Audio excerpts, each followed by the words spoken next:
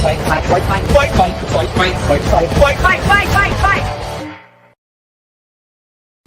Hypocrisy. Hey, what's up, guys? Welcome to Lawsplaining the Interwebs. I am your host, Nick Rekieta of Rekieta Law, a small law firm in central Minnesota. And get ready. Prepare yourselves and all your lady parts and all that good stuff, because we are talking about freedom, motherfuckers. We are talking about the right to speak. We are talking about the right to question. We are talking about the right to investigate and the right to report. We're talking about journalism, speech. We're talking about conspiracy, murder, corruption. We are talking about all of it tonight because one of my colleagues, I'll call him, has done something that I find to be of disrepute. And many people have told me, no, Nick, you're not correct. No, here's what's actually happening. What's actually happening is the faggotry going on is good. No, actually, it's so good and smart. No, it isn't. God damn it. And I'm tired of being told that it is. Don't look me in the face when you lie to me. Lie to me from behind and into my ear.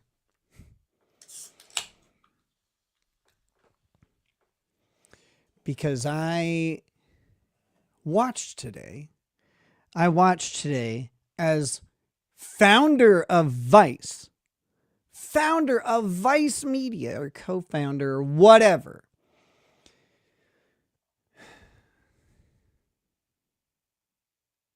often described independent, fearless journalist. I don't know if anybody's ever said that in his entire life, but maybe they have. Tim Pool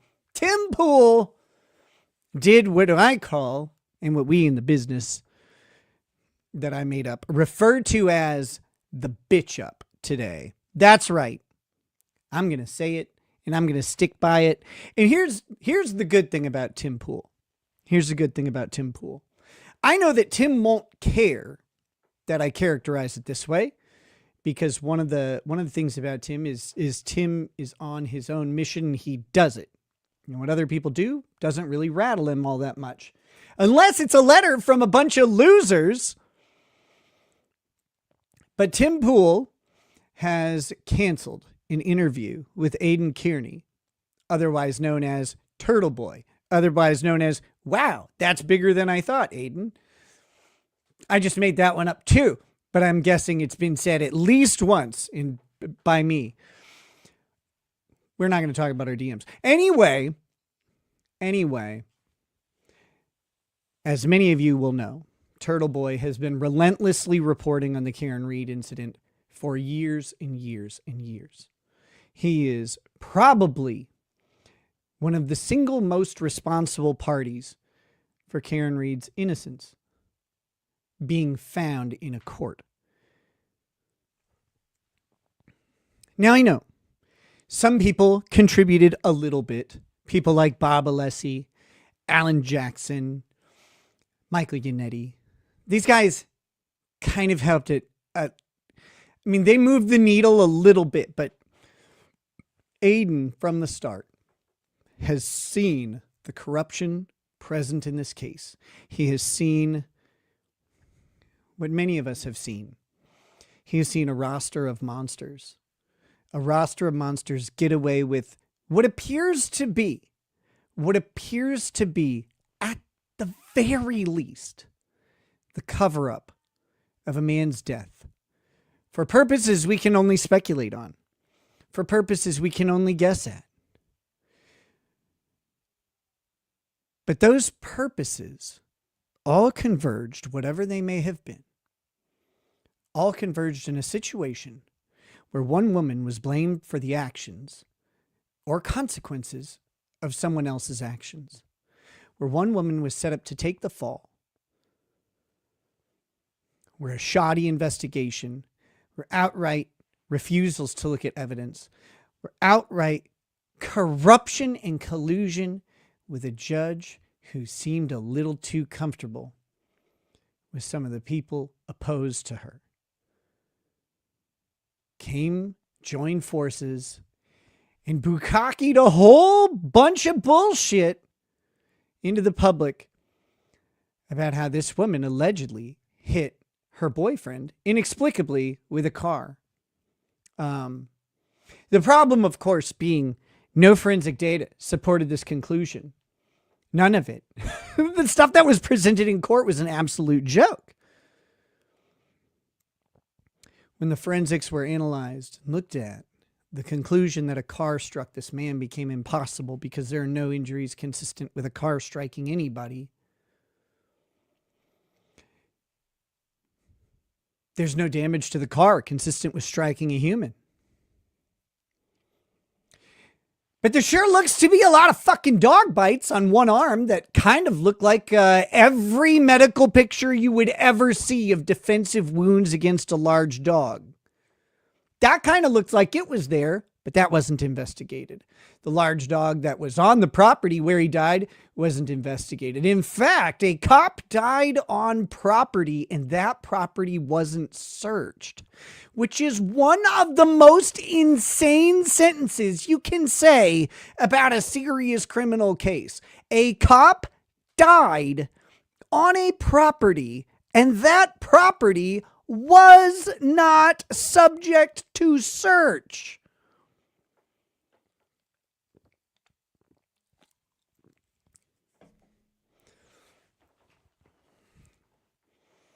Now I see some people in the chat. A dog killed him? A dog killed him? I did not say a dog killed him. I said he had defensive wounds on his arm consistent with a large dog attack. And he does. He doesn't have he doesn't have wounds on his arm consistent with defending himself from a fucking Lexus. But he does have they're probably still there. He does have wounds on his arm consistent with a large dog attack. But again, a police officer dies on a property and the property isn't searched. What world are we in where that is a sensical procedure? What world? Does that make sense to you? It doesn't make sense to me. Now, getting back to the subject at hand. Aiden, Kearney, I don't even know because Bostonian accents are so mysterious. It's like they don't speak English. They speak something else that involves sandwiches. Aiden, whatever his last name is, brought this story to the world. And I will remind everybody, because I am shameless, that he did it here first. That here was the place. He broke the story on Rekieta Law. I didn't appreciate what we were doing at that point. I didn't appreciate what was happening in that interview. None of us, I think. I think Aiden at the time hoped it would catch on.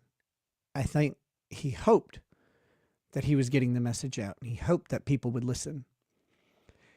But I don't think any of us on that panel, which was myself, Aiden, and of course Lauren de Laguna, knew what would become of the Karen Reed trial, what would happen in the wake of it. And certainly, I don't think he expected to be arrested and charged with witness intimidation. I don't think he expected to be sued for defamation. I don't think anybody expected the case to go as it did.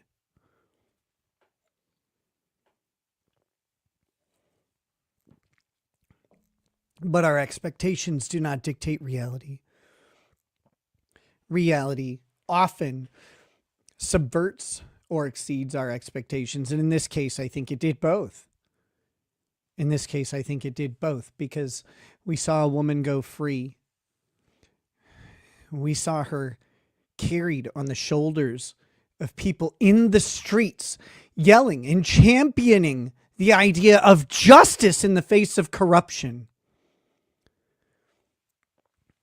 We saw and heard, whether you were there in person or watching from home or work or wherever you might be able to sneak a few minutes of some of the most incredible drama to hit the legal sphere of the United States in decades. You saw or heard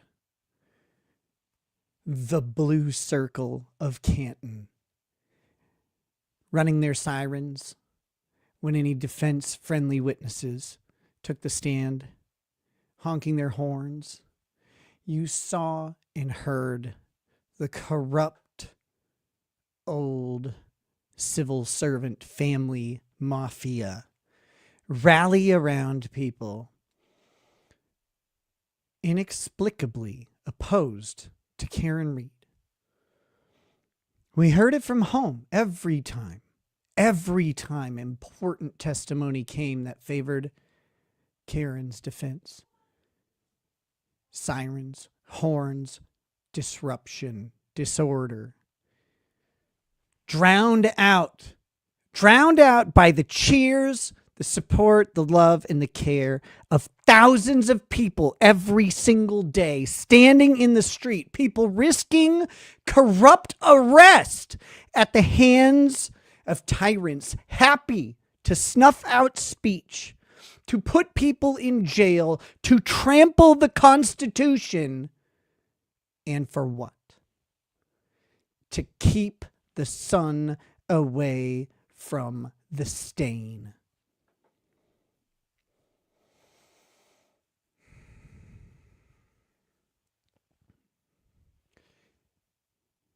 The fight for Karen Read is over on the criminal side. The civil side, of course, carries on. The fight for Aiden Carney has only just begun. He's fighting for his liberty, his life. He is fighting against a system dead set against him with what appear to be false allegations placed simply as revenge for moving the couch a little bit and showing the dirt underneath.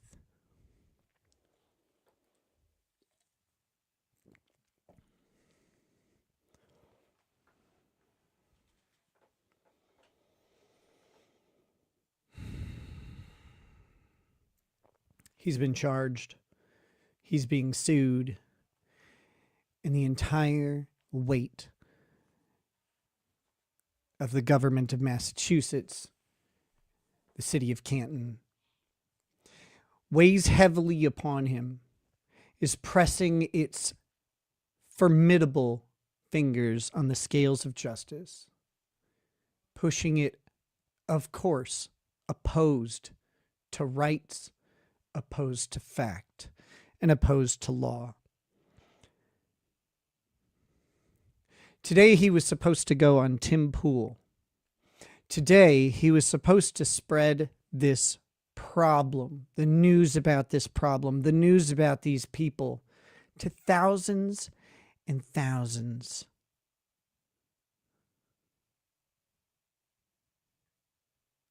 To thousands and thousands of people.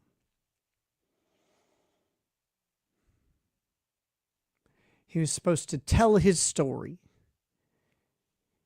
And one letter goes to Tim Pool's legal team, and they pull the plug on it. They cancel it. The one thing that we should all agree on is that speech should not be canceled. The one thing is that the voice of the people, the voice of the person, should not be suppressed on the altar of corruption. And yet, Tim Pool did it. And many good people told me over and over. Well, that was loud. Many good people told me over and over that this is the right thing. No. No, Tim's drawing more attention to it. Like, well, he could have just done the interview though. Like, let's break the dramatic talk for a second and say this. Everyone out there, I get it. Believe me, a reverse psychology, the Streisand effect and everything. Yeah, I got it. But you know what he could have done is he could have posted a letter and said, these fucking cucks want me to cancel an interview with a man who wants to speak his mind. We don't do that bullshit around here. And he could have done the interview. But instead he's like, no, don't read what he says. And everybody's like, oh, how? Genius. Wow. Now everybody's going to go read what he says. They won't. They won't. Not in the amounts you think, because now they have to go find it. Notice he didn't post a link to it because that would have gone against the whole thing if he posted a link to it. So now they have to go out and find it. My God, are people lazy? But you can have faith in it all you want. I'm just saying what he could have done is brought up the letter, Streisand affected it, and done the interview. He could have done that. But instead, he didn't. That's the problem that I have. And people are telling me I'm wrong. No, you're wrong. No, I'm not. My problem is that he didn't do it. Now Aiden isn't on, like he wasn't on Timcast today telling that story. He wasn't on Timcast today having his voice broadcast to hundreds of thousands and maybe even millions of people eventually. Instead, those hundreds of thousands of people amount to, well, whoever reads Tim's tweet, and I know it's trending on Twitter, so a whole lot of people are going to see it, but like whoever reads Tim's tweet and then goes to research themselves through hopefully the appropriate stuff is going to see it. These people who watch Tim Pool, you know what they're going to do? They're going to go watch some TurtleBoy videos. Which ones? What do they start with? Where's their guide? You know how much content there is about Karen Reed? It's impossible to get into if you're on the outside. And this is the problem.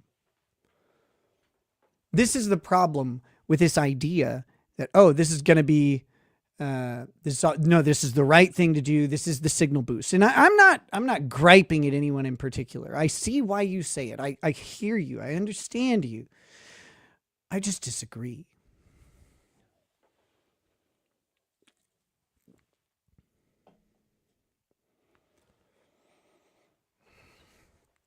So what we're going to do,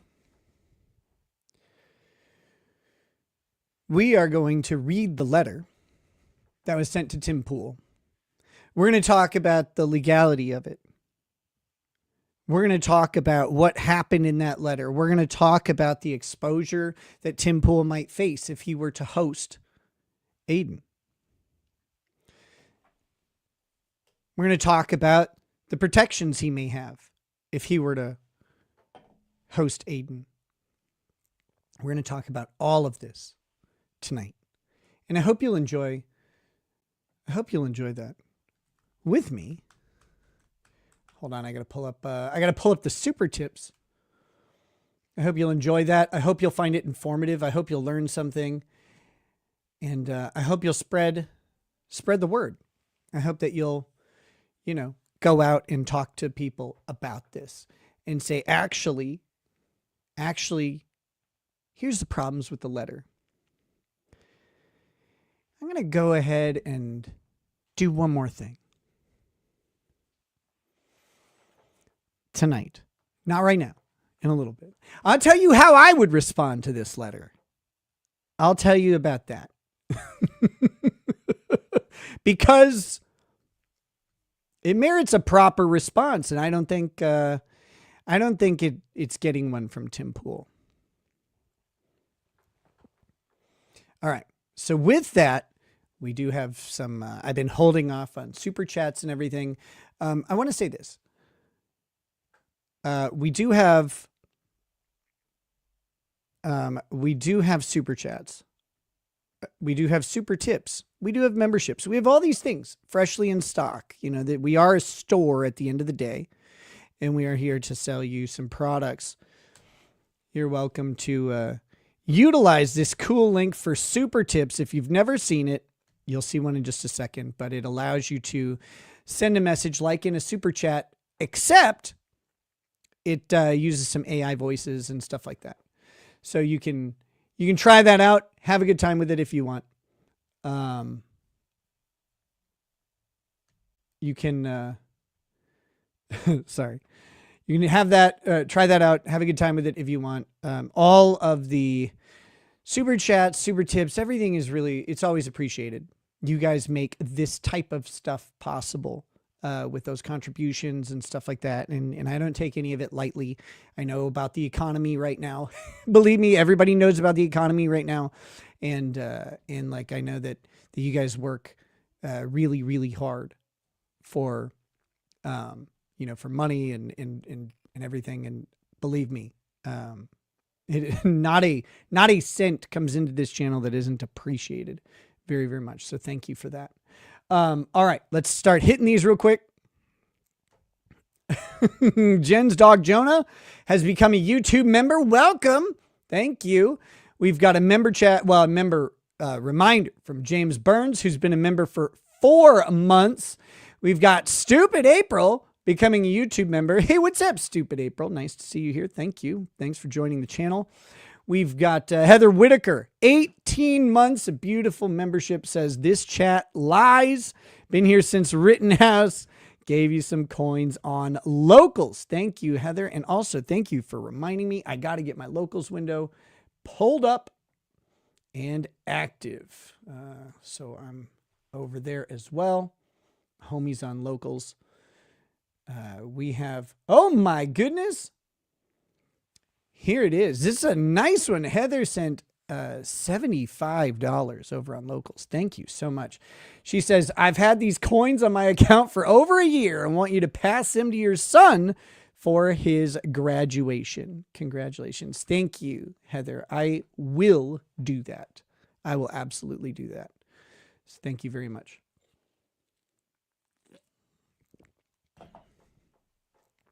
All right. Max Penetration. 1 month of membership. 1 month of membership says Rackets Glare Petty stream incoming. Hopefully. I've been asked if I will go on a petty stream with the Glare. I absolutely will. Will and I get along swimmingly. Anne says, thank you for being fearless. Oh, you're welcome. You know, some would call it fearless. Some would call it dumb. But I'll take it. Marcy Cruz gifting 10 memberships. Thank you, Marcy. It's me, Andrea, gifting 5 memberships. Guys, if you get a gifted membership, make sure you say thank you to whoever gifted it to you. And make sure you join us. Make sure you join us on some member content. We'll have some really, really soon. Heather Whitaker gifting 5 memberships as well. And you know what? I'm gonna go ahead. Eric Def says if he was fearless, he'd admit he's gay. I think I have like 100 times. Catch up. God. We're gonna go ahead and I'm gonna send out 5 gift memberships right now. Right now. We love members on this channel. We want to get our hands on them. We want everybody to see them. We want to force them on people without their consent. All of that good stuff. Miss Sparkle says, I'm upset. The thumbnail lied to me. Ugly shirt. No, it isn't. This is a good shirt. Leave it alone. God, what did it do to you? Jeff Smith says, do you have a spare excavator in case my wife ever wants a divorce? Asking for a friend. That was a wild story. That's not for today. That's not for today. DX Mania gifting 10 memberships as well. Hell yeah. Hell yeah. Thank you. Thank you for bringing more people into the giant circle of dicks that we have. Treasure Island says, pin the super tips link for fuck's sake. Sheesh, I can only carry this channel so far. I did. I haven't done it on Rumble, but usually one of my Rumble mods. Yep. You see, Unbreaded already took care of it. Because that's, you know what? That's what you need right there. Oh, hell yeah. Sriv with a giant super chat says, just heard about your son's graduation. Enjoy it to the fullest. Thank you so much. It's really, really appreciated. It's a hard thing to enjoy a graduation, like the first one in certain ways, man. I'm not ready for him to graduate. Like, he deserves it. He's worked really hard. He's worked really hard. He graduated with honors. He's in the National Honor Society. And he's literally the best man I've ever met, without a doubt. So, and he's got a whole lot of time left. Unlike this midget attorney, Tom. How you doing, man? Long time no see. I hope everything's going well for you. I got to call you. I was meaning to call you the other day, but my phone doesn't call short people. So I didn't know what to do. I'm not crying. I'm choking up. It's different. And Attorney Tom is right. I do love being stepped on. Very, very much. Okay, let's get back to the Cindy Lou Hoot, 31 months a member, says a lot of the normies think Karen Reed is guilty. Well, according to Vickyverse, that's defamation automatically. Some people are so dumb. Nicola Maxwell, 6 months of membership. I think it's longer than that. Says, Nick, I love you. Nan Flaps and Hood Boogers, though. I don't know what Nan Flaps and Hood Boogers means. I don't know what that is. Is that the attorney Nan? Hood Boogers?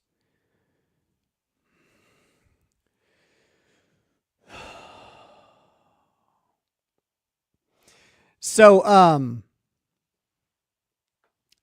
what I was going to do tonight before all this Aiden stuff happened, before all of that, I was going to review, there's a 3-hour Spaces hosted by Nina Stanek, I believe, about me.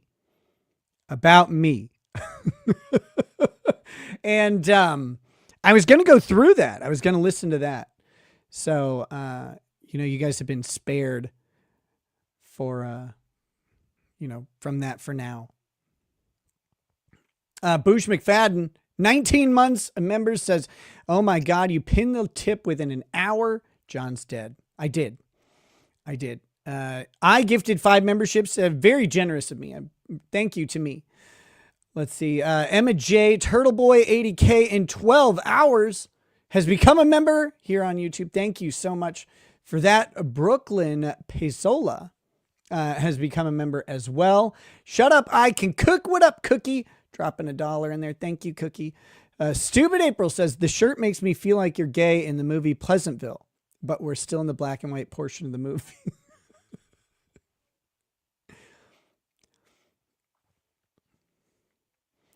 Is there a difference between being gay in Pleasantville and just being gay? Like, I don't know how to take that. I'm not sure. All right. So now we've got some super tips here as well.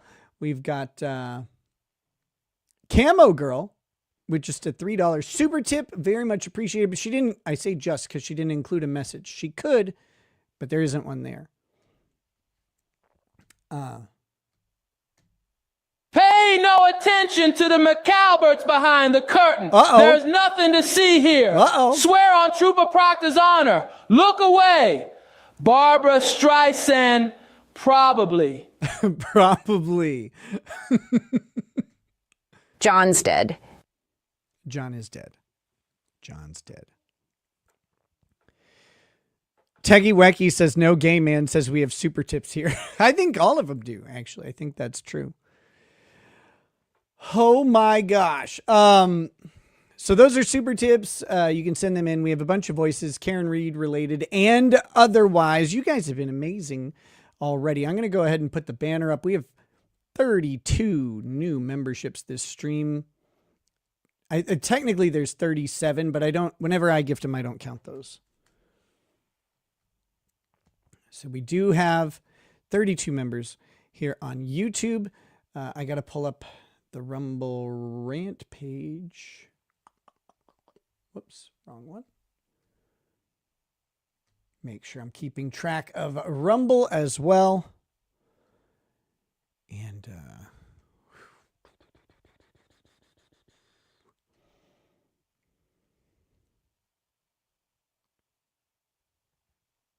wait a minute. What is this? So Post Woke World says most entertaining, funniest, and sharpest law tuber. Oh, thank you. Thank you. I am very sharp. Be very careful. Handle me gently. Ben Ramler says, hi, Rackets, Micropeen. We've got Rosalind Duke says, can I just canceled already? What is a girl to do to get canceled these days, Nick R? Asking for me. Why do you use the British version of canceled? Why do you use the British version of canceled instead of the Americanized version? Camo Girl has become a member as well. Thank you. Thank you so much. Okay. All right. Well, should we just, now that all the formalities are done. Oh shit. This is cool. Eric 4x4 has gifted 5 subscriptions on Rumble. Very awesome. Thank you, Eric. Just so you guys know, if you do get a subscription on Rumble, you can use it as a locals membership if you connect locals to your Rumble channel, and you can hang out in the locals chat. The locals chat is pretty crazy.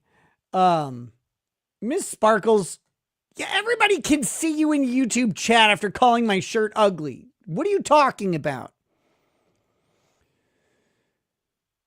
But yes, if you have a Rumble a Rumble subscription or membership or whatever, that does translate to a local subscription. So feel free to come in and to come inside. You know what I mean? Okay. Let me get started on this.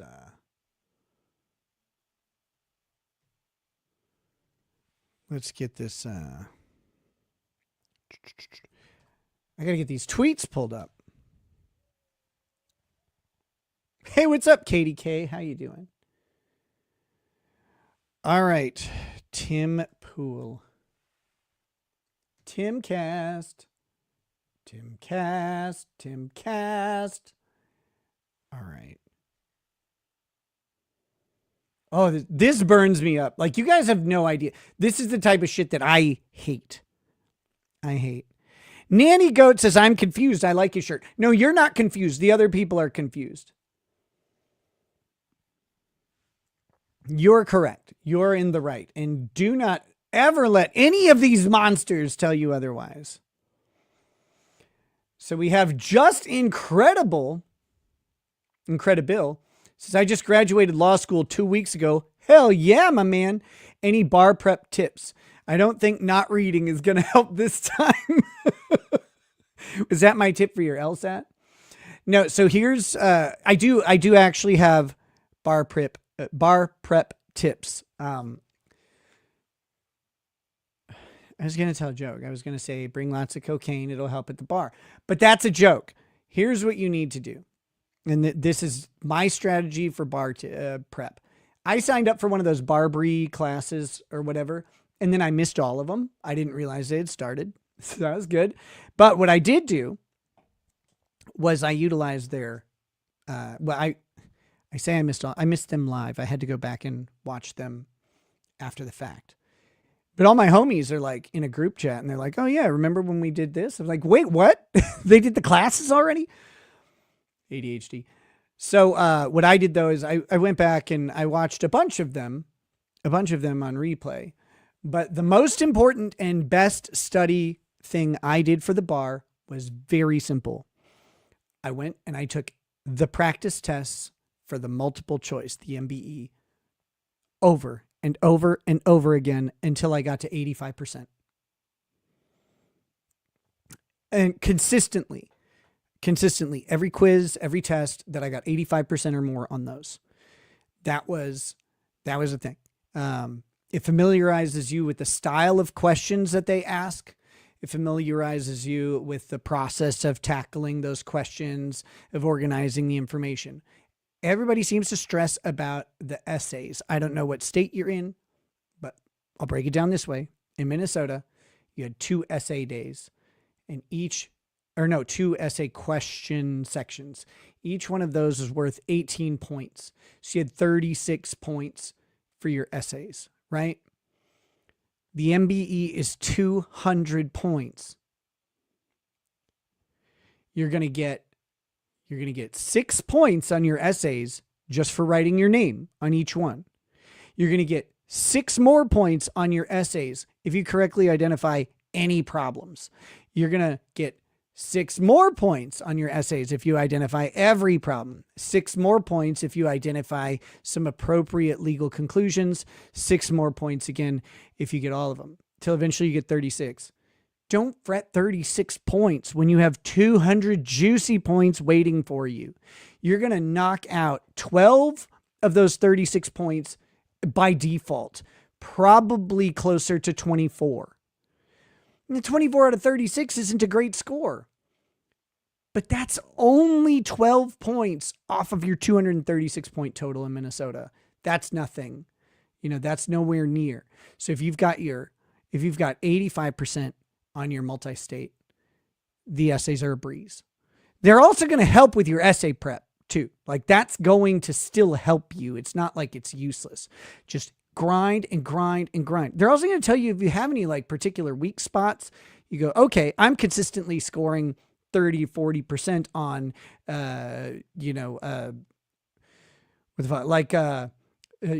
the UBC or whatever, or on contracts or anything. I'm getting 30 points on family law. Like, then where to go and find your issues. But I would just grind those tests, man. That's what I did. I took so many fucking practice tests. I breezed through the bar. Absolute cakewalk. I didn't have any stress. It was like, I went in, I did my essays. I was like, these are good. I don't know how, I don't remember how I did on them. I don't care. They were good enough. And then I scored high enough on the multi-state that even if I'd gotten 0 on the essays, I would have passed.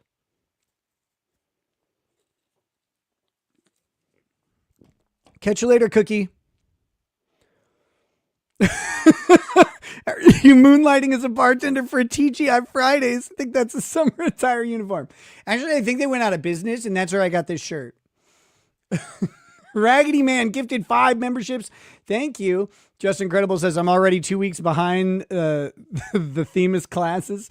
Yeah, I was like 6 weeks behind when it happened. I didn't realize how fast they took place. I thought I got like a little break after law school before I had to go and study a whole bunch. And then I found out, nope, I should have been studying the whole time. But I'm a very good test taker. My brain works that way. It's nothing special. I didn't earn it or whatever. My brain just works through test problems really simply. And so I ground out that MBE. Go for it.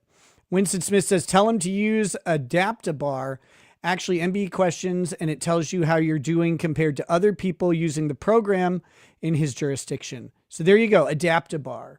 I don't know if they had that when I was around. I like I said, I did Barbary.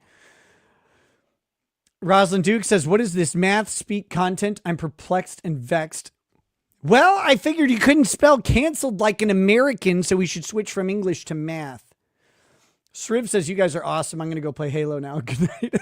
Good night, Sriv. Thanks again, man. Really generous. Here we go. What's this? Sometimes I feel I've got to run away. I've got to get away from the pain you drive into the heart of me. Lyrics by Dick Gazinia. Dick Gazinia. What is this? Some Sparkles is right. You didn't follow the established wardrobe theme and you know it. You know better. Now it's time to do better. Wait, are you saying I should be in an American flag suit? Is that what I want? I didn't have a picture of me today. to put on the thumbnail, so I apologize. American flag suit. Should we set a goal? If we set a goal, maybe I'll set a goal and go put it on. I have 2 different ones. Hey, what's up, bitter sweetheart?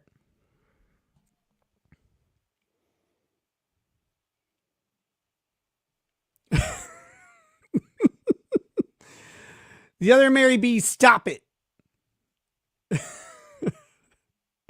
Okay.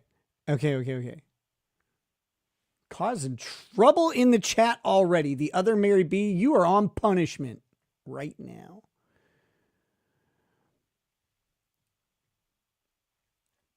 All right.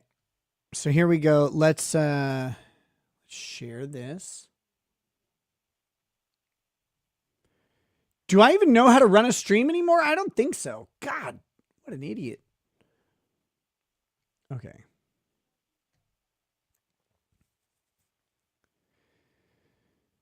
Let's see.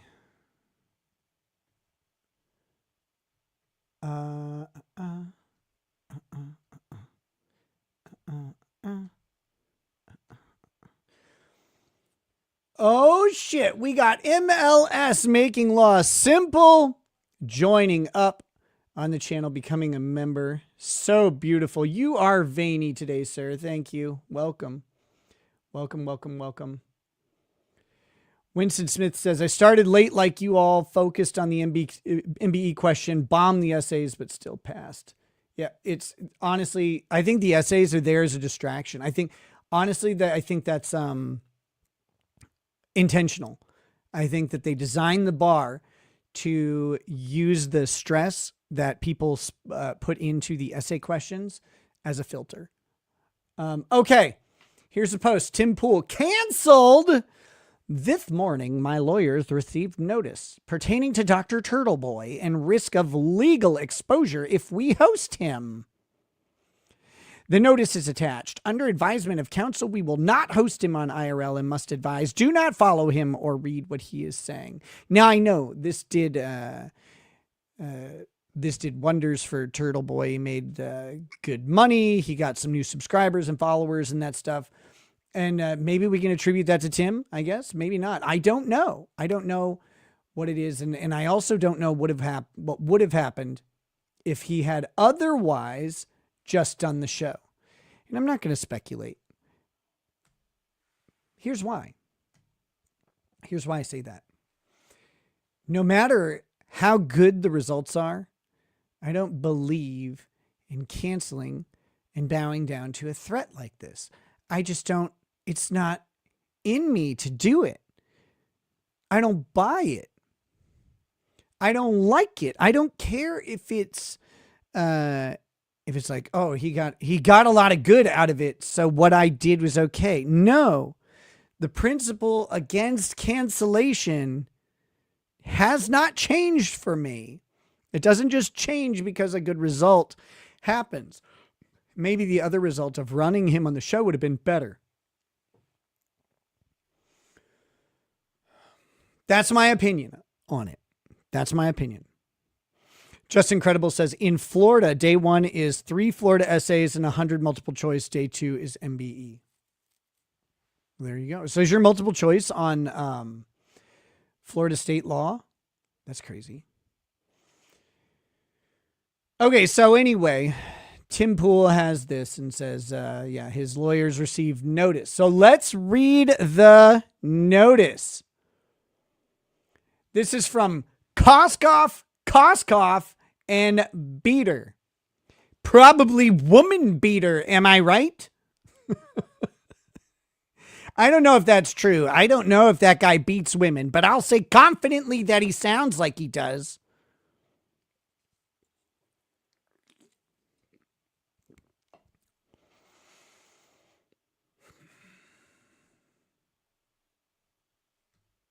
Why is Tim Pool such a pussy? I don't know, Bev. I don't know. Got hooked up in locals, Rumble, yet to figure it all out. Sorry about the VooPoo, maybe poor timing. Maybe they can work on VooPing. Yeah, that's it. Hagen. I haven't, it's sitting on my counter. I just need to like look into it and set it up. I'm sorry. I've just, my son is graduating. The school year ending is already a nightmare. And with every subsequent child, like it's more and more chaotic. So we have 5 kids that are all, not all of them go to this school full time. A couple of them we still homeschool, but they go part-time to the school. So they're all involved in the year-end activities. All of their extracurricular activities all collapse around this time.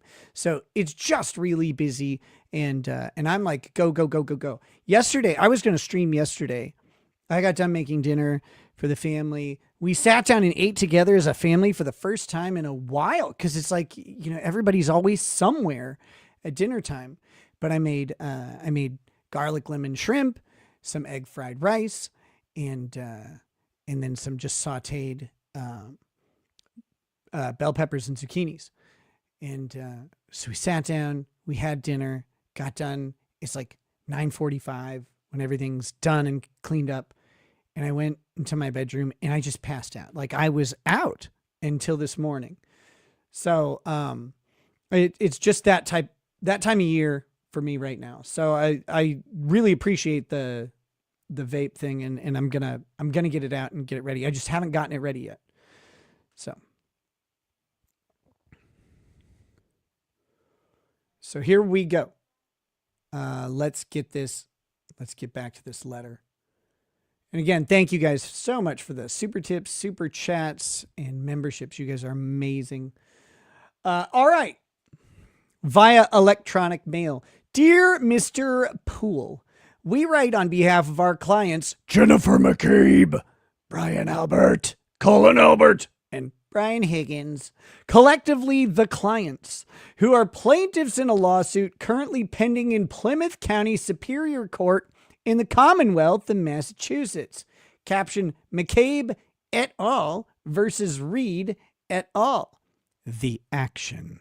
I'll show you what the action is, losers. We understand that you have scheduled Aiden Carney, also known as TurtleBoy, as a guest on Timcast IRL on or about May 29th, 2026. We write to bring to your attention information we believe is material to that decision and to the legal exposure you and Timcast Media Group Incorporated may face as a result. Now, this is a nasty and dirty thing to do. It's also not legally sufficient on its own, and we're going to talk about why. The attempt here is to inform Tim Poole as a broadcast host, to inform Tim Poole of defamation or defamatory statements that have been defamatory statements. We're going to put in quotes. These statements might be defamatory. They haven't been adjudicated defamatory. We have not had a factual analysis through a trial. There's been no admission that these statements are defamatory, and defamation has 5 elements, which we'll talk about in a second. And all 5 of those elements have to be satisfied for defamation to happen. Some people just believe a false statement is defamatory. Wrong. I can say that Tim Poole is radical, like as in 1990s radical, like awesome. I can say that. And even though that's a false statement, it's not defamatory because I'm not harming Tim Poole with that statement. In fact, I may be helping him. And sometimes he needs help, like when he needs a can of peas from the top shelf. Just having a false statement is not defamation. It must be a false statement made to a third party about an identifiable second party. So, who else? It must be false. Did I say a false statement? It must be made with the requisite, or it must cause damage. It must be made with the requisite level of fault. That last one's really, really important. And actually, so is the one before that. It must cause damage. Lots of false statements are made about people. Lots of false statements are made with the requisite level of fault, etc., and they don't cause any damage. Damage is harm that the court specifically can rectify. Usually this is done by money. Not everything is repairable by money, but here we are. So those 5 elements have to be satisfied for it to be defamatory. It may be a false statement. Guess what? You can say false statements all day long. You have the right to be incorrect.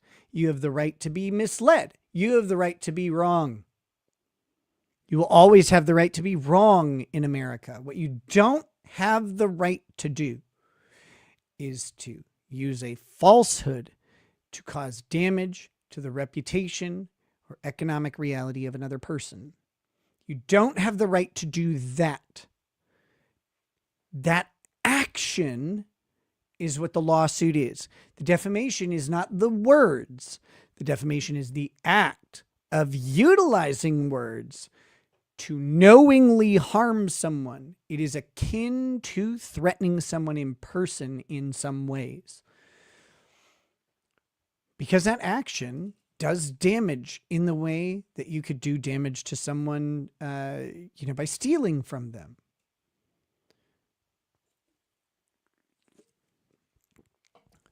So, you have the right to be incorrect. You have the right to say the wrong thing. You have the right to form an opinion that turns out to not be true. You don't have the right to use a falsehood to harm someone else. Now, the requisite level of fault is 2 things. For private persons, it is negligence. The private person would be the victim of the defamatory statement. Negligence means that you didn't necessarily know that the statement was false, but you just repeated a false statement for the purposes of causing harm to someone. Okay, that's negligence. The higher standard is for public figures or matters of public concern. The higher standard is knowing or reckless disregard for the falsity. So knowing that it's false or recklessly disregarding that it is false. So, which means you had the opportunity to know about the falsehood and you recklessly avoided that opportunity. This is not merely that you had some opportunity and missed it, right? Like you missed a phone call or something and someone was going to say, hey, this is false. No. It's not that simple.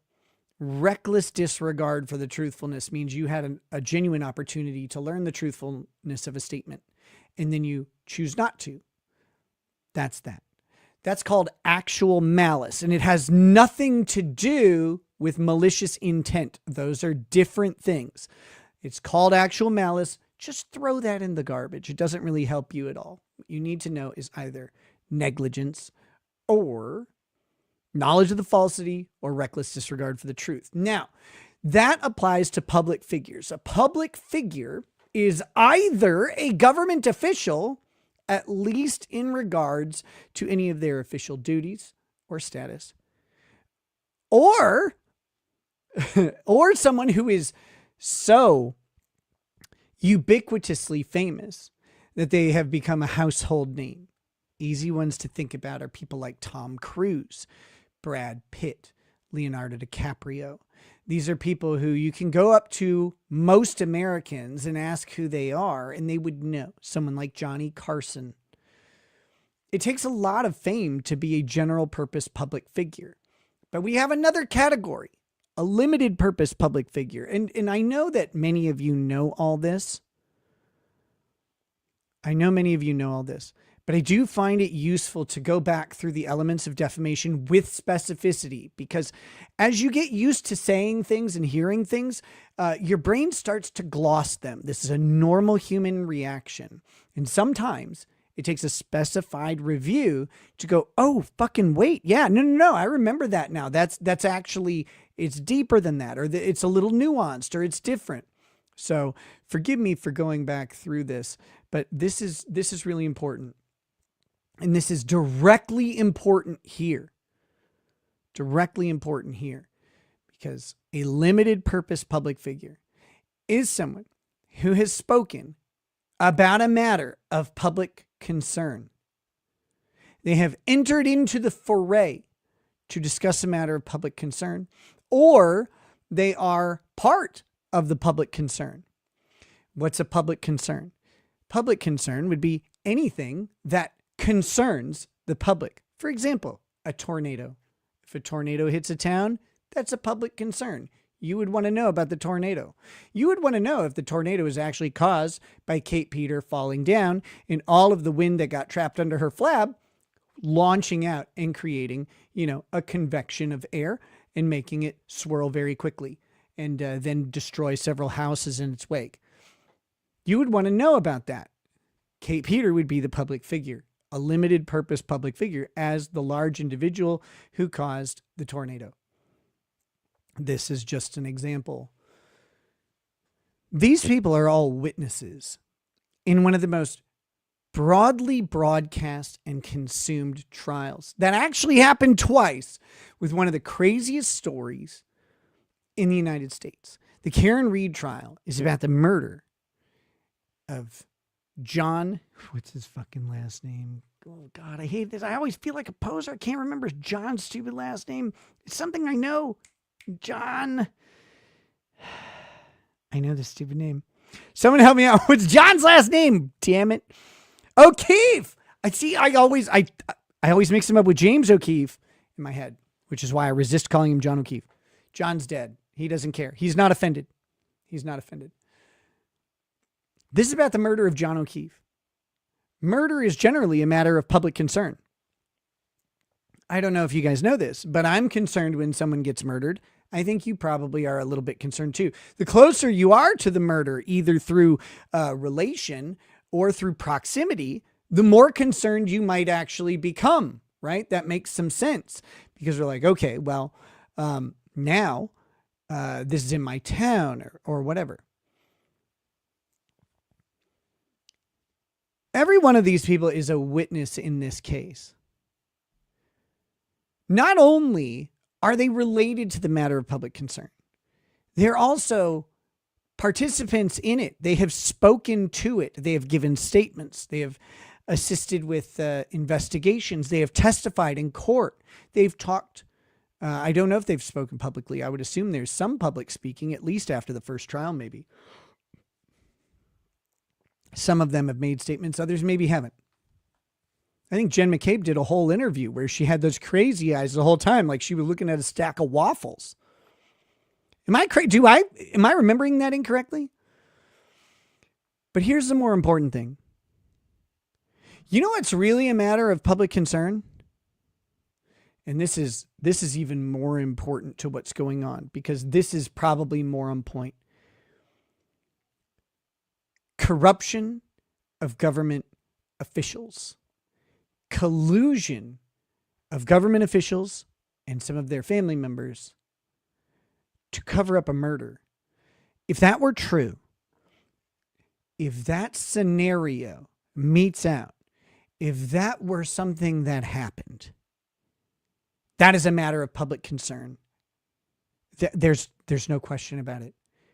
Every member of the public should be concerned by police or government corruption. Every single one. I can't think of a single person who could honestly disagree with that statement. Police and government corruption is a primary concern. Our country was fucking founded on it. The idea that our own voices weren't represented, that our own taxes were paying for people to oppress us rather than enforce a system of law, justice, and protection over us was the reason we rebelled against the crown of homosexuality, King George, and decided to fight and to make a new way and a new place, a place that has remained the greatest country on earth despite our own failings. That has remained the only system that has freedom baked into it and wrote it down and says you can't actually change this. We're the only one. We're the longest lasting constitutional republic in this world's history. 250 years coming up, baby, and no signs of stopping unless a bunch of communist losers stop us. But this corruption of government to oppress, suppress, and punish people who didn't do anything is what we fought against 250 years ago. It is revolution worthy. Lampposts and nooses are merited when government takes the lives of its citizens for granted, takes their money with glee, and takes their liberty with a smile telling them it's good for them. And up in Canton, it sure looks like some good old-fashioned government corruption. And if that were happening, all four of the people in this letter are limited purpose public figures, which means critically that anyone talking about them to have a statement become defamatory must be speaking with actual malice, as in they must have knowledge that their statements are false, or they must recklessly disregard the truth. This is very complicated in the Karen Reed case because Karen Reed was found unanimously not guilty. Unanimously not guilty, and not just by technicality, not because of an insufficiency of prosecution or a procedural issue, but because the forensic data does not support the idea that she struck John with a car. So she didn't kill him, period. There's no argument here. There's no, well, maybe. No. The conclusion and the accusation by the state is that she murdered John by backing up intentionally or recklessly, drunkenly into him with an SUV. They made that accusation sans evidence, but they made it. And they could not prove it, not just beyond a reasonable doubt. They could barely sustain the action as it was.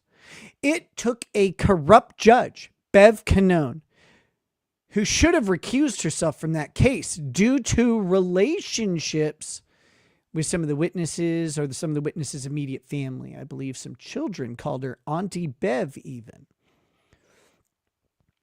She should have recused herself, but she stayed in, put her fingers on the scale over and over and over, illegally allowing evidence from the state and illegally keeping evidence that Karen's team wanted to bring in. Holding ARCA, a government, a federally respected crash reconstruction firm, holding them to a higher standard and an impossible standard of discovery and evidence preservation that no one else is held to in an attempt to keep out the truth about what happened that day. And still 12 people sat there and said, not guilty, not guilty, not guilty, not guilty, not guilty, not guilty, not guilty, not guilty, not guilty, not guilty, not guilty, not fucking guilty. 12 people found her not guilty. She is, by definition, innocent. She is, by definition, not the murderer. And the reason I bring this up is important. Someone else is. Someone else is. Or someone's else is. And it is not only reasonable, but it is to be goddamn expected that we would want to know who that someone or those someones is or are.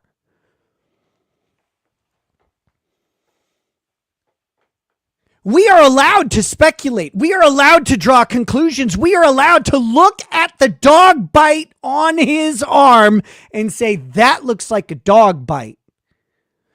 We are allowed to look at the wound on the back of his head and say, that looks like maybe he fell on some concrete or was clocked by something heavy. We are allowed to say that it's really fucking weird that none of the cops involved in a murder scene were investigated, that their houses weren't searched, that their cameras weren't searched, that the dog wasn't searched. We are allowed to wonder what the fuck is going on in that kooky forensics lab that the state hired because they knew the ARCA conclusions weren't right. We are allowed to wonder why that kind of cute but still chubby chick changed her story about watching her, was it her boss? Or another Canton cop go into the unsecured evidence room where the car was and to find the car having changed state. We are allowed to ask questions about this. We are allowed to ask questions about Bev Canone. We are allowed to ask why people are being arrested in the street for wearing political protest sweatshirts. Why people who have unanimously been praised for being peaceful and respectful get arrested roughly for walking on a part of a street that had no business being blocked off. For wearing a political shirt. By the way, you fucking cucks, we resolved this in 1969, baby. Fuck the draft. In the courtroom, leather jacket. Fuck the draft. 1969. Supreme Court says you can't stop that political speech. And here we have Canton's own little mafia shutting down speech, arresting people, treating them poorly. And we're supposed to sit by and not ask questions. We're supposed to sit by and not draw conclusions. We're supposed to look at an investigation that didn't happen. Where high-ranking police officials whose house was across the street from a murder, why their cameras were not searched, why they didn't even ask, hey, you want to turn over the footage? What's it harm them? Where witnesses were intimidated over and over and over by the government, where witnesses had to be assured protection by the public. They had to be assured that the people outside the courtroom would protect them from the monsters in government so that their testimony could be told. So a plow driver could say, I didn't see any of this happen.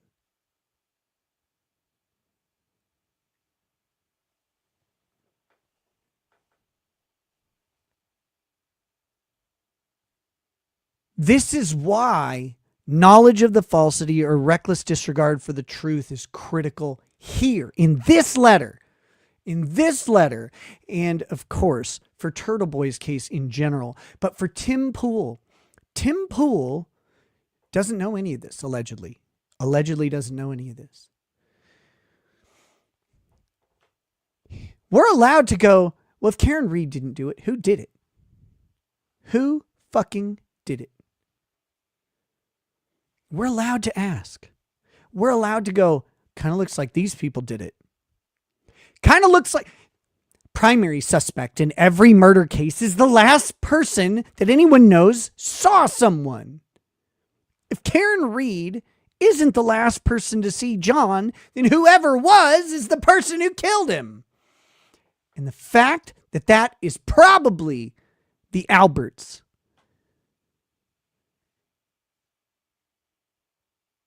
shouldn't escape anyone, and should draw our conclusions, our ire, our questions, our curiosity, our magnifying glasses Sherlock motherfucking Holmes in your homes. And there's a lot of internet sleuths out there. There are a lot of in-person sleuths in Canton. There are people looking into all of this. And what do they say over and over and over again? Holy shit! That's what they say. The most common phrase. They all call me and tell me, every single one. I've kept a tally. Holy shit! I think maybe the government killed this guy or at least covered it up. That's what they say over and over and over and over. Every fucking person who takes a moment and looks has to at least entertain the strong possibility that that's what happened. Not because Aiden said it, not because I concluded it, but because when you just look at the facts as they are, you go, Karen Reed didn't do it. This is the last place he was. There's sufficient number of people here. And there's dog bites consistent with a dog the size that existed there. What were they covering up? What were they covering up? Because here's the thing. Maybe they didn't mean to kill him. Maybe it was just a drunken fist fight gone bad because someone fell and hit their head.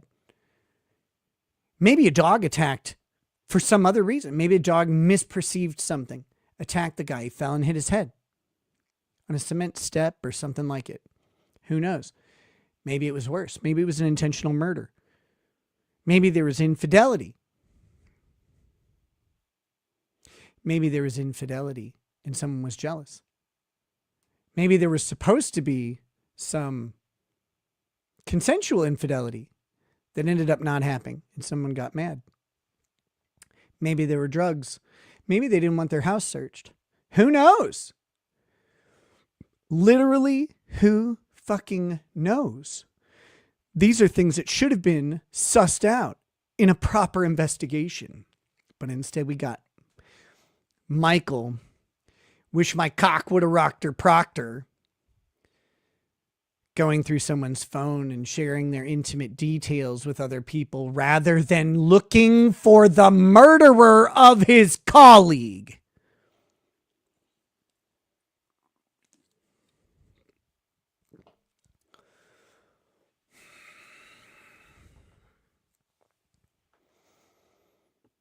This is what we ended up with. Insufficiency, incompetence, but only if you're ignorant and believe that it wasn't intentional from the Canton police. This is what we get. Maybe it was a jealous boyfriend of someone who already had a boyfriend. Maybe she was trying to make her boyfriend jealous because he had made her jealous a couple times. Maybe John's making out in a hotel lobby with, quote unquote, that slut. I don't know. I don't know if that's a quote, but I'm going to say it now. John making out with a random chick in a hotel lobby might have made Karen Reed a little bit upset. And maybe Karen Reed started flirting with a very cool man named Brian Higgins. The absolute worst texting gamed homie I've ever seen. The man with no plan. The man who cannot execute. The man who can't even say you're cute. Brian fucking Higgins. Less game than a 5th grade backgammon tournament. You hot. What would happen if I come over? Oh, we'd probably sit on the couch and watch Netflix and you could pound my brains out. Get over here, Higgins. Well, I don't know if I should come. Will we kiss? What a fucking loser. Ah! The worst. But maybe Brian Higgins got tired of him cock blocking himself and decided to blame John. Maybe Brian Higgins got in a fight with John that night. Don't know. We don't know.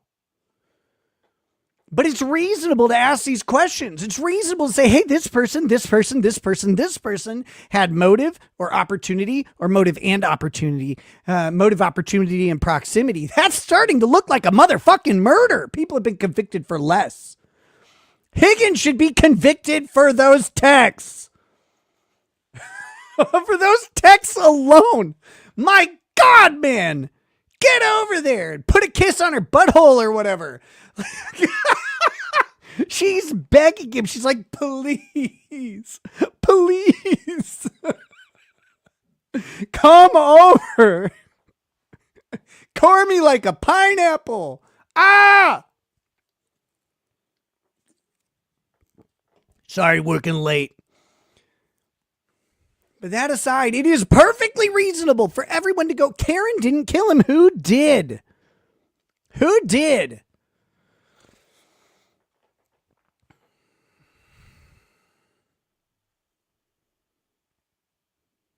But these people are trying to say you can't do that. You might have legal exposure, Tim Pool. Back to the letter, back to the letter, back to the letter. We always got to go back to the letter, of course. That is the theme of tonight. And I'm sorry if you were expecting a fast read through. You should know by now that that's not what we do here. We take things slow.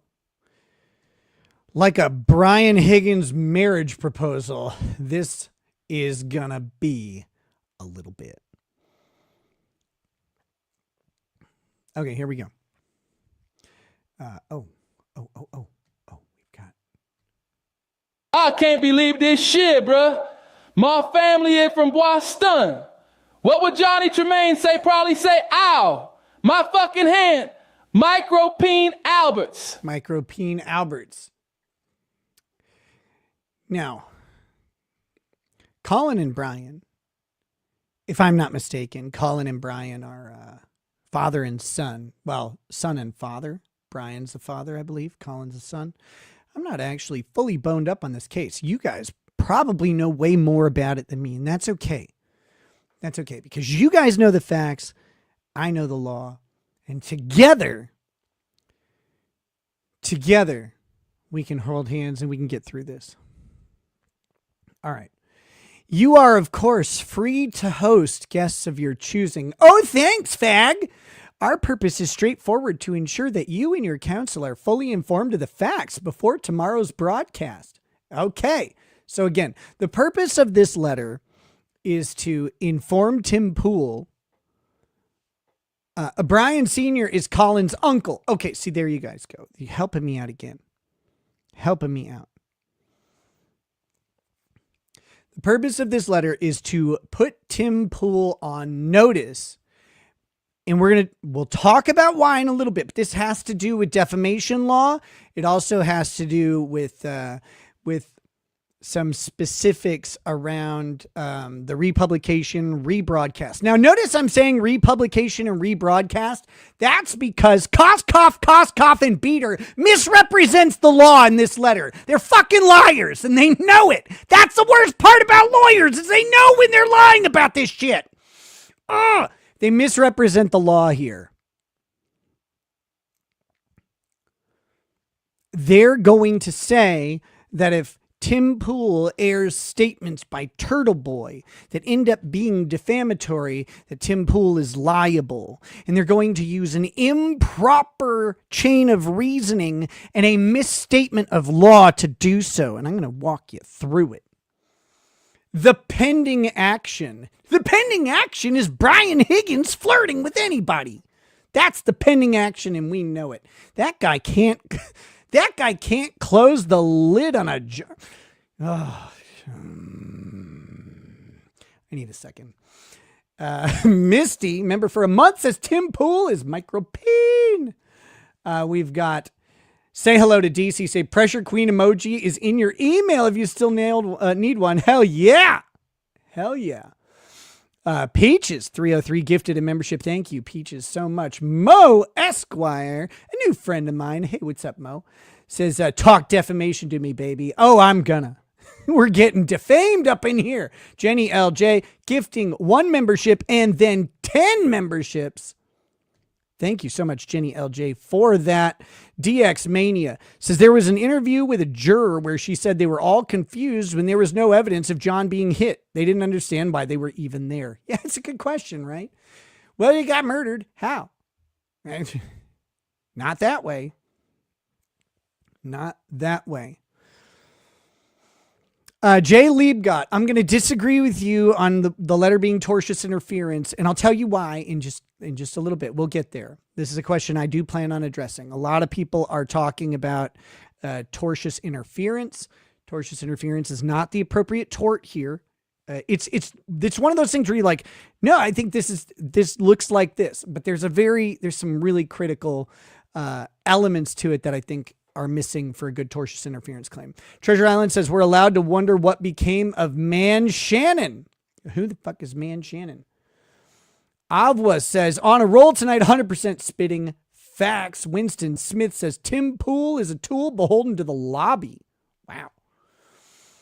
John O'Rourke says this dude is straight out of a canceled 90s soap opera.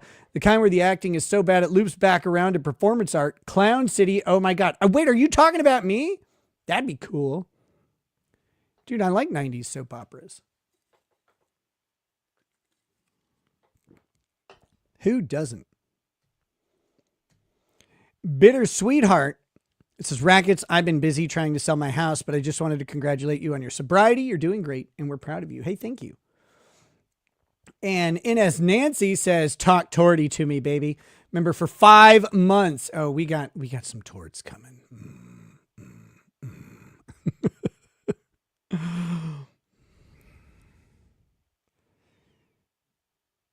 Oh, Man Shannon, the guy who faked his resume. Okay, I just don't know the nicknames. I don't know the nicknames. Yeah, the guy who faked his whole resume, that guy was amazing. Oh, shit, that guy was wild. How did he do that? He's like, actually, I lied about all of it. That was cool. Jay-Z 41 says, Kurt may have better game than Higgins. Kurt'll at least drug him and tie him up. I'm just kidding. I don't know if he does that. I just assume from the casserole videos that that's true. Okay, here we go. So the pending action, that was as far as I read last time. On April 16, 2026, our clients filed a 14-count civil action against Aidan Carney and Karen Reed. Now notice what happened there. This is interesting, isn't it? And this is very simple. The case is captioned McCabe et al. Versus Reed et al. But notice who they list first. They list Aidan Carney and Karen Reed. Why'd they do that? Their action is against Karen Reed and associates and everyone else et al. But yet the first person they mention is Aiden. Who's on their mind?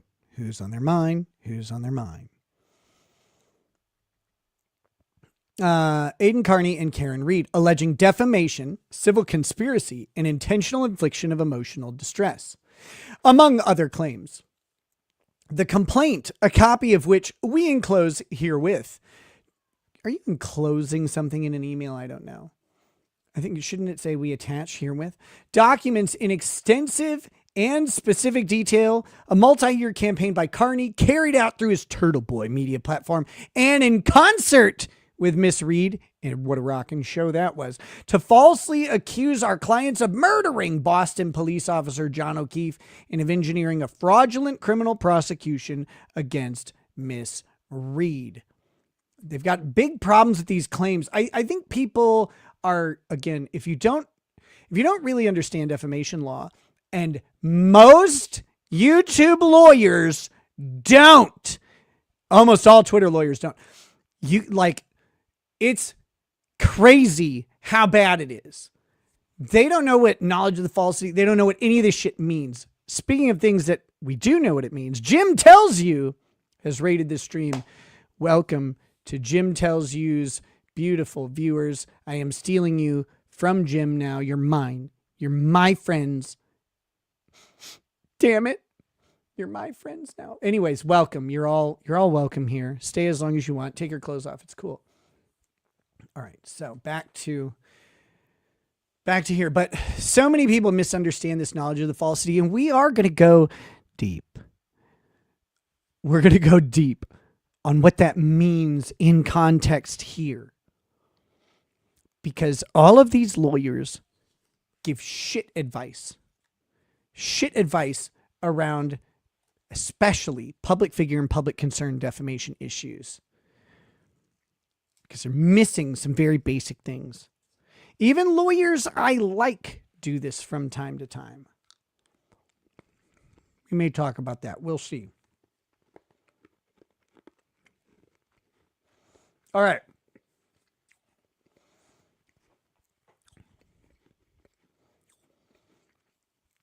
Our clients are private individuals.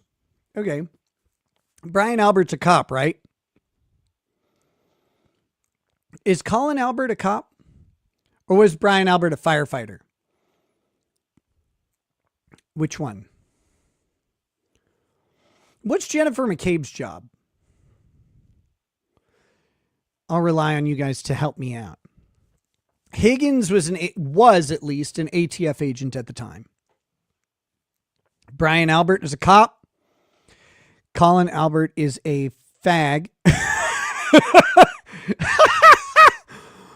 Oh!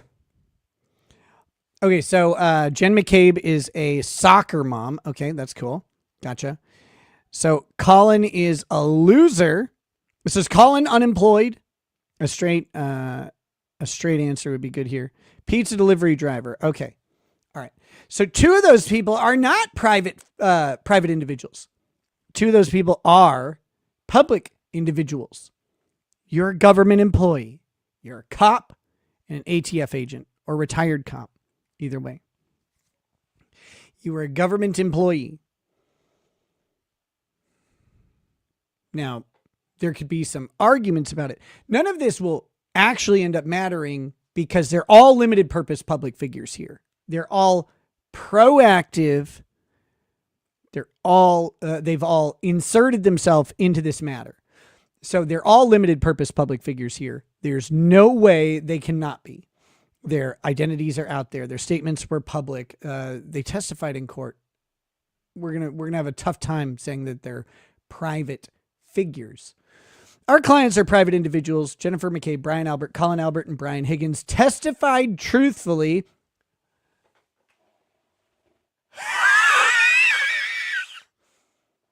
Okay, I believe you. Testified truthfully, repeatedly, and at significant personal cost. Oh, wow. Who fucking cares? During the Commonwealth's criminal prosecution of Miss Reed, which failed, and she was found not guilty because she didn't do it. Here's one of the crazy things about this. Your statements in a courtroom are privileged against something like defamation. You are expected to testify candidly.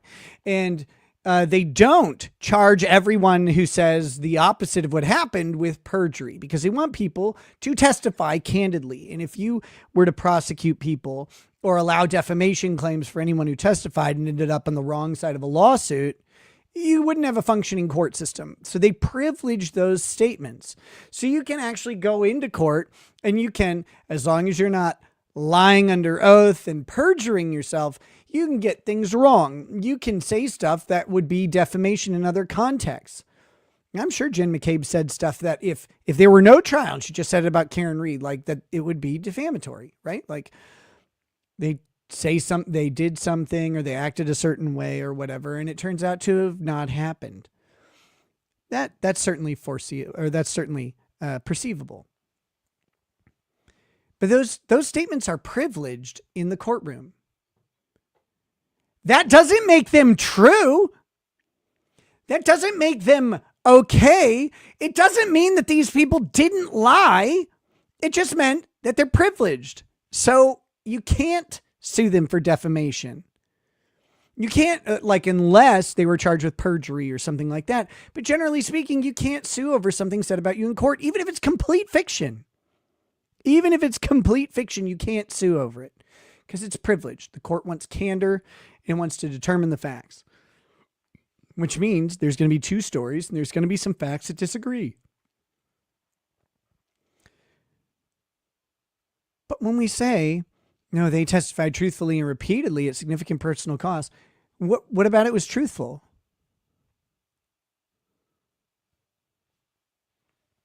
If it was truthful testimony and the conclusion was that she was a murderer, but she's found not guilty, we must presume that something in the testimony was insufficient. It didn't measure up to the standard that we would call truth.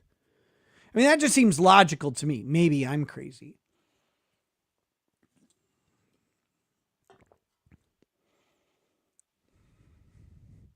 Coding ATC says, here is a small tip before I go completely broke taking the family to some theme parks. Oh my God. Why would you do that in 2026? Okay, Rockefeller.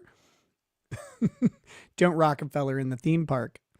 That's how you get exposed as a Republican congressman. All right. So here's the thing. Like, they're like, oh, our clients all testified truthfully and repeatedly and at significant cost. Okay, cool. Like, I disagree. I disagree with that statement. Is that defamatory? I don't think so. Looked like they lied to me. Looks like they didn't have a case against Karen Reed. Looks like they said things about her that weren't true.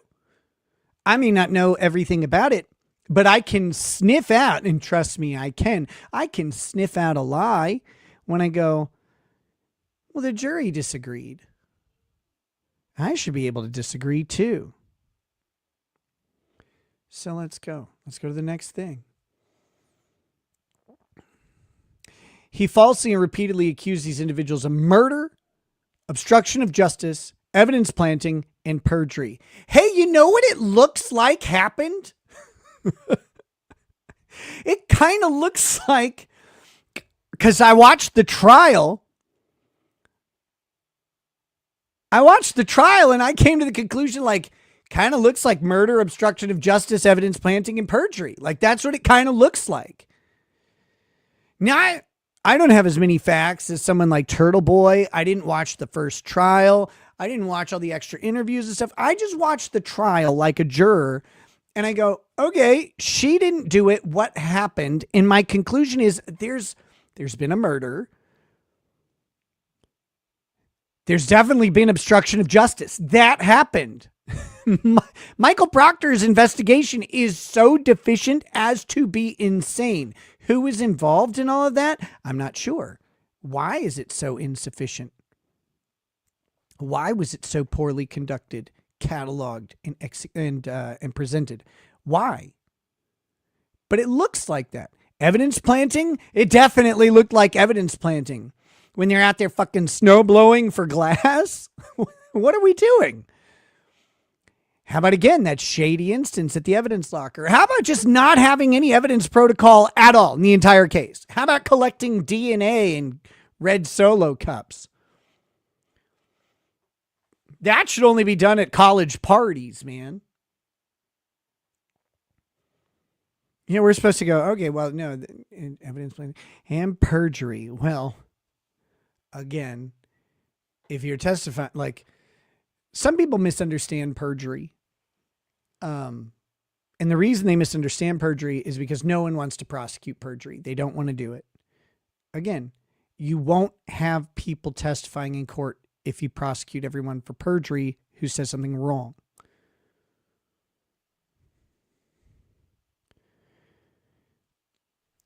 Luke PP says, why are you simping so hard for another man?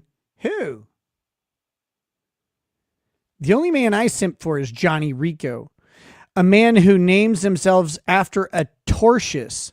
Kind of weird. Do you mean a tortoise? It's a turtle.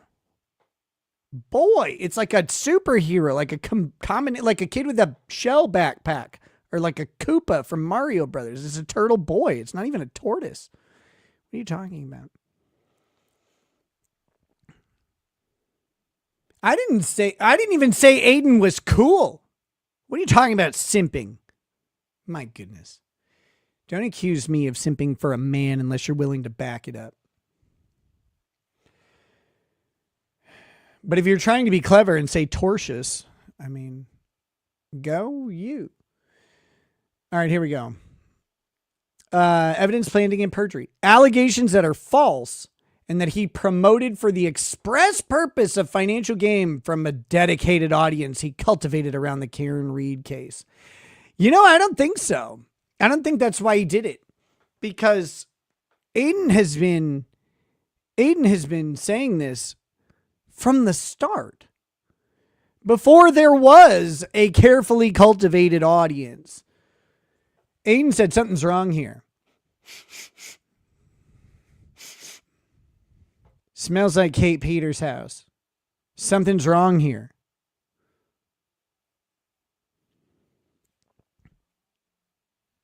It's not like he came up with this average. It's not like he cultivated some audience somehow and then was like, now I'm gonna grift them with lies. Like it's been consistent since before the first trial. Carney's conduct was not solely defamatory. It was also criminal. Again, see, this is crazy. This is crazy because he's been criminally charged. That doesn't mean that his actions or conduct were criminal. He has to be convicted for them to be criminal. He has been indicted on a series of witness intimidation charges arising from his mistreatment of our clients. Yeah, okay, but let's roll back the tape. Canton is corrupt or whatever. I can't remember what court he's in. It doesn't really matter. This corruption in Massachusetts, in the court system, with the cop families, we got it. Yeah. The corruption is thick. It is palpable. It is disgusting. And it is dangerous to citizens who get in the way or happen to be present and are a convenient target for the offloading of the burden of criminal activity of the biggest gang there is, the police. But we don't have a conviction yet. You have an indictment. People get falsely indicted all the time. When government corruption's at play, even more often. It just happens in silence, and there is no one to pay the exceedingly high legal bills and go through the life devastation. Some people don't make it. Some people get killed.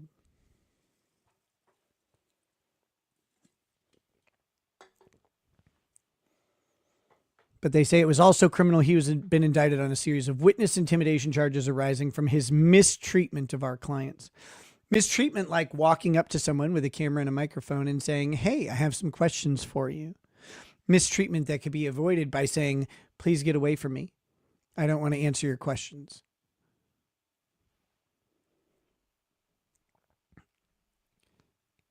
The next thing that we have happen is gross, especially from a law firm. Those charges are pending. Yeah, that means that they're meaningless at this point. He's presumed innocent.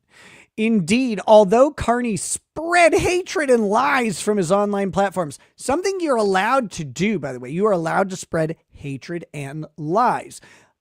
Defamation is not just a lie. There are other elements. You can lie about all sorts of stuff and it's not defamatory, right? Like, I could say Stephen King is handsome, for example. Like that's a lie. It's not defamatory.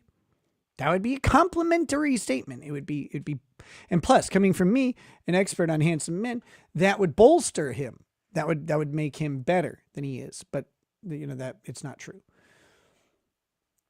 But although he spread hatred and lies from his online platforms, he invoked his Fifth Amendment privilege. It's all right, faggots, against self-incrimination when he was identified as a witness in the second trial of Karen Reed. Yeah. So the invocation of your Fifth Amendment cannot be used against you. It cannot. Invocation of your Fifth Amendment right against a self-incriminating statement is not something that can be used against you. For them to do this here is to misstate the Fifth Amendment. First of all, calling it a Fifth Amendment privilege is garbage. Second of all, they misstate the purpose of taking that Fifth Amendment right, of remaining silent, which cannot be used against you. And remember, they're talking about criminal charges here. They're not talking about the civil action. They're not talking about him invoking his Fifth Amendment during the civil proceedings. That's a little different. They're talking about him being called to a criminal case, invoking his Fifth Amendment right to protect himself in his pending criminal case, that he was not testifying in at the time.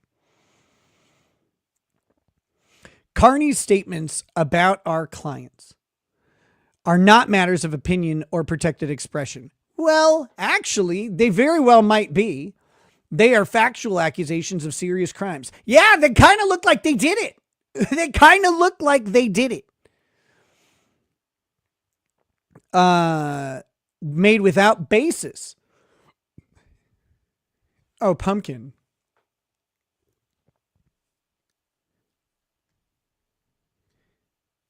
The accusations made by Aidan Carney against Jen McCabe, Brian Albert, Colin Albert, and Brian Higgins are not made without basis.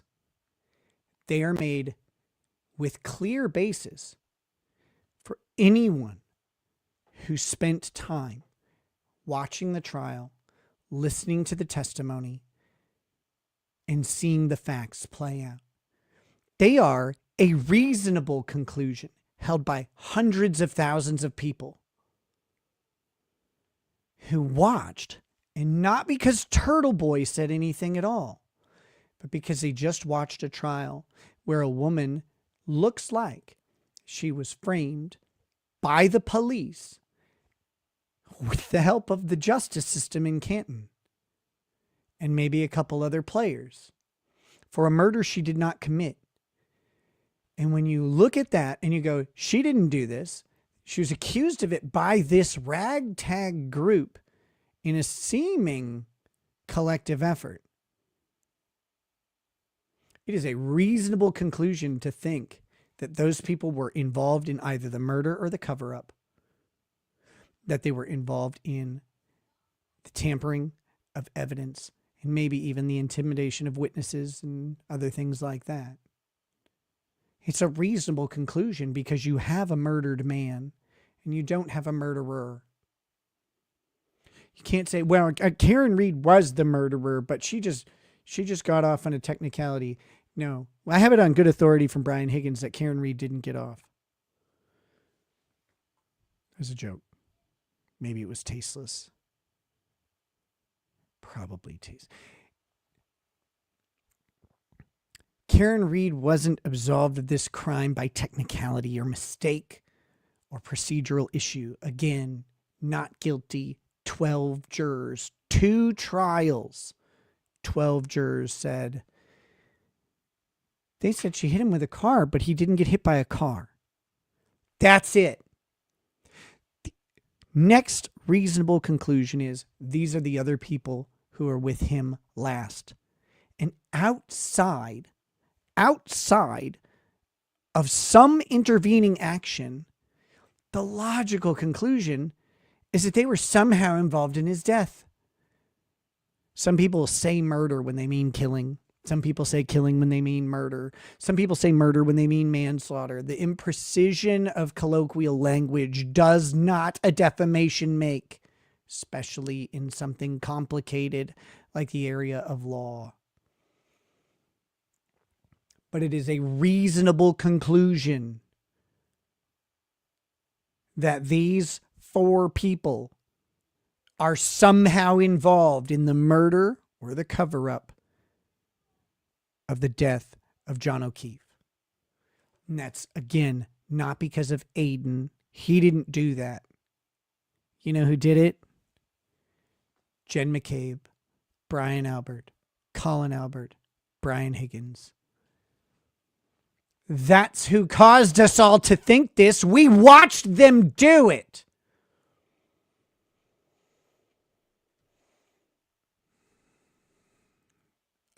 Mello says there are more M dashes in this letter than facts. That's true. Lawyers do like those. Optopoppet says, did this law firm just open themselves up to a defamation suit of their own? I don't think so. I get the desire for that to be a thing, but I really don't think so. By the way, if you are here and you're enjoying the show so far, the information contained therewith, please go ahead and slap that like button like Brian Higgins spanks that booty, but only in his mind. Brian A's brother Chris is Colin's dad and a Canton selectman. He got TB on WI for doing T-Rex arms in front of his pizza shop, and his head looks like a micropene. Oh, yeah, I remember that guy. All right. Let's go back to the letter, or, well, we've got Alogatog says, TGIF, mate. TGIF, which traditionally means, thank God, it's Friday. But it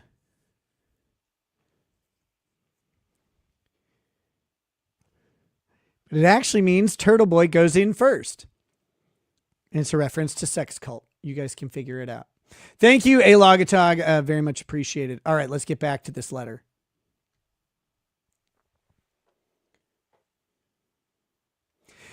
First Last says, Ricada Law disagree. Threat letters are not privileged, and this is defamatory. I'm not saying it's privileged. I just don't know that it comes up to the level of defamation. But let me read, let's read through it. Let's read through it and see. I'm not trying to be hostile on that. I haven't seen the defamation in it, but maybe I've missed it, and we'll take a look. Carney's known and documented pattern of conduct. We want to be direct with you about what Carney has done and what he is likely to do on your platform. For years, through his blog, YouTube channel, and podcast appearances, Carney has accused Jennifer McCabe, Brian Albert, Colin Albert, and Brian Higgins of being murderers. He has published their home addresses. So what? Identified their family members. So what? Tormented their children. Not hard enough. No. How did he torment their children? How did he do that? Did he peel their skin off in like ropes or anything? Like, how did somebody help me out? I don't know all the details. How did he torment their children and encouraged his followers to confront and harass them? Is this about the phone call or the reviews or whatever? That's not confronting and harassing someone.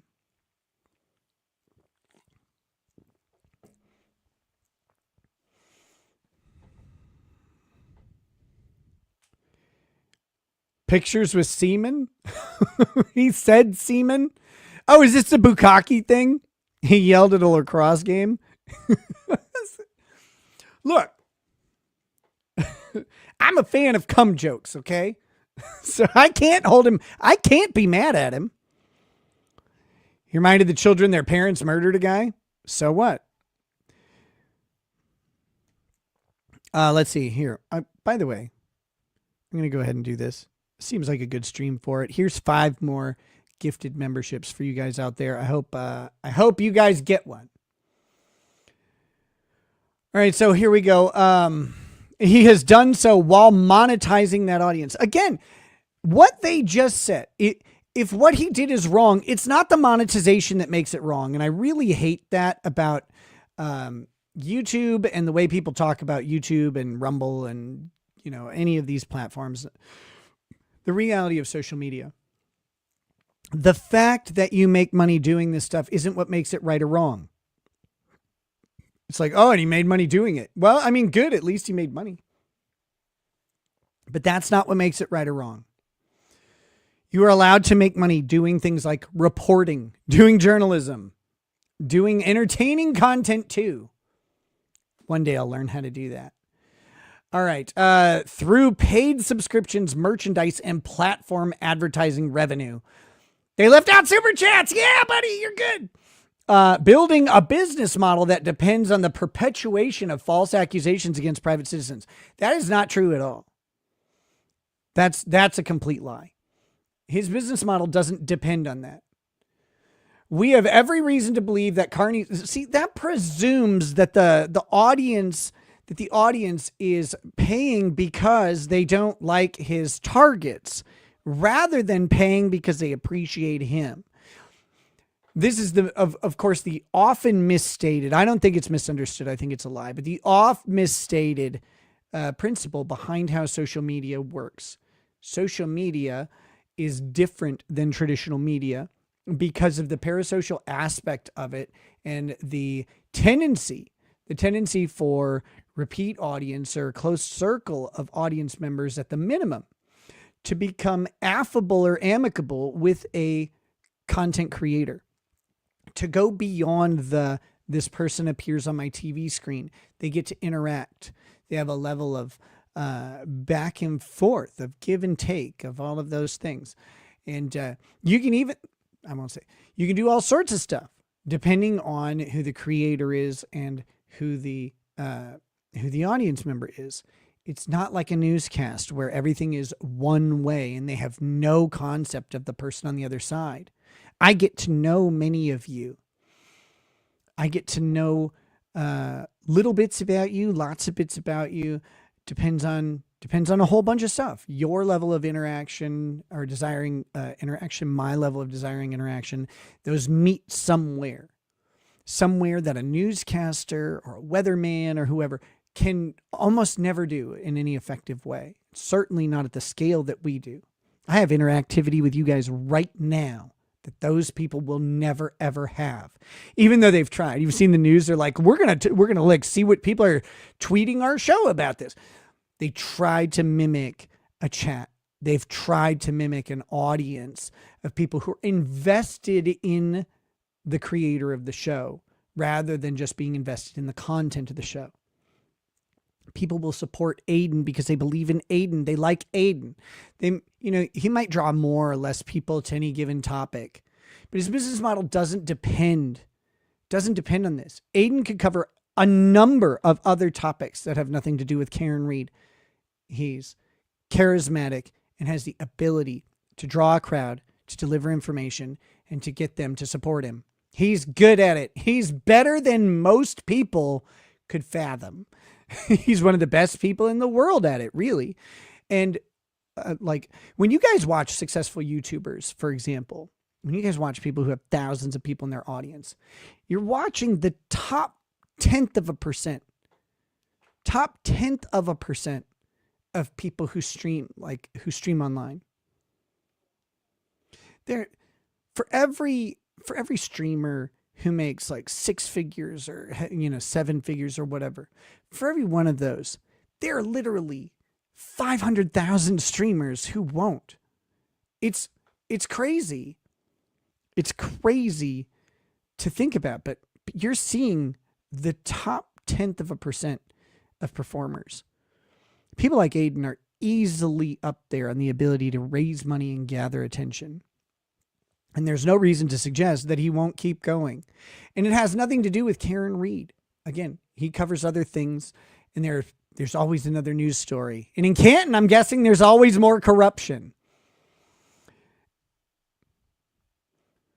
We have every reason to believe that Carney's purpose in appearing on your program is not to engage in good faith discussion about the legal proceedings or his own conduct. Their good faith discussion would only be him confessing to the murder of John. Let's see, where was that? But to use your substantial audience, stop sucking his dick, losers, which dwarfs his own. Okay, come on now. To republish the same defamatory statements that form the core of the pending action.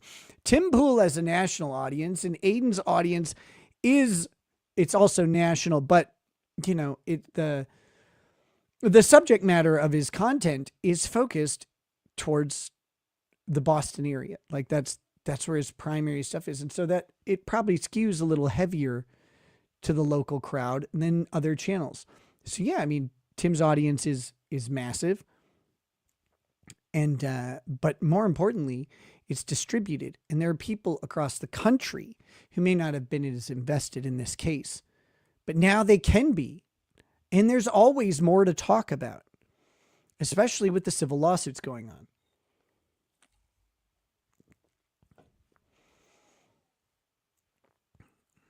All right, so here we go. To republish to same defamatory statements that form the core of his pending action while reaching a new pool of viewers and generating new revenue. As if that's a bad thing, by the way. As if reaching new viewers and generating more revenue is bad. Lawyers always frame making money as bad while they rip money from their clients. I hate them. God, I hate lawyers so fucking much. Indeed, as recently as this week, Carney has continued his defamation campaign by publicly and falsely describing our clients as cop killers and bragging that he had exposed who the fuck they are and what they did. Yeah, get him. Based on his documented conduct, any such appearance on your show presents a concrete risk that specific and legally actionable statements about our clients will be broadcast on your platform. These guys are not Tim's lawyers. They're sitting here trying to give him legal advice. Your opponent is never giving you good legal advice. Never. Not once.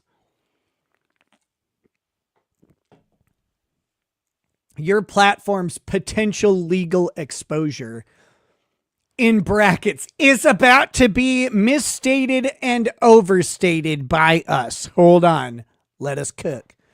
We draw your attention to the well-established principle that a broadcaster or publisher, now this is crazy, who permits a third party to defame another with knowledge of or reason to know of the defamatory character of the statements may itself be liable for the harm caused. These statements are not knowingly defamatory at this point. They're not knowingly defamatory. They may be adjudicated defamatory by a court. Aiden has exposure here and he's in a corrupt system. That is possible. At that time, republication of the statements would be republication of the statements. But this is, of course, incomplete advice. Excuse me. May itself be liable for the harm caused. This principle applies with particular force, whereas here, the host has advanced notice of a guest's established pattern of defamatory conduct. What established pattern? I'm sorry. Has Aiden been successfully sued for defamation?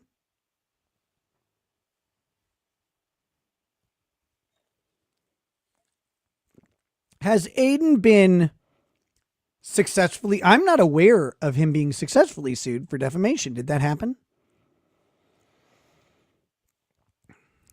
Negative. No. Oh, weird. That's kind of strange. So a documented pattern of defamatory conduct doesn't seem to have documentation. Now, so someone asked earlier if this exposes them to defamation. That statement right there. Do you guys remember the was it the Georgetown, the racist bakery case? Was it by Georgetown or Duke? There's a bakery just off campus, and their defamatory statement was that there was a documented history of racism. A documented history. It was Duke. Thank you, KDK. Documented history of racism or racist actions from the bakery. Now, the bakery sued. Normally, you're not able to successfully sustain a lawsuit for someone calling you racist. Some people disagree with that, etc. I think certain entities should be maybe more like Southern Poverty Law Center back when people cared about what they said, that, you know, them calling you racist kind of mattered. Other people calling you racist doesn't matter so much. But in this case, it was like the dean of the school.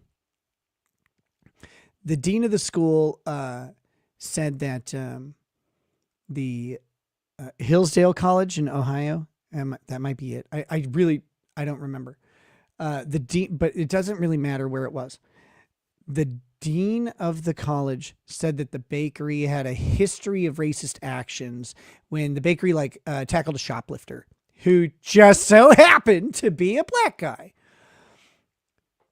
The way they were able to sustain the action, the court said, had they just said that they were racist, the court said that if they were racist, that it wouldn't have been sufficient.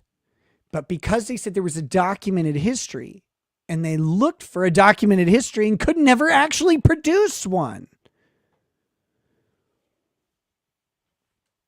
That inability to produce a documented history that they said was there is how that bakery won millions of dollars. Gibson's Bakery versus Oberlin College. Thank you, Eclair Trio. I think I call you Eclairito, but Eclair Trio. Thank you. That's the one. That's the one. Oberlin College.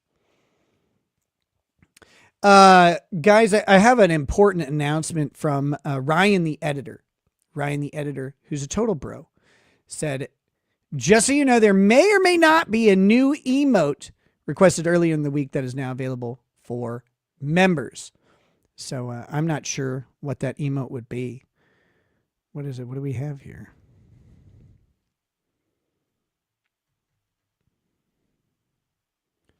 Ryan, where is it?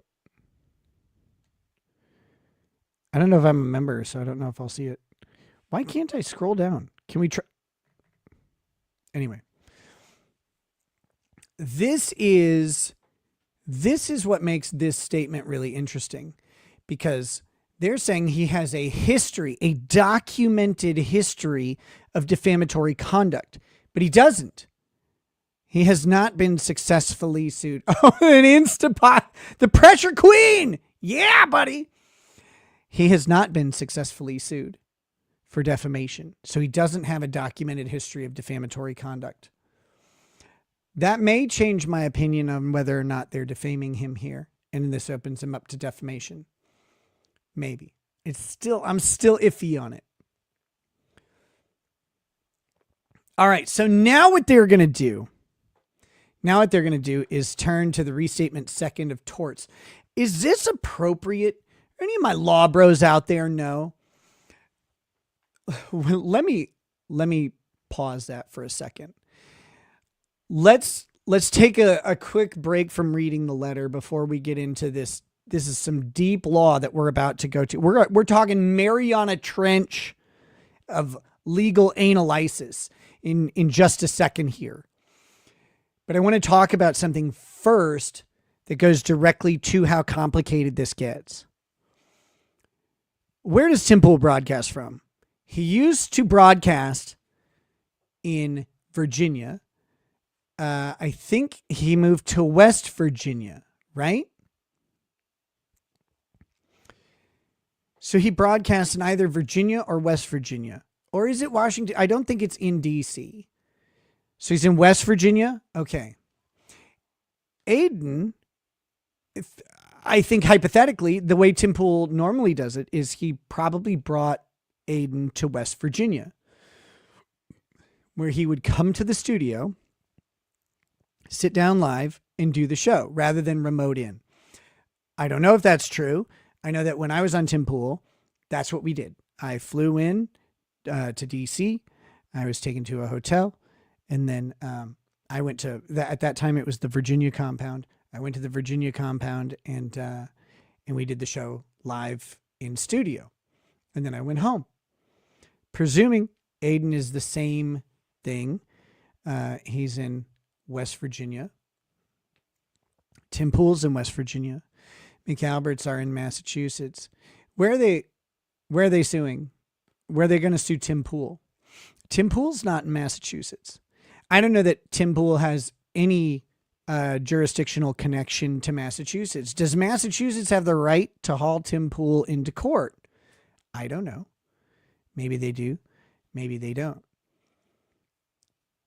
Are they going to sue in West Virginia?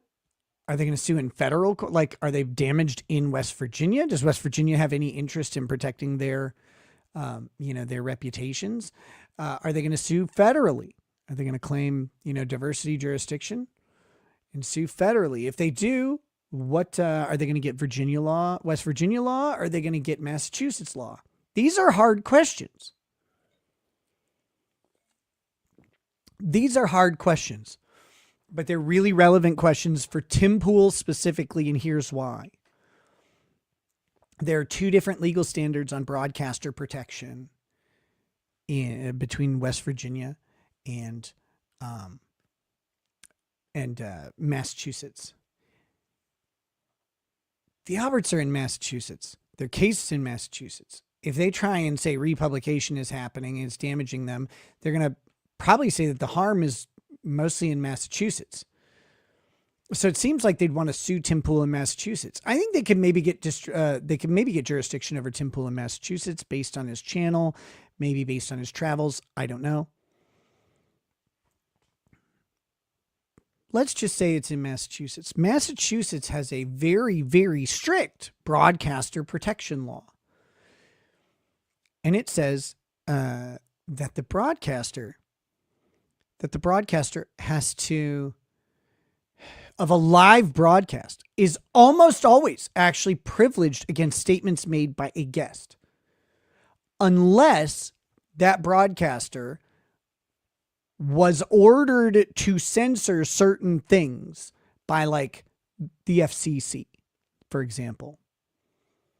So if they've got an obligation, a pre-existing specific obligation to censor a particular person or guest or organization, and they fail in doing that, they could be liable.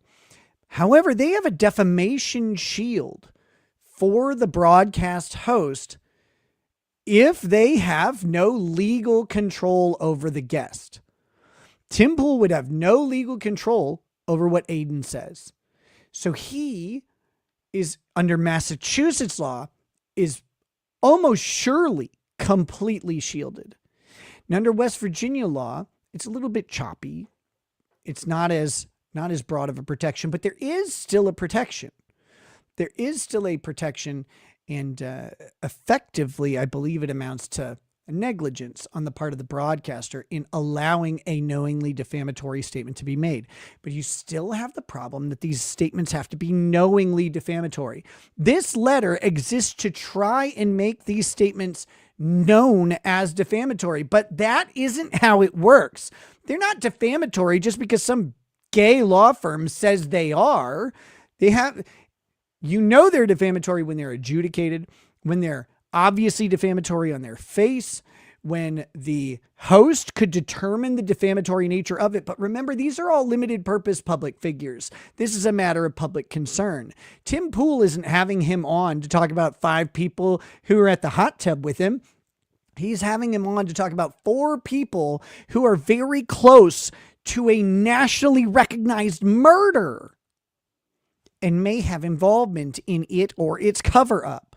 That's why he's bringing TurtleBoy on. To say that these statements are obviously defamatory or that they would be knowingly defamatory for Tim Pool is to be dishonest about how that analysis goes.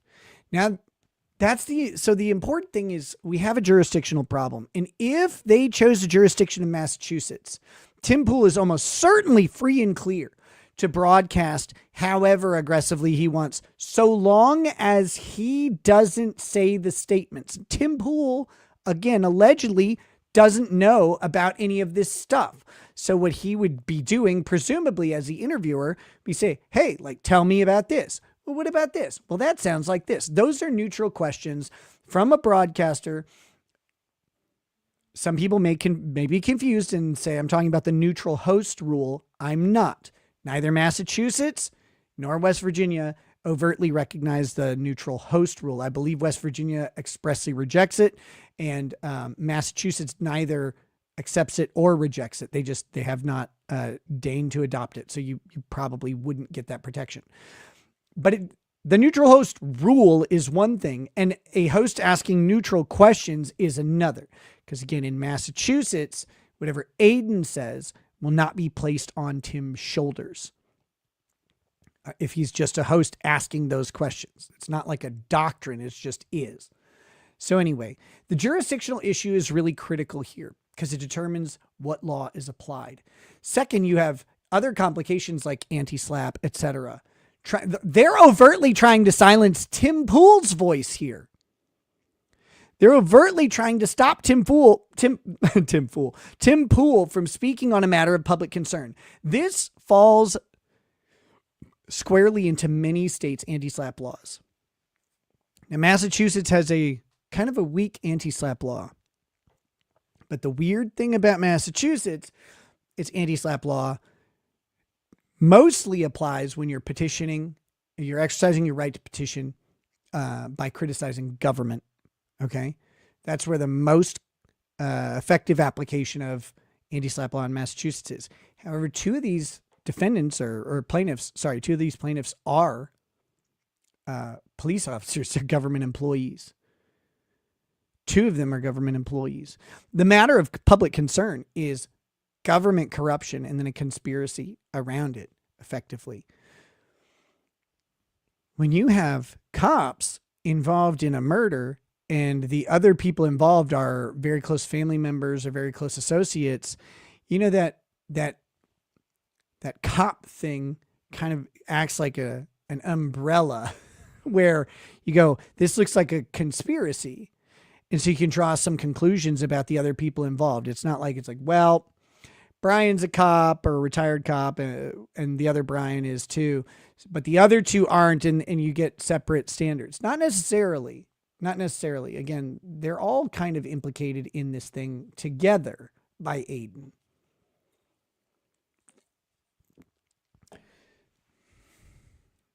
Needless to say, this is way messier than they're letting it out to be.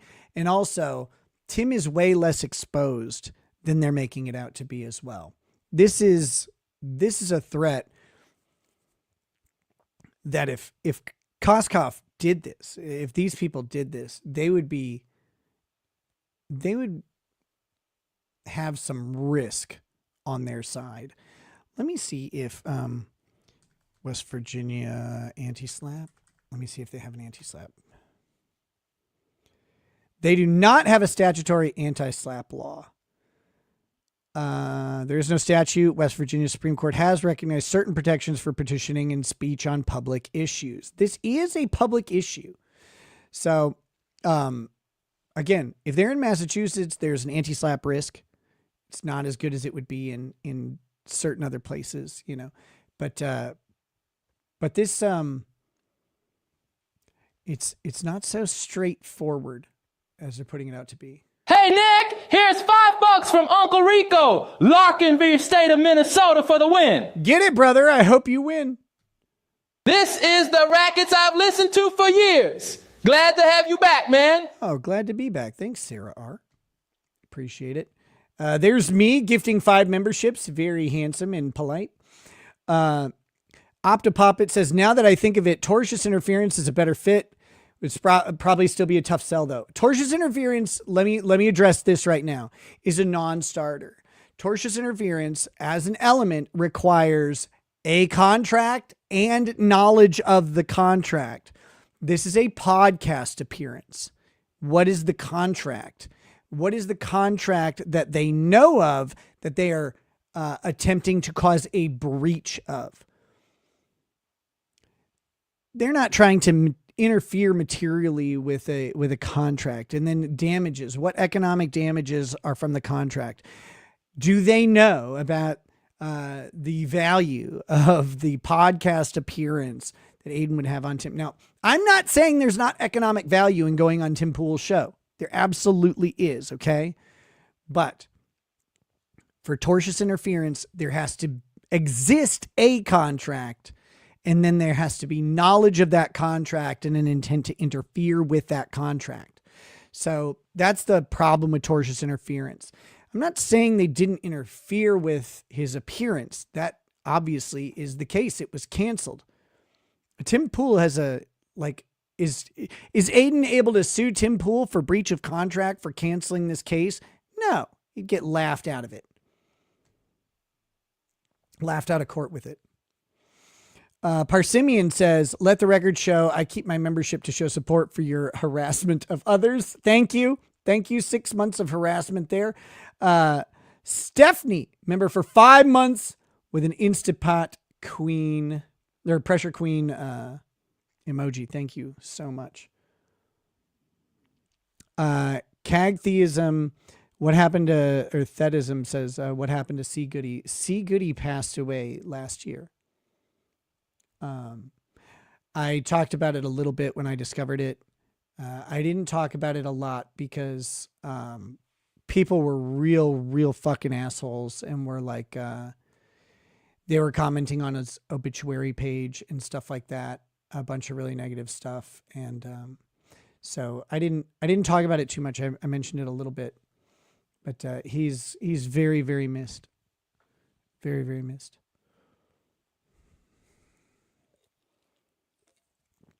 All right. Back to the letter.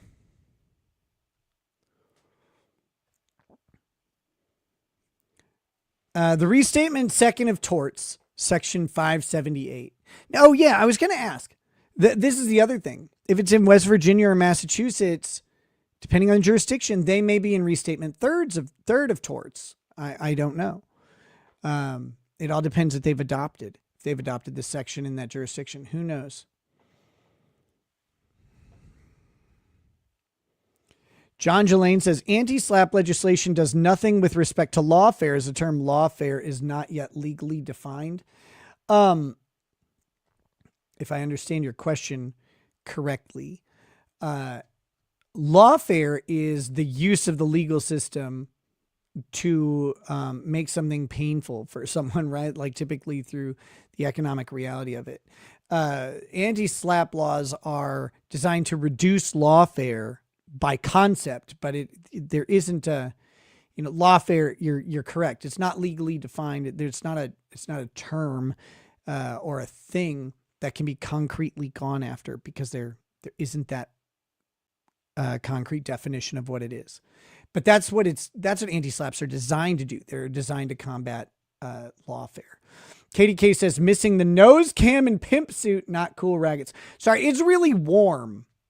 It's really fucking hot out. So I haven't been wearing suits as much lately. But don't worry, they'll come back. They'll come back. All right. So back to this. Restatement second of torts, 578. Do you guys need to know what a restatement second of torts is? Hey, what's up, Gosney? How you doing, brother? So the restatements are when they get a bunch of lawyers together and they spend years writing the current status of the common law. Common law is the law as developed through the courts rather than written down in statutes by Congresses and implemented that way. Common law is the law that has developed through decisions, binding precedent by appellate courts, et cetera, et cetera, et cetera. So the restatement is they get together and they restate the current understanding of whatever. There's a restatement of torts. There's a restatement of contracts. There's a restatement of everything. It's a way for them to try and standardize the understanding of the common law across as many jurisdictions as possible. And then once those come out, courts can choose to adopt the restatement definitions and apply them or not. A Supreme Court of a state has to, or of a jurisdiction has to adopt the restatement either in whole or in part for it to apply. So that's what a restatement is. They take a really long time. We are on the third restatement of torts.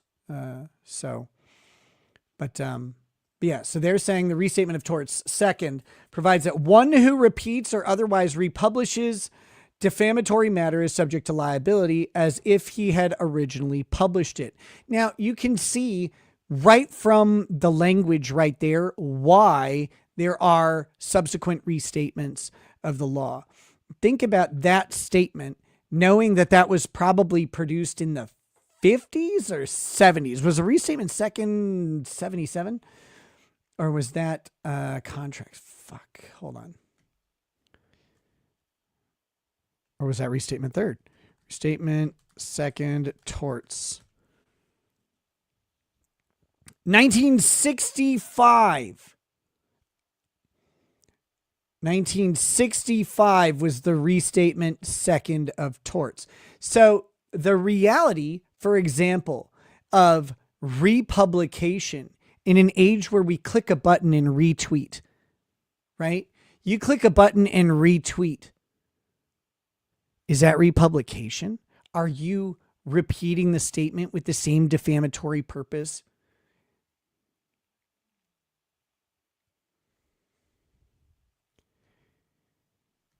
Wait a minute. Julia says, Nick, Massachusetts tort law doesn't require a contract. And how do you have tortious interference of a contract without a contract? Is it tortious interference with business prospects? We'll have to look it up at some point.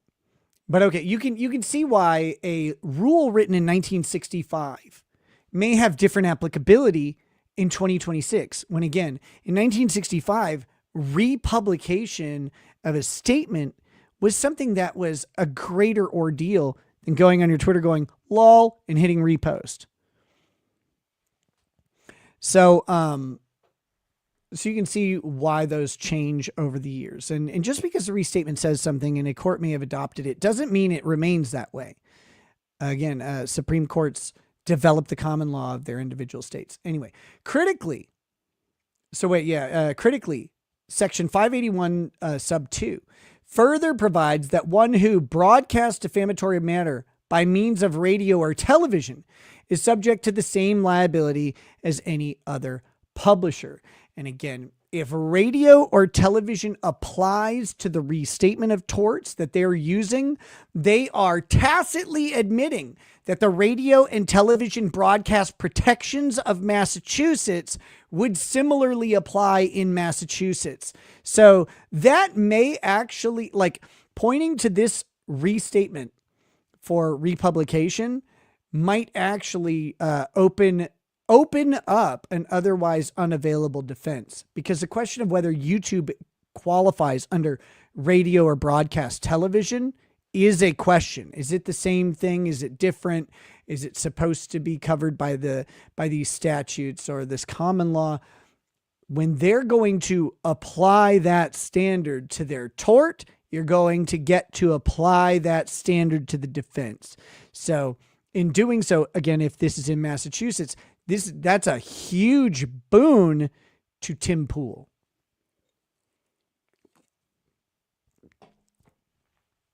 So here we go. Is subject to the same liability as any other publisher. Courts applying these principles have consistently held that a platform's liability does not turn on whether it generated the defamatory statement, but whether it broadcast or published the statement to a third-party audience with the requisite knowledge or fault. And again, it is knowledge of the falsity or reckless disregard. These are public figures, public concern. This is a news broadcast about something that's so fucking newsworthy that it's embarrassing to think it might not be. So you still got the actual malice standard. So see restatement second of torts, section 558, 578, 581 from the American Law Institute. 1965. I could have just read it right there. God, you dummy. In West Virginia. Aha. Now we're getting an idea. They would want to bring this in West Virginia. Maybe. Actually, they've got a Massachusetts case. I don't think they know. They don't know where it's going to be. So they're covering their bases here. This helps you explain the knowledge behind the letter. This should be a good clue that this is gay bullshit. Maybe Gosney can help me out here. Hey, Gosney, when you've got a threat letter that cites two different jurisdictions' laws, what does that tell you? They don't know. They don't know even what jurisdiction this would apply in. They're not sure if this would be West Virginia. They're not sure if this would be Massachusetts. These guys are overstating their hand, and it's right there in the second paragraph of page 3. They don't know the law that they're talking about. They don't even know what court they'd bring it in. They're stating it very confidently, so that matters. In West Virginia, Crump versus Beckley newspapers. which I've been told that this is improperly cited. Or no, it's not this one. It's Ruber versus Food Chemical News that we'll get to in a minute. So in West Virginia, Crump versus Beckley newspapers reaffirmed that publication to a third party is the operative act giving rise to defamation liability, and that all who participate in that publication bear responsibility proportionate to their involvement and knowledge. Again, it requires knowledge and actual republication of a statement. Tim Pool, let's be clear about something. They're glossing this. Tim Pool would not be republishing a statement by Aidan Carney having a live interview on his show. That's not republication. Republication of a defamatory statement would be if it was pre-recorded. If it was pre-recorded and Aiden says the defamatory statement to Tim Pool in the recording, and then Tim Pool has the time to edit it, determine that the statement was defamatory, and refuses to do so, and then republishes the statement that was made to him to someone else by publishing the already recorded thing. The reason that's a republication is because the publication happens the first time when Aiden says it to Tim and they record it. It happens the second time when Tim says the statement by publishing it to his YouTube channel, for example. That's a republication. A live publication is not a republication. A live publication is merely publication. Now, you can say that there's broadcaster liability for publication, but that kind of goes against the whole knowledge of the falsity, unless they can prove that Tim knew what Aiden was going to say and knew it was defamatory. These people are just guessing. They can't say that Aiden's probably going to say this and have that be knowledge for Tim Pool. Tim doesn't know what he'll say. They don't know what he'll say. They're throwing darts. By the way, there's a very important chat I must address real quick. It is from one of the most wonderful people, Asia Frazier. 75 months, y'all. 75 months of membership. Still alive, stopping by to say hello. Asia Frazier, always, always, always a pleasure. 6 years. That is a homie right there. If I've ever seen one, I love you, girl. Thank you so much. Always being so kind and generous. Damn. Okay, so here we go. Back to this. Crump versus Buckley. Blah, blah, blah. So yeah, they bear responsibility proportionate to their involvement and knowledge. See also Bine et al. Versus Owens. Now notice the Beckley newspapers, Crump versus Beckley newspapers, 1983. Bine versus Owens, 2000. Quoting, a party's airing of another's false allegations give rise to triable defamation claim. The Fourth Circuit held similarly in Ruber versus Food Chemical News. This is the one. Someone messaged me. I haven't looked into this. Maybe we'll do this some other time. Ruber versus Food Chemical News that they've cited here. Someone messaged me and says this is a bad citation. This case was explicitly overturned. Now I don't know the details of that, but I believe it was in 1991. It was this case was reviewed and overturned. Fourth Circuit 1990. It says where the court concluded that publishers are not shielded from defamation actions. And again, no one's ever thought that publications were, well, I mean, people have tried to get publications to be completely shielded from,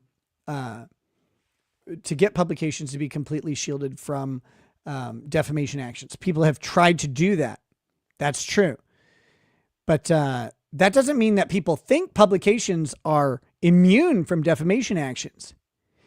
Except we have a complication here. Notice the dates on all these. 1983, 2000, 1990. We have something that actually happened called the Communications Decency Act. And Section 230 of it has been, I used to discuss the Communications Decency Act a lot on this channel. Section 230 explicitly and expressly protects an online platform host from the actions of third parties when utilizing the services of the host. Now, here's the crazy thing. I mentioned earlier, Massachusetts having protections for radio broadcasts and television broadcasts. The question of whether a YouTube channel, for example, is a radio broadcast or television broadcast, does it fall under that same ambit of protection? The answer might be no, because a network of online channels that distribute information or collect and distribute publications, opinions, statements of third parties may be actually protectable under the Communications Decency Act instead. And in that case, if that were the case, then Timcast IRL, the network Timcast, would basically be a publishing platform. And anybody who is a third party posting to Timcast or making statements on Timcast may, in theory, be the sole subject of any liability, and Timcast may be absolved of it because of the nature of publishing and without necessarily the ability to censor. These are the same principles as the live broadcast protection we talked about earlier, but may have some protection for if the Communications Decency Act was applied. To be clear, I think that is a less valid, less likely application of law, but it's something to consider and certainly something to argue if that is brought into court, assuming it's not been tried before or not been tried under the same circumstances. I'm not saying you're going to be successful, but if 230 applies and they say, yeah, Aiden's a third party utilizing the Timcast service as part of his interview, then Timcast would be completely absolved of any responsibility at that point. This is important because that means that Timcast is not a publisher for the purposes of defamatory statements, right? That the publisher is Aiden and Timcast is a platform. And that may be true. It's unconventional. It's different than before.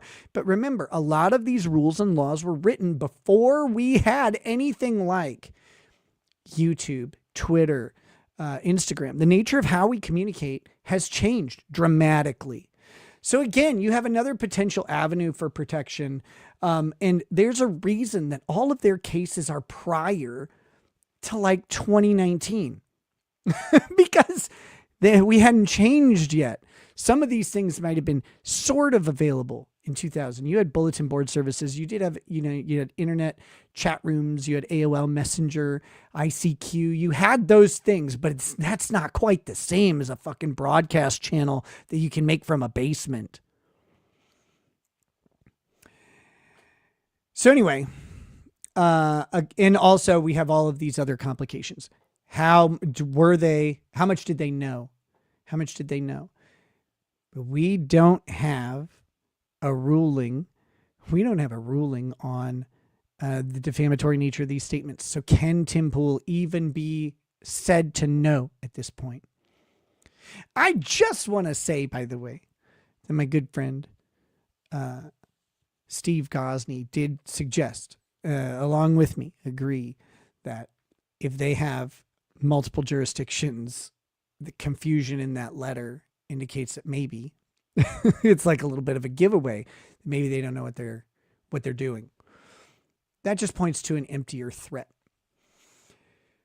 Okay. So see also Murphy versus Boston Herald. Quote, an original publisher of defamatory material is liable for subsequent republication where, quote, the repetition was authorized or intended by the original defamer or the repetition was reasonably to be expected. So this is wild. An original publisher of defamatory material is liable for subsequent republication. They're misusing this, where the repetition was authorized or intended by the original defamer or repetition was reasonably to be expected. That case, Murphy versus Boston Herald, doesn't say that Tim Pool would be liable. That quote says that Aiden would be liable for Tim Pool's republication. You know how I know that? I can read fucking English. Unlike these lawyers, Koskoff, and Beater, misstating the law again. Their own quote disproves their use of that case. That case is about holding the original publisher, which would be Aiden, liable for the statements of Tim Pool. That's a bad case for them to threaten Tim Pool with, because it indicates what I've been talking about with protections for broadcasters and hosts, especially of live content. We acknowledge that platforms hosting live or real-time programming have invoked certain defenses in this area of law. And one, you liar. But those defenses are grounded in the absence of advance notice and the impossibility of meaningful editorial review. Wrong. Lie. You lying motherfuckers. Those defenses are not rooted in the absence of advance notice. You can't give advance notice of something that hasn't been determined yet, which is the defamatory nature of the statement. That's the first problem. Second problem, lie. The defenses are grounded in the unpredictability of an uncontrollable third-party guest. That's what they're grounded in. Not at all in the pre-existing knowledge or lack thereof. It is in the lack of knowledge of what they will say, not of what they are saying. If that makes sense. Not in the truthfulness of what they're saying. Tim Pool could have a giant list of statements that Aiden might say, and Aiden speaking them isn't something that Tim Pool has control over. Those are different. Now, if Tim says, hey, why don't you say that thing you said about the murder? That'd be cool. That's him inducing the statement, knowing then that it would be made. They have lied again in this letter. The defenses are based on the host's ability to know what the guest will say. That's why a pre-recorded or scripted interview that did have time for meaningful review is different from a live broadcast with a third party that is not under control, legal control of the primary party. These losers are just lying.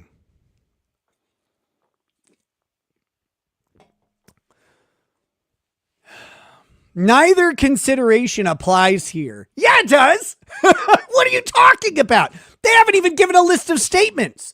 See, this is a crazy thing. All they've given are vague subjects to which Mr. Carney may speak on Tim Pool's show. That's not how defamation works. Saying that the subject of them potentially being murderers is a defamatory subject. Nope. The statement in and of itself, individually, is reviewable by the facts surrounding that statement and not more or less. You don't get to have a defamatory subject matter. So if they want Tim Pool to have a list, to have foreknowledge of a list of things that are defamatory that Aiden might say, they need to publish in the letter those defamatory statements to Tim to give him actual knowledge. You can't have constructive knowledge because Tim Pool live to someone he doesn't know can't discern or determine what he's about to say and make an accurate determination on whether or not it's defamatory. He can't do it. So if you want him to have actual knowledge, you have to give him actual knowledge. This isn't actual knowledge, kind of like their express knowledge of defamation law, which is wrong. All of it so far is incorrect. You have now received written notice in specific and documented terms. Where's the specificity, losers? It's not in there. There's not a single statement given by Aiden that Tim Pool would be expected to anticipate and correct, prevent, whatever. He doesn't have it. All you said is he has called them these things. Okay. So was he telling jokes? Was it parody? What? Any number of things could exist. Give him the statements. You're saying he has actual knowledge of it now, but you haven't given him the statements to have knowledge of. Bad letter. Bad. Roll it up and beat him to death with it. Kaufman says, absolute cinema. Thanks. I think. If that's an insult, also thanks. SF, aka SF, says, just got here. What kind of stupid is going on? Oh, we're reading a letter that Tim Pool got.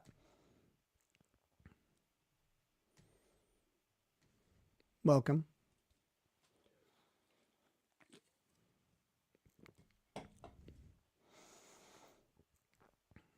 All right, so here we go. You've now received written notice in specific and documented terms that Mr. Carney has a years-long pattern of making false and defamatory statements about identifiable private individuals, that those statements are the subject of active civil litigation, and that his apparent purpose is seeking your platform is to republish those statements to a wider audience. That notice is this letter. It's not his republication. How'd you get that wrong? It would be Tim Pool's. That's your whole point.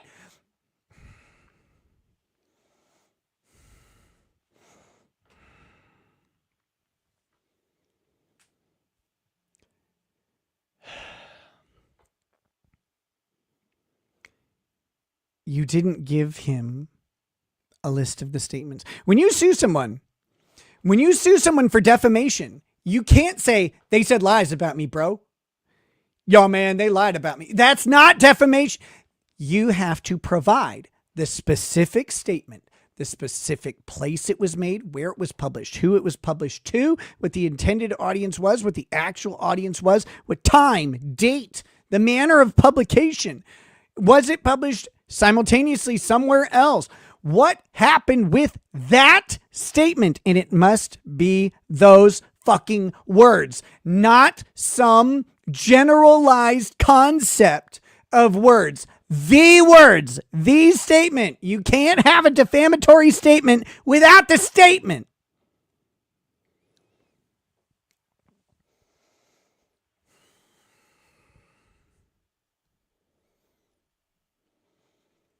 Let's see, about identifiable private individuals, that those statements are the subject of active civil litigation. That's a crazy thing. You have the statements. Why aren't they just in the letter? Just put them in the fucking letter. We urge you to consult with your own counsel before making any decisions about Mr. Carney's appearance. I hope so, because these guys don't know what they're talking about. What are we asking? We ask that you, one, review the enclosed complaint in full so that you understand the scope and specificity of the claims pending against Mr. Carney. Okay, well, they have included the statements there, I guess. I forgot that they included the actual case. Well, I'm assuming it's in the claim. We're going to pull it up. That's what we're going to do. Hey, you guys ready? We're going to see what defamatory statements Aiden has made, because we're going to pull up the complaint. That's what we're going to do. So let's see. Review the enclosed complaint in full so that you understand the scope and specificity of the claims pending against Mr. Carney. Consult with counsel regarding your personal and your company's potential exposure as a republisher of defamatory content under applicable law. We hope that after taking these steps, you conclude that hosting Mr. Carney is neither in your interest nor in the public interest. Like, it's amazing. Now, again,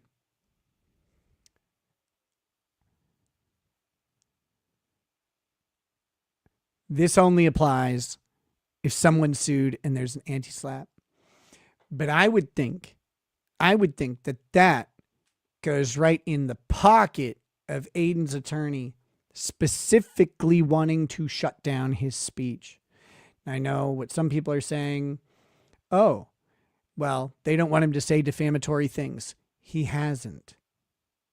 Not yet.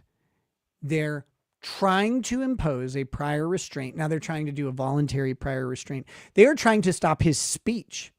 They don't know what Aiden's going to go on and say. They have a guess as to what Aiden's going to go on and say. They don't know what it is. They're wanting to stop Aiden's otherwise protected speech. Let's assume he said a defamatory statement. But let's say Aiden goes on and wants to talk about every case except this one, except his own. Maybe he just wants to talk about his involvement with the beginning of the Karen Reed thing. Maybe he wants to talk about that, was it that city councilwoman or mayor or something who's crazy he used to cover? Maybe he wants to talk about just journalism in general with another journalist, the risks of suppressing the First Amendment, his journey through the courts and their reaction to the First Amendment without making any statements about these people. They don't know at all. There's a ton of fully protected, non-defamatory speech. Even if you take the assumption that Aiden's speech is defamatory, and you have to conclude that first.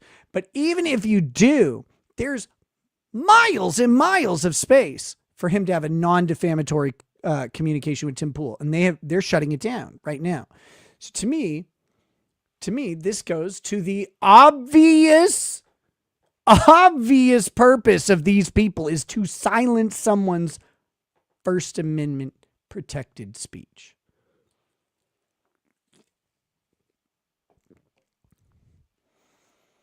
All right, here we go. But it's crazy to say that Aiden isn't in the public interest.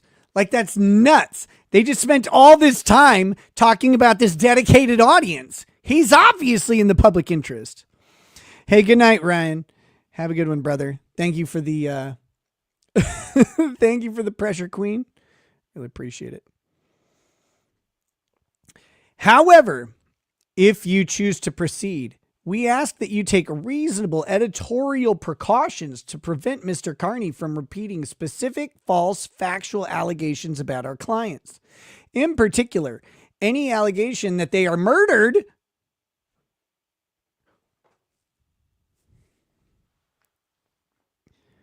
I'm sorry. Any allegation that they are murdered? That they murdered. Sorry, I added the R in my head. That's my own fault. Any allegation that they murdered, concealed the murder of, or framed Karen Reed for the murder of John O'Keefe. But what if it looks like they've murdered, concealed the murder of, and framed Karen Reed for the murder of John O'Keefe? What if it looks like that because I watched the trial and it looked like that to me? Our clients have endured years of harassment. No, they haven't. Threats. No, they haven't. And reputational destruction because they did what every citizen had. Oh, shit. This is a bad statement. Holy fuck. All right. Aiden, I'm not your lawyer, but that's a gift. This is a gift. Listen to this sentence. I'm going to read it in full. Our clients have endured years of harassment, threats, and reputational destruction. Why? Because Aiden said something? No. Because they did what every citizen is asked to do. They came forward, told the truth, and cooperated with law enforcement. That is their damages were caused by their knowing choice to come forward and tell the truth in a public trial. Not because Aiden said something, but because they did something. That is gold. That's a real, that is one of the dumbest fucking things they could put in this letter. They just admitted that the damages that their clients allegedly have received, all of this stuff, is because they came forward and told the truth in a public trial. Not because, see, the proper thing to do if you're making this threat letter, right, is to say that they've endured all this harassment and all this stuff and these threats because of the harassment campaign waged by Aidan Carney for the past couple years. Not because of what they did.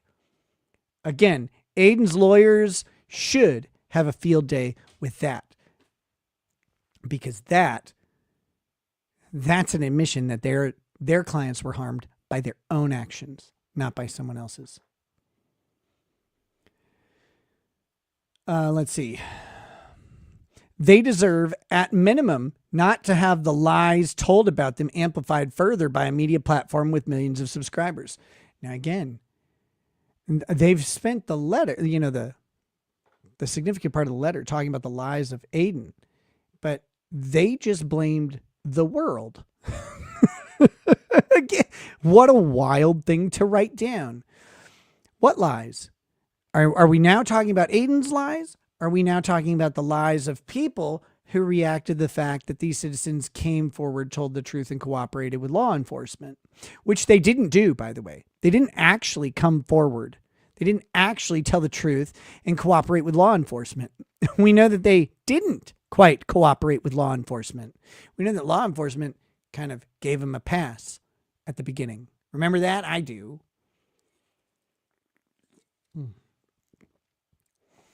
We are available to speak with you or your counsel. That, again, they can't. They've assumed Tim Pool is represented. I believe Tim Pool is represented. It should be we're available to speak with your counsel at your convenience and can provide you with additional documentation as appropriate. Please do not hesitate to contact us. This is from Christopher M. Matei. If I'm not mistaken, Christopher N. Matei is the guy who basically got a corrupt court system to convict Alex. Well, to find that Alex Jones should have been in Connecticut, which was one of the worst jurisdictional decisions ever. The legal fuckery that was pulled to get Alex Jones' defamation case in Connecticut is insane. It's actually crazy. Now, when I did my last stream on this subject, someone said that the Sandy Hook lawyers have been informed, which I assume is Chris Matei. Chris Matei, you're a faggot. Eat shit. You're a disgrace. You're a disgrace to attorneys everywhere. And what you did in the Alex Jones case is actually disgusting. Ethical violation straight out the gate, in my opinion. You included a false defendant for the purpose of defeating diversity jurisdiction. That was really shitty to do. That was an abuse of the legal system. And you doing that is something that a faggot would do. Eat a cock, dickbag. I don't know any of the other attorneys. All I can determine is that they're all retarded because they have their names on this letter.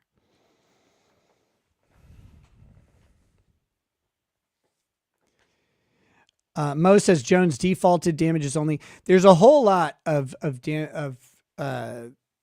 stuff with the Alex Jones case, but one of the most critical things, and probably what led to the default, is that they included effectively Alex Jones's Uber driver in the lawsuit to get him to defeat diversity jurisdiction and bring it out of federal court and bring it back into Connecticut. That was crazy. That was crazy. That was legal hocus pocus out of focus. You can say what you want about Alex Jones and the rest of the case and how it proceeded, but how it proceeded was dictated by that jurisdictional decision. Once that man was going to have stand trial in Connecticut, he was cooked. He's done. Done. That said, I strongly and thoroughly despise the actions of that law team in the jurisdictional portion of the case. Hey, good night, Gosney. Have a good night, man. Thanks for stopping by. I appreciate it always. All right. So there you have it, ladies and gentlemen. That is the letter that was sent to Tim Pool to threaten him to keep Aiden Carney off his show, to prevent the free speech of two parties.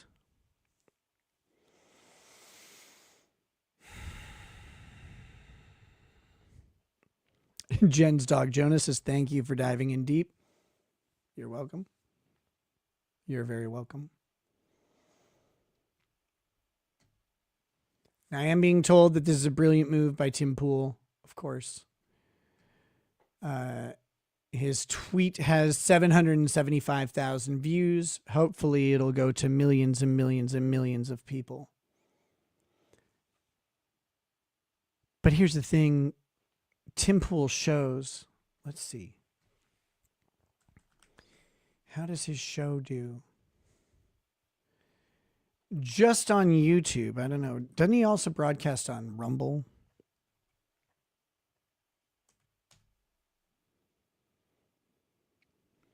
Danny B says, I bet Higgins never flirts over text again. I know. I'm so sad about that. So Timcast, his live shows. His live shows go out. Let's see. A couple 100,000 people, could be more. Sometimes 600K, 800K, 1.2 million. These are a long time ago. This is maybe the wrong channel. This is Timcast. Is he on the other channel now? That's Timcast News.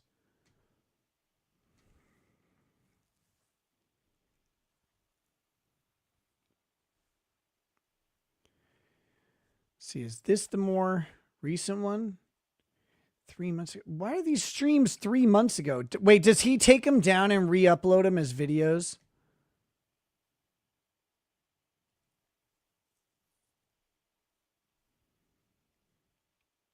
I don't know. I don't know how he does. He's on Rumble. Oh yeah, that's true. Let me see. Is that where his primary stuff is these days?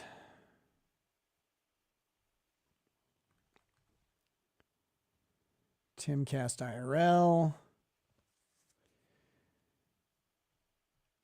What about these lives? 8 hours ago. Okay, so Timcast IRL is where... Oh, did he get demonetized on YouTube or something?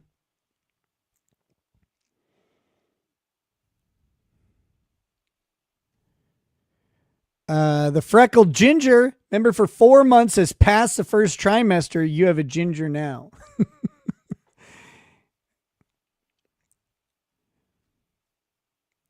Yeah, Timcast IRL on YouTube doesn't have the recent live streams that I was just looking at. I'm going to go back to Timcast IRL.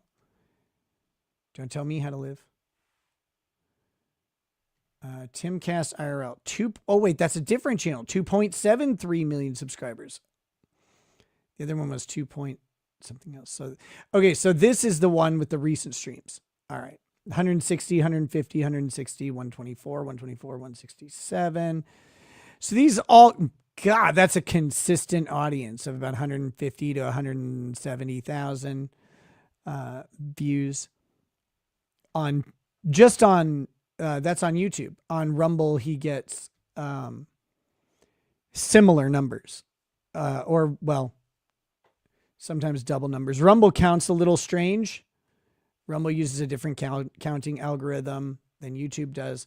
But we'll say 300 to 500,000 is very consistent views on this. Now, his tweet has been seen by 775,000 people, but tweets are low interactivity compared to a live stream. So I don't know. I still think that Tim Pool could have Streisand affected this and had the show still. That's my personal opinion. I don't think that we should be capitulating to threats like this. But that's me. That's me. I would have just responded with Lamau, go fuck yourself. That would be my response letter to them. I'd probably make new letterhead on it though. And I would, in the Recato Law logo, I would hide a bunch of penises in there if you look the right way. But I would say, Lamau, go fuck yourself. Sorry for being late and gay, but Benny Man pulling out on TurtleBoy is lame and gay. I hope those crooked cops get crooked cocks in prison. Crooked cops get crooked cocks. I don't know. I just, I don't do well with threats. I'm not good at responding to those. I always, you know, it just, yeah. Once you threaten me, especially in like a letter, that's going to give me time to think of how to respond to what you just did. And I'm not happy with it.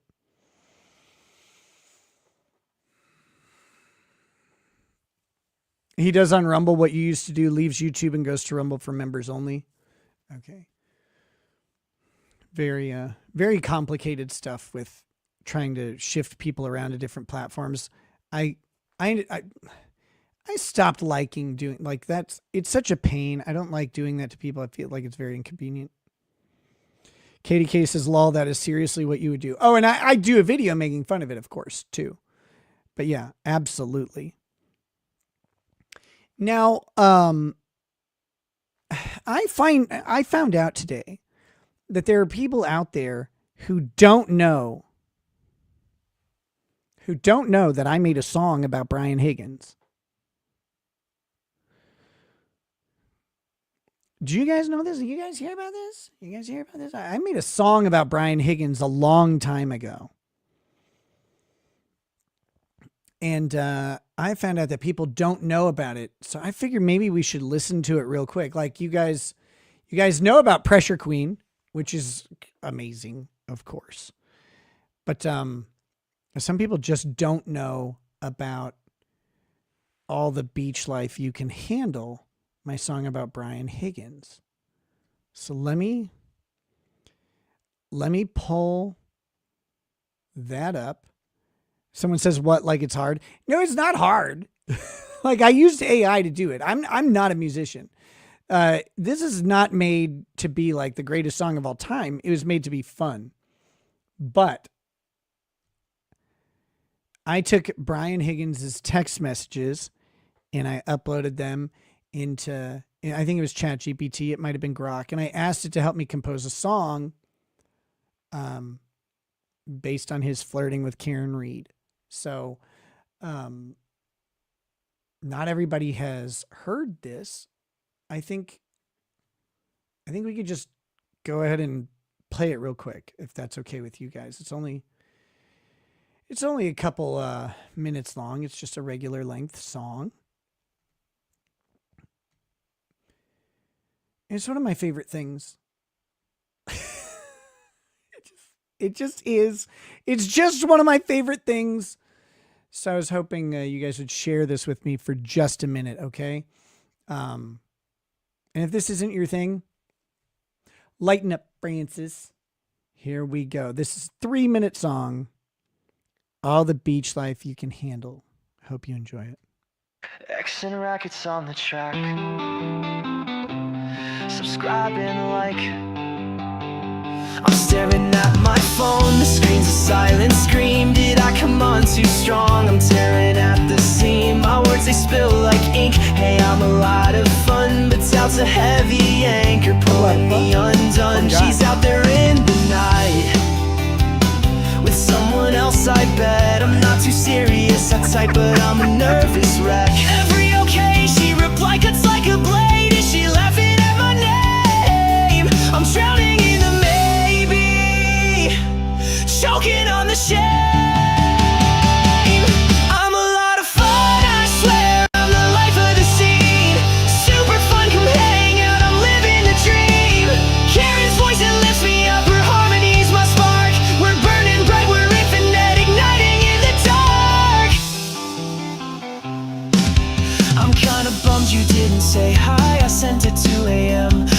It's a fragile fault line cracking where I stand. She says I'm busy bee and I'm a ghost again. This is gay as Should fuck. I Blame take it Brian. easy? I'm spiraling with it and she out with him tonight. Did I misread the vibe? I'm not that serious, I lie to keep my hope alive. Every okay replies a rope, but it's fraying at the ends. Am I the joke she's telling to her better friends? Am I the joke she's telling to her better friends? I'm a lot of fun, I swear I'm the life of the scene. Super fun, come hang out, I'm living the dream. Karen's voice, it pulls me through, her harmony's my fight. We're screaming loud, we're breaking free, we're stars against the night. I'll give you all the bass life you can handle. I'm sorry. Sending waves, my heart's unraveling. I'm gambling. I'll give you all the beef's life you can take. Every town, I'll burn it down for you. I'll break. Beach life, take it all away. I'm screaming till my voice gives out. I'm begging you to stay. I'm a lot of fun, I swear I'm the life of the scene. Super fun, come hang out, I'm chasing every dream. Karen's voice, it holds me closer, harmony's my home. We're endless, but I'm terrified, I'm singing this alone. Oh, so funny.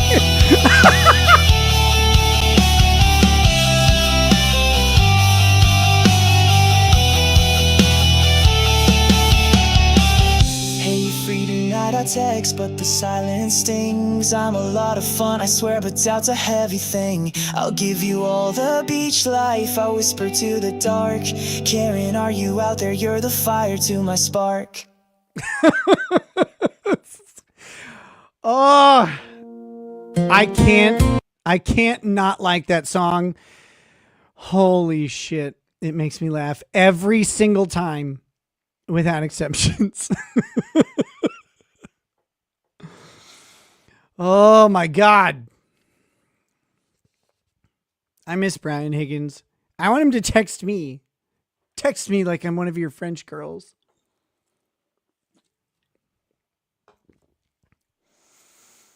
I can be leaky too. Karen Red was put on a trial. Jen McCabe didn't know how to dial. O'Keefe died in the night. It caused the Alberts a fright. Now they're trying to sue in denial. That was good use of rhyme. I'm proud of that. That was excellent. Excellent, excellent.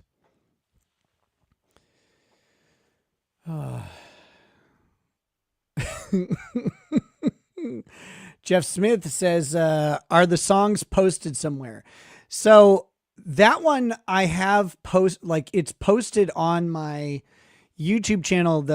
I have a short video creating that song. So it is there, but that one's on Suno, but I didn't actually, so I'm taking too much credit. I didn't actually make the music part of it at the time. I made I got the AI to do the lyrics, but I didn't know how to make the music. I knew, that I wanted a punk pop song or whatever, but this guy named Exaction, he's the guy who actually got the track done. I'll post it in the chat though. I'll post it in the chat, and you in both chats, and you guys are welcome to listen to the heck out of it, share it, whatever. It's fun.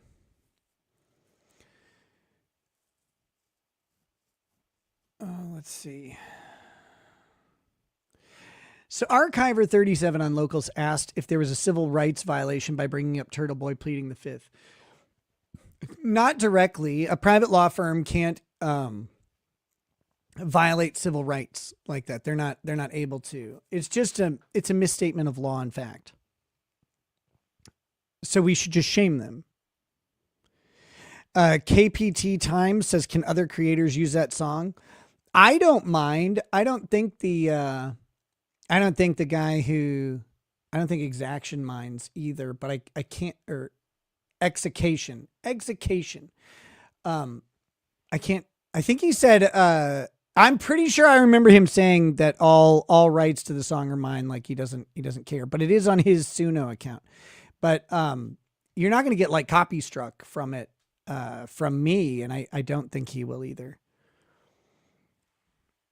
And then K Michael says it's IA. I think AI. No copyright. I don't know if that's going to hold forever because you know, I actually don't know if that's true now. It hasn't really been fully tested, but just because AI is a tool that generates stuff, I don't think there's actually the destruction of copyright, because it is based on your prompting. And then, you know, there's a presumption that you listened to it and determined it was done, or you determined to edit it, for example. So like, I don't know if I fully buy into the whole, like, well, there's no copyright in it. But this is,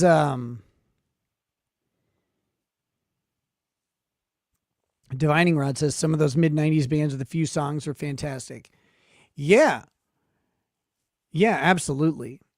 Also, the first days of the new album is a fucking masterpiece. Talk about playing less to add depth to a song. I don't know what that means.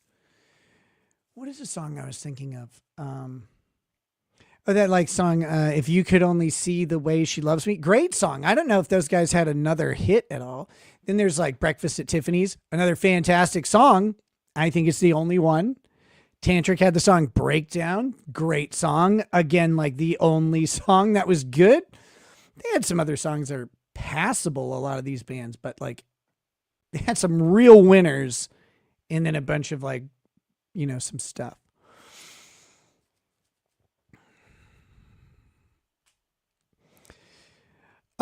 Okay. Nothing better than Pressure Queen. Pressure Queen is great. I'm not going to lie. I love that song. I think we've covered this subject pretty well. Lost profits, but fuck that singer. Glad they got him in prison. Doesn't that suck? Because Shinobi versus Dragon Ninja was a banger. Like, that was a cool song. And then it's like, oh, well, this guy's out here having sex with babies or whatever. Probably should put him in prison or like in a box in the ground or something. Let's listen to Nina's Spaces. Should we start that up?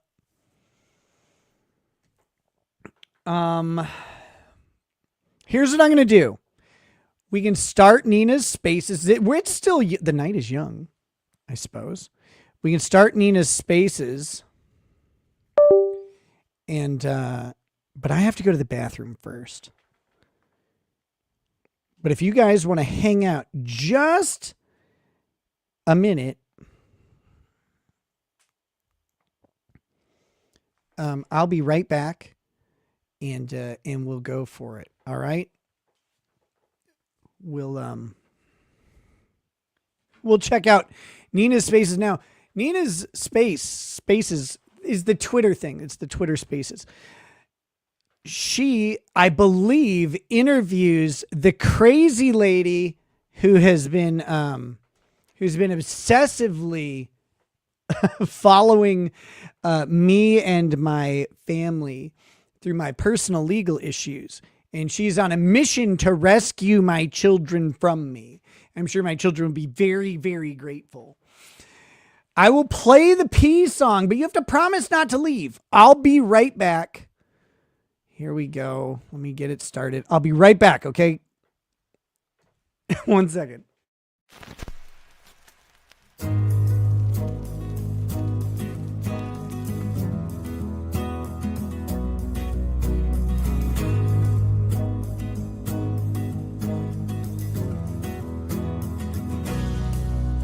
He drank a fair bit and then realized that his bladder can't handle the liquor inside, leaving us with his chair while he runs up the stairs, hoping the stream doesn't suddenly die.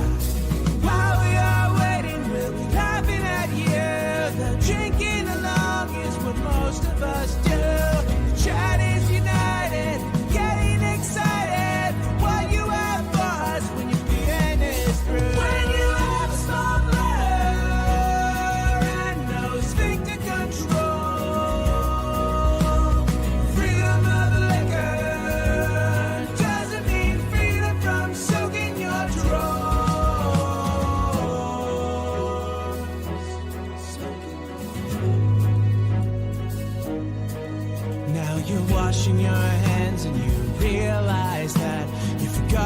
scrub both the front and the back. Then you'll grab a quick bite, kiss your lady goodnight, and remember to thank her for all of the snacks. Whoa, water will cure your hangover. Oh, so drink some when the stream is over. When you have small bladder and no sphincter control, freedom of liquor doesn't mean freedom from soaking your drawers. Soaking your drawers.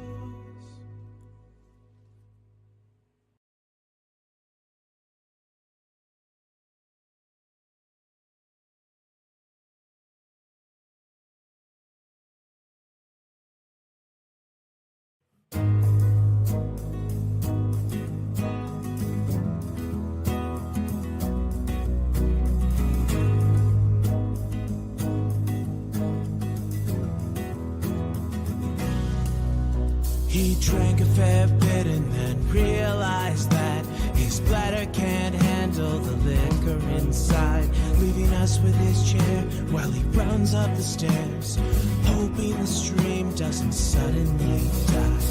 While we are waiting, we'll be laughing at you. The drinking along is what most of us do. The chat is united, getting excited. What you have for us when your being is through. When you have small bladder and no sphincter control. Get out of here. Get out of here. I veto the rest of it. Valhalla, I hate you.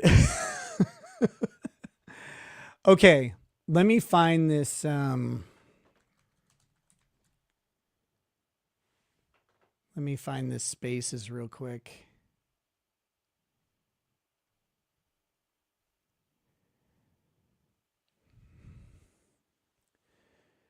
Let me find this spaces real quick.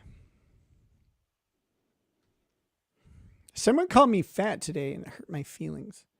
Is that what happens when I call people fat? Knock It Offler says, thanks for entertaining me. Take your time. Poo. But I don't need to do that. I'm okay. I don't need to poop. Okay, here we go. Let's find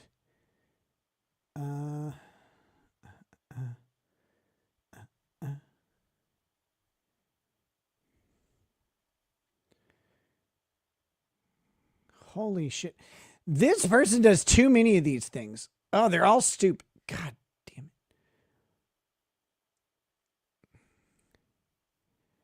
Prison gang meeting. We're expanding and taking some umbrage. They can't spell umbrage.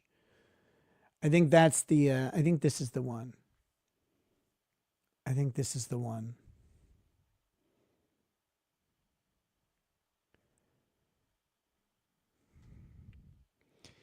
I demand another Lego stream. Those are so long.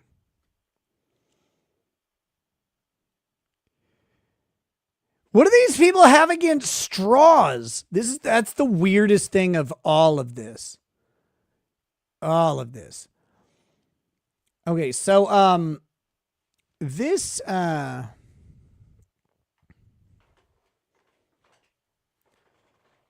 go back to here.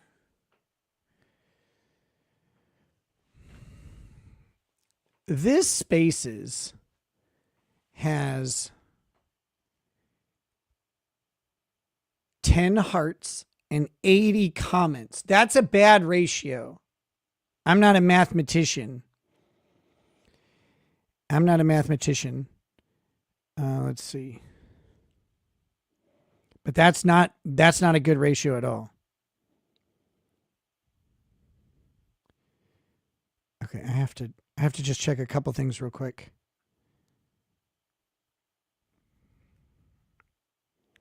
Damn it.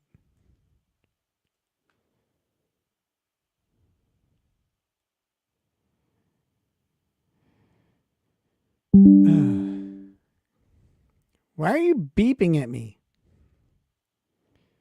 Hold on. Just have to make sure everything's okay real quick.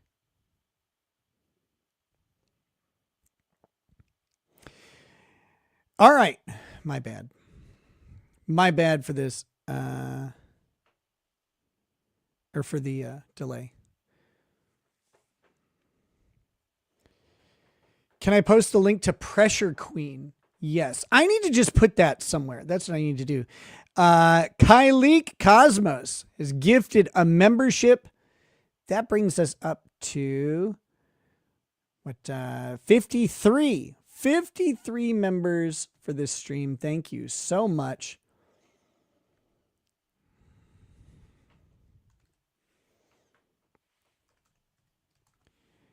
I should set up a thing where if I do 100 members or whatever in a stream that I do an outfit change or something for you guys, you know, like something very, very erotic like that. Kaufman gifted 10 memberships. Damn. Very cool. Thank you so much. We have the Kyleek one. Very cool. And then Kaufman gifting 10 more right after I got the banner updated. Rude, but I'll take it. Just kidding. Of course, I appreciate it. Thank you so much.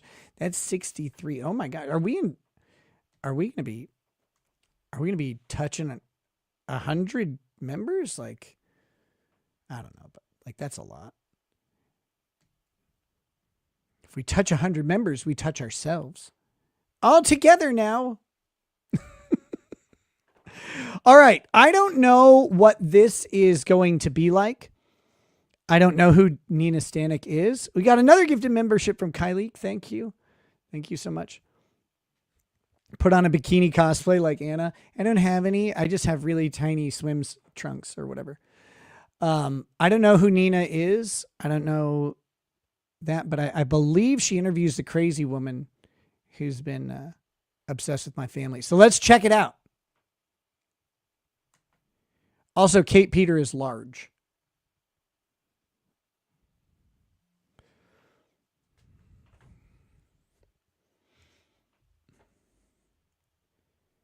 I don't want to clip a moment. I just play the fucking thing. Oh, is it not going to do it because I'm blocked? Let me see. I think I can get around that.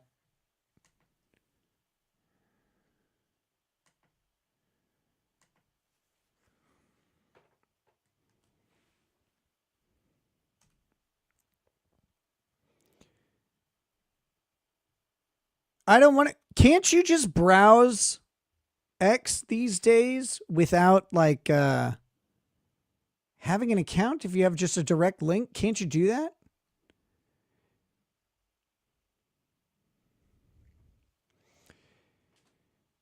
Log out. I opened an in private window.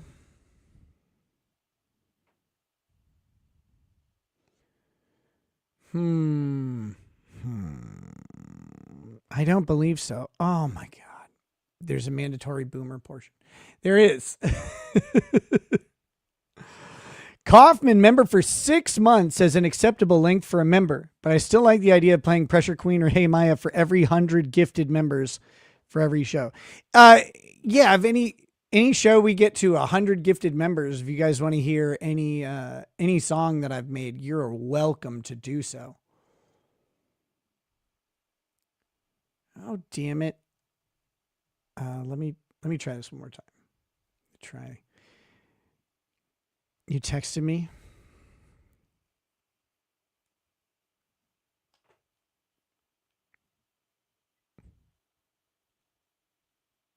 What do you want to come on for?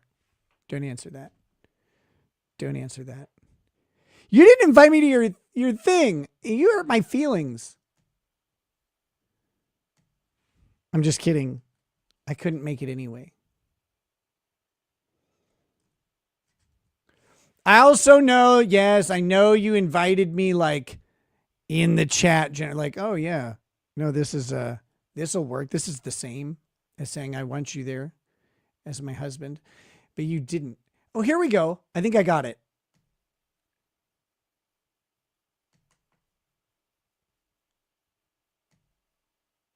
Play the fucking thing. Oh my. Play. Am I going to have to make a new account just to do this?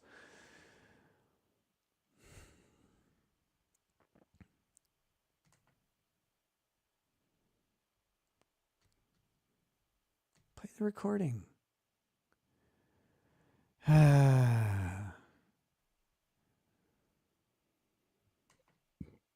I don't want to clip the thing. I want to play it. Use one of your alts. I don't have one. I've like. Okay, hold on. I don't even know what fucking.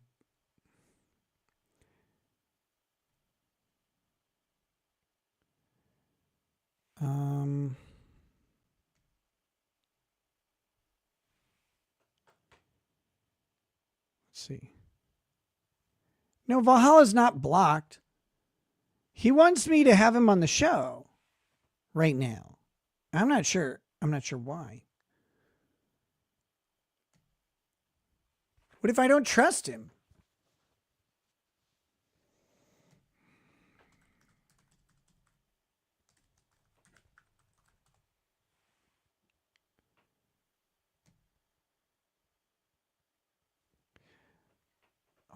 Okay, so that's, hold on. I gotta go. Okay. Close that.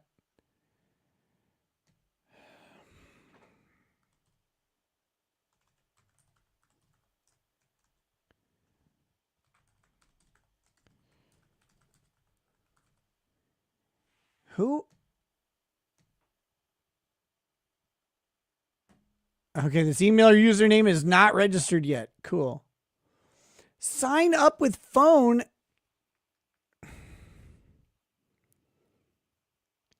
Why did they make this so difficult? I just want to listen to one stupid thing. I don't want to do all this other crap. Can I vouch for Valhalla? Like, I know Valhalla. I like him. I'm just, my feelings are hurt. I'm just kidding. My feelings aren't actually hurt. Holy fuck. Can I sign out of this?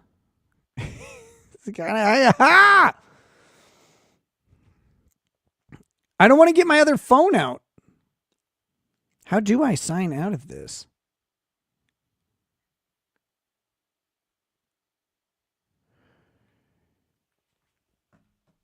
Valhalla's not against TurtleBoy. Scan code of the camera, download the app. I already, or sign up with phone. How do people get all these fucking accounts if, oh, hey.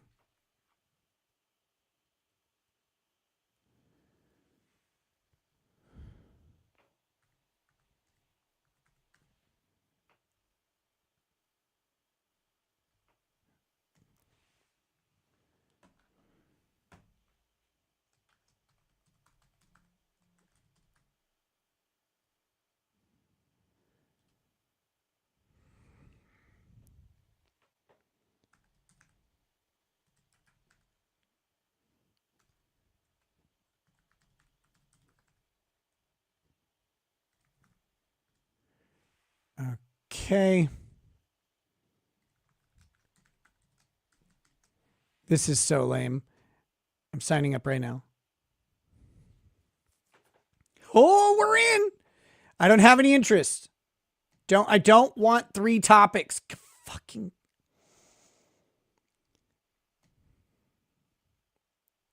I don't want to follow any tech icons. I don't want to do any of that. Select one or more. I'll follow Jeff Bezos.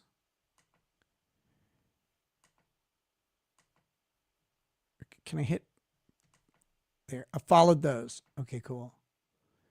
I don't want to do this. Skip. Skip. I don't want notifications. Oh my God, let me in. I feel like Brian Higgins. What happens if I follow you?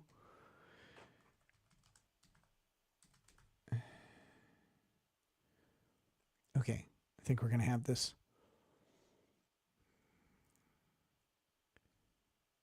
think we got it. Just a moment. No, not that. Fucking.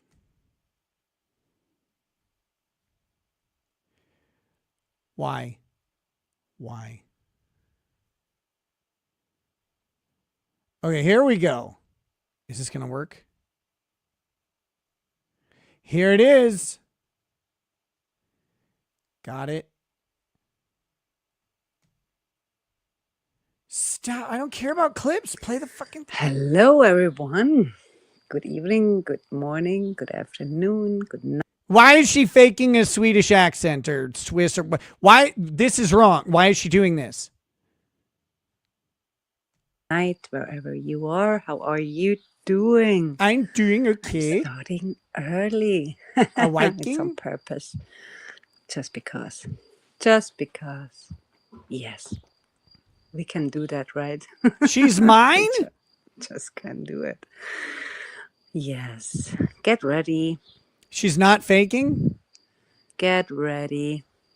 I have notes. Today I have notes. What do you mean took I brought notes her? for this basis. That's completely insane, but yeah, I had to. Because Why do I get missed blamed for many this? Things I didn't do this wanted shit. to talk about the last couple of days, so I had to take notes, right? Pre-TurtleBoy. Hello. Okay, Nicola, you're gonna have to fill me in on this. I don't know what's going on. How is this my fault? What did I do?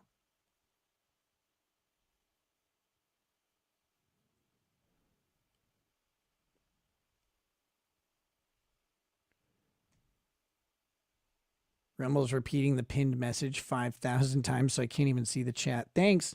Thanks, Rumble. Working really well there. Good job.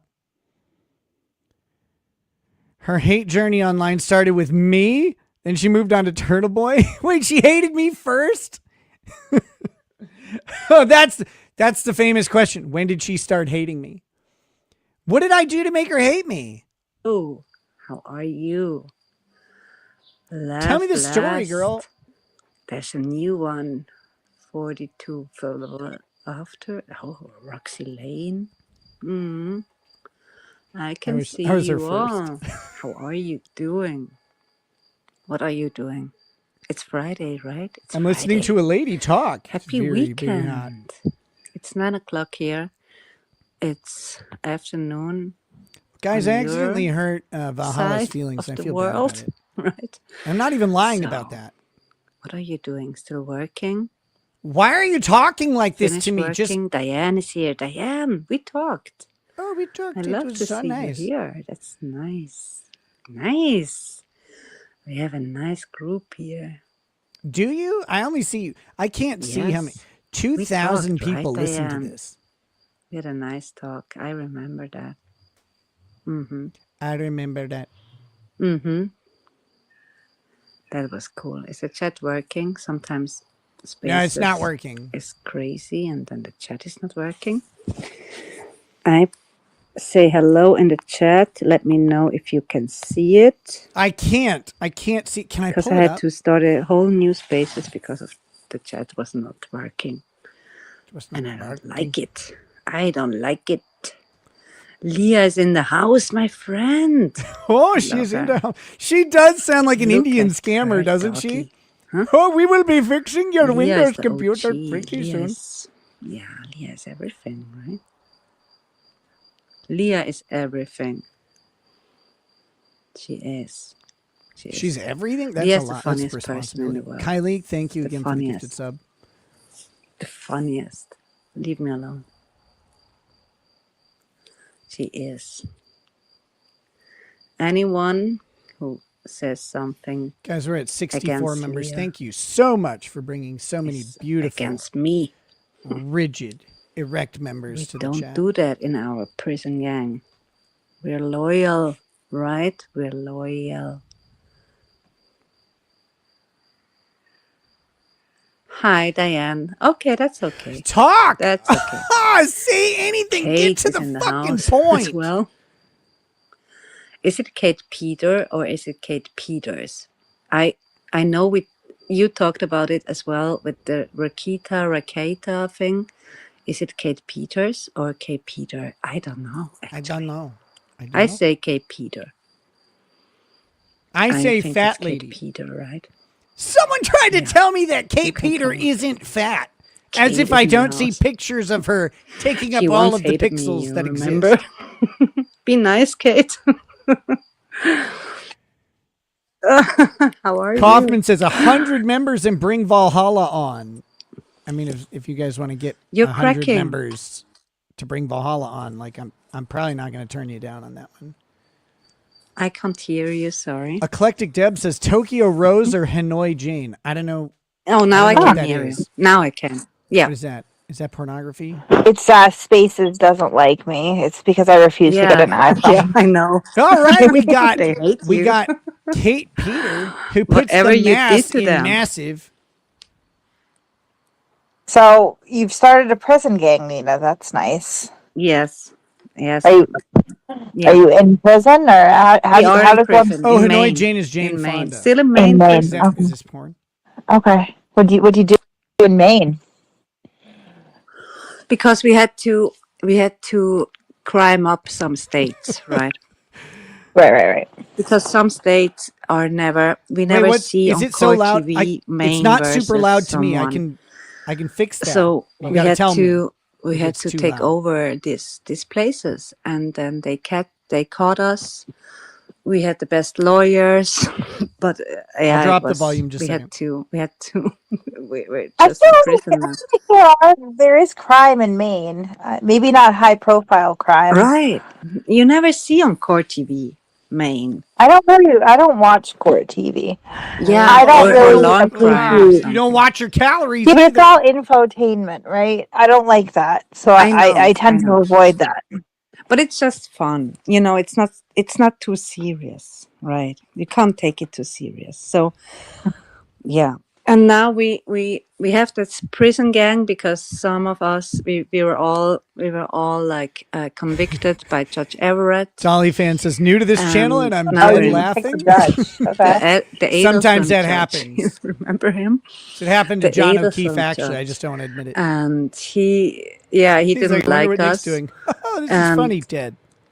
You remember when TurtleBoy wanted to hire Wayne Dennison from the Johnny Depp, and he wanted $3 million. Well, yeah, that's a fuck you retainer. That's yeah. So I said, okay, I have $3 million from our gang activity. I have the money, so I actually hired Wayne Dennison, but it's still he couldn't help me. I'm convicted. I'm in prison. I'm in Maine prison. And now we have to. Now that the gang is getting larger and larger and bigger. Larger. Is it bigger or larger? I think it's bigger. So It depends. yeah, I mean, it depends. Yeah. So now we have to crime up other states, like the low crime states. It's still we loud? never see. Okay, hold on. We never see like Nebraska. We have to crime up there. We have to crime up also in Alabama. I hope Just that because we wanted helps. a warmer state to be in. So we just I didn't it's go all- quiet. It's all She's just fun. loud. It's not. We're just making fun. I didn't take you literally. for what that's worth. Yeah, don't take you literally. It's okay. So let me read the notes because I have Read the to jump notes. now Read because the you're up notes. I need here. to know about me. So I wanted to, Rakita. Huh? Rakita. Nick Rakita. Nice Rakita. I think guy. We love him. we're supposed to pronounce cicada. I was There you go. Like cicada. I was say corrected by one of Rakita. his incel armor. Okay, you can say Rakita. I mean, I you say know what we Rakita. could do? We could pick a word that is easy to pronounce with only one accepted pronunciation. So we could replace Rakita or Rakita with the word cuck. Oh my God! Yeah. How Yeah, novel! he's a It's cuck. easy to pronounce. Yeah. Just Yeah, rolls we all right know. off the We all tongue. know cucks, right? Yeah. He is a literal cuck. He So, is. so for what Doesn't know that's the worth, and it's definition of easy to cuck or pronounce. There's no literal. That's question about cool. like, oh no, you're pronouncing the word cuck wrong. Nope, easy to pronounce. So I Yeah. mean, I'm just saying, if we have a hard time, we could just call Digital him Boone cuck. says, Cock. Yeah, we do that "Rakita!" because that. Yeah. So back to my question: is it Kate Peter or Kate Peters? It's Kate Peter, no S, but No S. I'm so Okay. used to She ate people. the They S. put the S on. Like everybody knows who you're talking about. It doesn't bother me. Yeah, there may Really. be. I don't know if I'm going to be able to make it through Okay. No, this I roast. just want to be. I know who's never not like, made it through a roast, correct, though. You know. Kate. Okay. So Nick Cock Hello, went on the live stream. Dolly fan. We are listening to a lady named Nina Stanek and then Kate Peter as well. Talk about me, apparently. You know that because they're saying cuck because they read something online. So this will be fun. XOXO Live Grace, welcome. Joining as a member. Oh my gosh, that moves the needle. We're at 65 members now.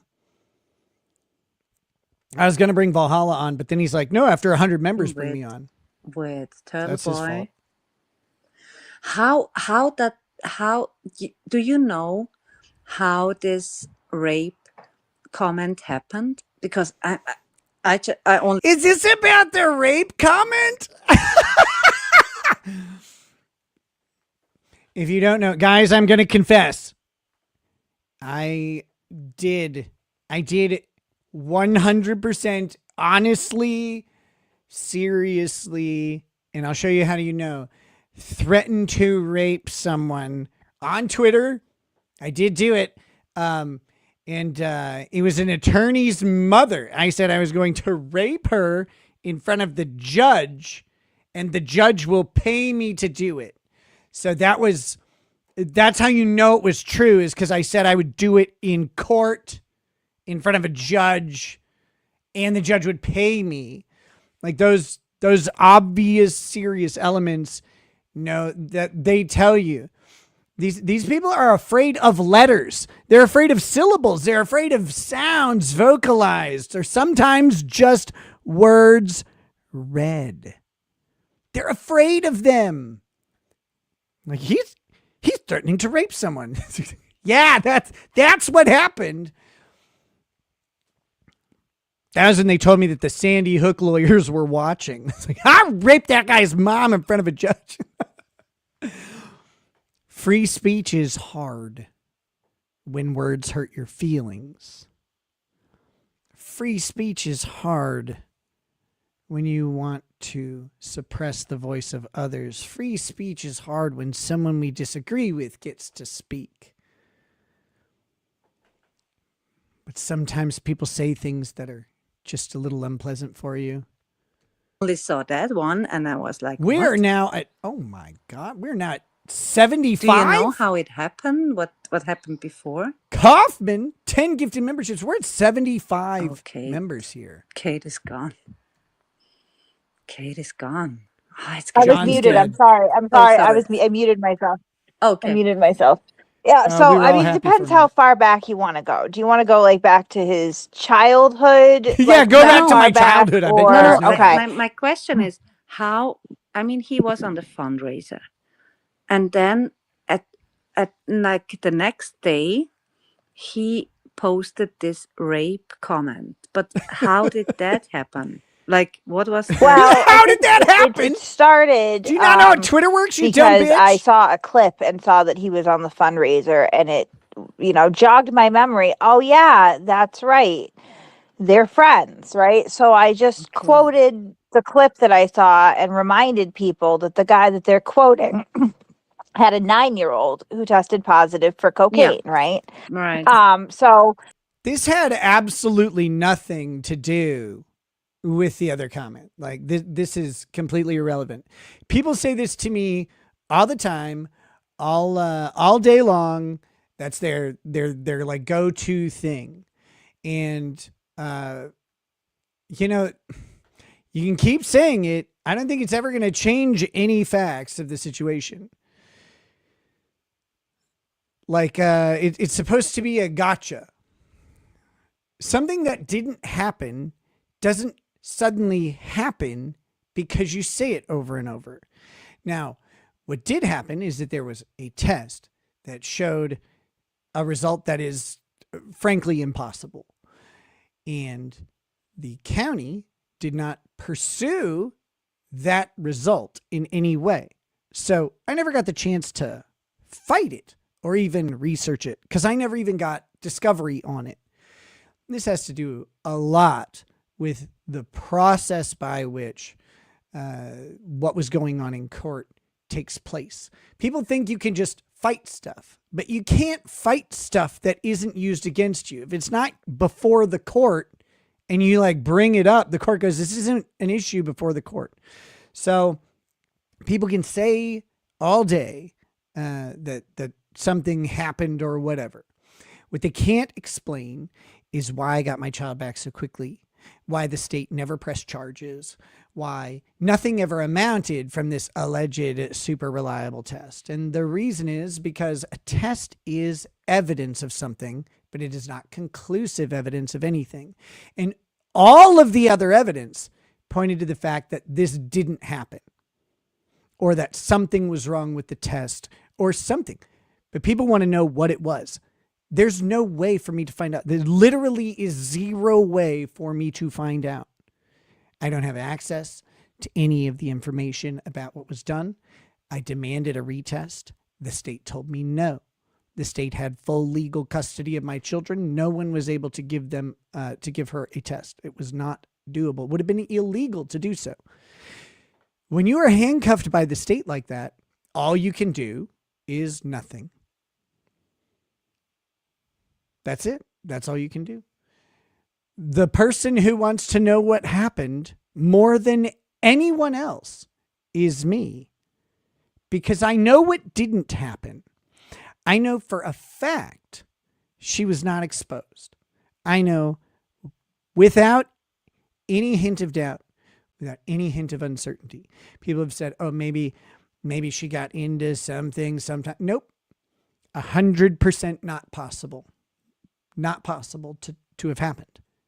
Like people won't believe me on that. That's fine. I don't, it doesn't matter what people believe or say. It won't change what actually happened. And so it wasn't a possible thing to occur. So immediately the thing we request is, one, a retest to confirm the results, or blow the results out of the water, or like we hired an expert. We were ready to fight. The state wouldn't fight us. They didn't fight us on it. They didn't allow us to fight.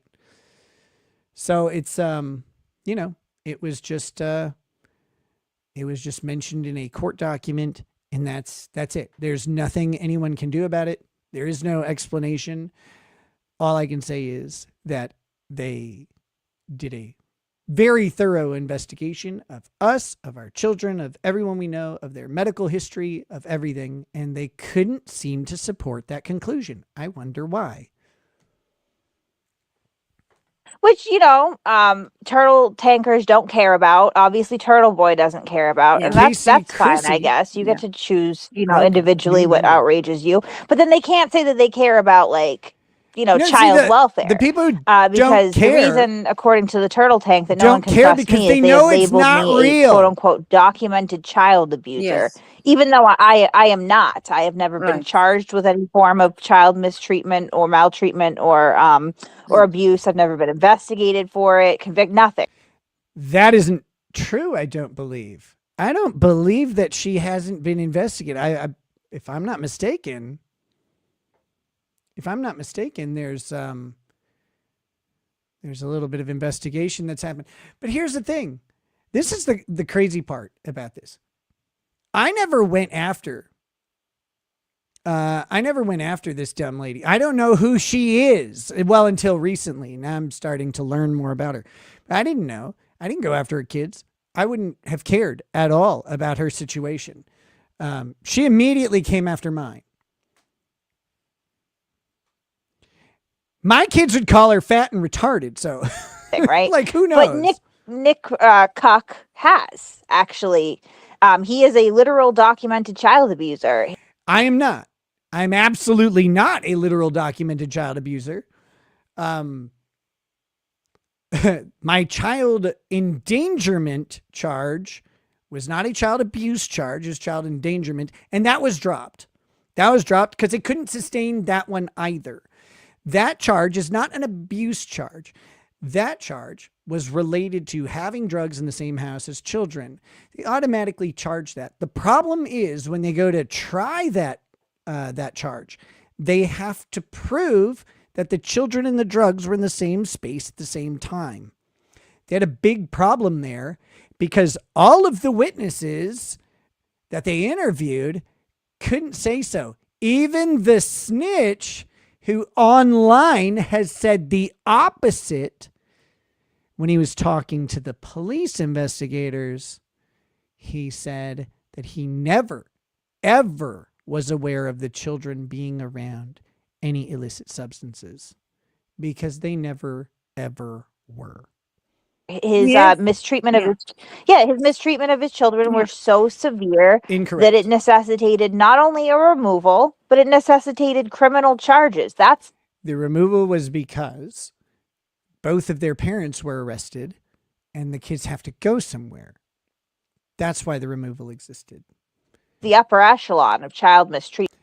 It's not the upper echelon. It's literally the lowest echelon of child mistreatment, and it was dismissed. See, this is, if you want to know what defamation is, if you want to know what a defamatory statement is, these are defamatory statements. My child endangerment charge was, first of all, unrelated to any abusive behavior. They never, ever, ever accused me of abuse because it's not true. They didn't even accuse me of neglect because they know that that's not true.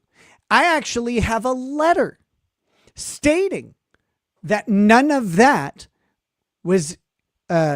was reported would have risen to the level of any criminality.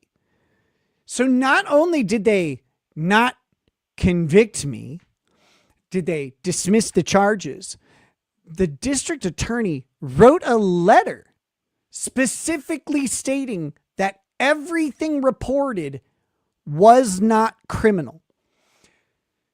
So if you want to say I'm a documented child abuser, that's a lie. That's outright lie. There's no way around it. There is nothing. Am I going to sue this woman? She's not causing me any harm. She's just saying something retarded. I could sue her for defamation per se. She's accusing me of a criminal act. I don't have any intentions to do that at this point. But if you want to know what an actual defamatory statement is, there you go. The situation was adjudicated. I was uncharged, dismissed case. I have a letter specifically stating there are no victims to this. I have actually another letter that was, I have the one letter to the judge that says there were no victims in my alleged crimes. I have another letter that went from the Child Protective Services to the sheriff saying that we've reviewed the report of concern for the children and nothing in this report rises to the level of criminality. So I have lots of documentation that I'm not a child abuser, and there is zero documentation that I am. So if you want to see what a defamatory statement looks like, this is one of them. I don't know if I really want to take Kate's shitty apartment or whatever, or gross, like clothes. Like, I don't know what she would give me. She doesn't seem to have any money or anything.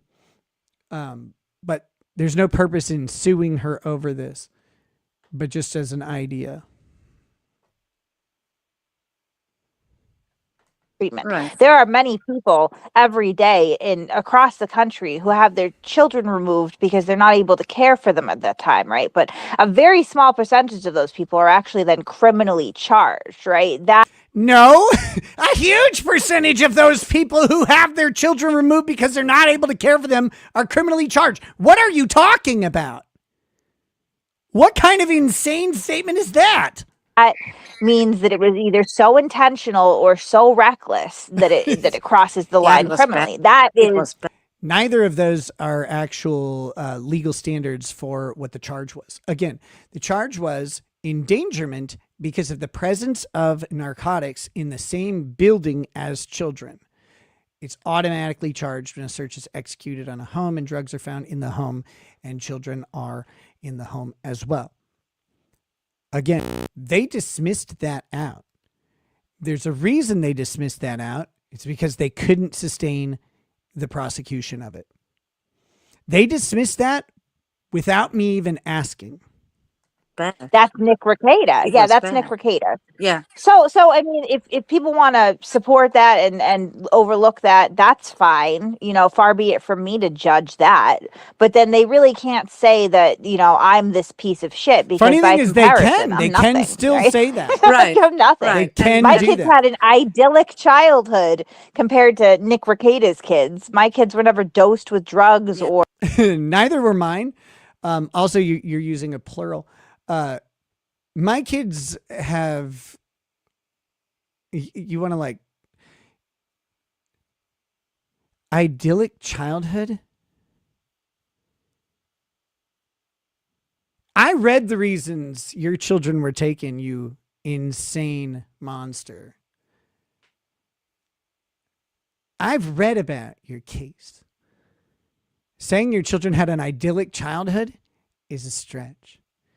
And I promise you, you do not want to put like your kid's childhood against mine in a dick measuring contest because you're going to come up Asian on that one. Like that's crazy. That's an insane statement. I can tell real quick that even just by looking at it, that you got a hard time sustaining that allegation in any capacity. exposed to Yeah. deviant polycule sex, That's what I'm right? That was saying. not It like was just bad. It was really bad. I saw that. You didn't see anything. Again, this is a crazy statement. These people talk like they know anything about what has happened in my life. Like just because some people have said some things about it. They're like, this is what happened. This must be what the kids were exposed to. They have no idea at all what they're talking about. I saw at some point that the body cam was released Nope. and it's Yes. not Incorrect. available anymore. I get that, but I saw it. I really saw it and it was bad. It was She saw it. She really saw it. No, you didn't. That's an outright lie. 2 people saw the body cam footage. It was never released. 2 people. What Nina Stanek saw, I can pretty much guarantee you, someone made using AI a fake body cam because my body cams were never released. 2 people were illegally allowed to view them due to a court error that has been corrected when we blew the fuck out of Kiwi Farms in court multiple times. For Nina Stanek to say that she's seen it is a lie. I think I have screenshots of it somewhere, yeah. actually. I You remember that body cam, and that's like that's easy to get to. Listen, like when I he was lost my such a kids, my cock house to was the a cocks. fuck. He was like, Yeah, I'm a my lawyer. house I'm was a a lawyer. disaster too. That's the first. This is crazy. There's screenshots. There aren't. I mean, I have the videos, so I can make screenshots. I have not distributed any screenshots from the videos. I haven't shown them any part of any of the videos. Not really a good thing to, like, if you're fighting to keep the videos away from the public, then you can't like go around showing them. First thing that goes by the wayside, right? And Like wasn't when you his can't take mistress care of also yourself. in the So- house? Well, they were in a polycule, to be fair. So I mean, that April's husband, ex-husband now, was having sex with Nick Rekieta's wife, his wife, cuckolding him. I've never seen a bull that limp. Again, I don't think they understand the words that they're using, but okay. Digital Boone says you did engage in mind-altering substances in a household with children where theoretically no adults of sound mind were able-bodied to attend them at times. Not being a dick, just asking. No, there was always someone able to take care of the children. Always. Always, always, always. Oh my God. Bristed before as Aaron, but like somehow in Nick's world, that is who asserts dominance over the women. And you know, Okay. is that civil possible? law. Yeah, that's you what know, happened. Kurt, from It's uncivil amazing. law. Yeah. Yeah. It's I like don't they're know him, reaching but I into know who my he is. memory He and was pulling friends stuff out. with Nick Cock, and he had a fallout with him. And at some point, I was still watching on civil law, and Oh, that he explains talked some things. about what happened between him and Nick Cock. Cock. and Cock. She's calling me Nick Cock. Hey, Nina, guess what? That happens a lot. Don't worry about it, girl. It'll be okay. I know what you're thinking about. and Yeah, we can't call it. We have to say cuck and not cock, because that's the other thing about Nick is that he's impotent, like obviously, Right, abundantly, and right. clearly. So yeah. Obviously, abundantly, and clearly impotent. I've never been more accurately pegged except for that time in Barbados. we could call him Nick Cockless. Yeah, call him a that's dickless true. junkie. I That don't would even be care. accurate. Okay, I just Okay. say Nick. I just say Nick. That's We'll just easier. say Nick. Yeah. Good. I You're don't so care. positive. I don't You're care. a nice person. You're a good person. Yeah. So and he was talking. Hey, Kate. What are you thinking about?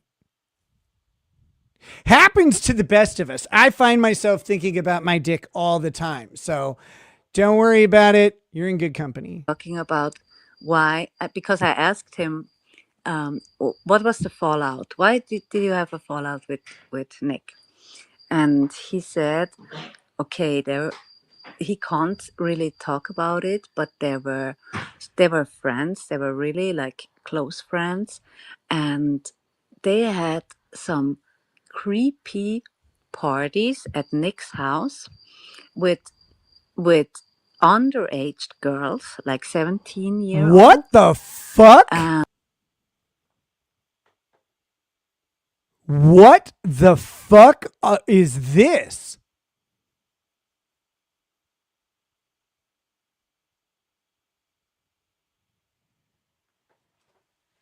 I have never had a party in my house with Kurt. I have never had a party in my house with 17-year-old girls. Holy fuck. What?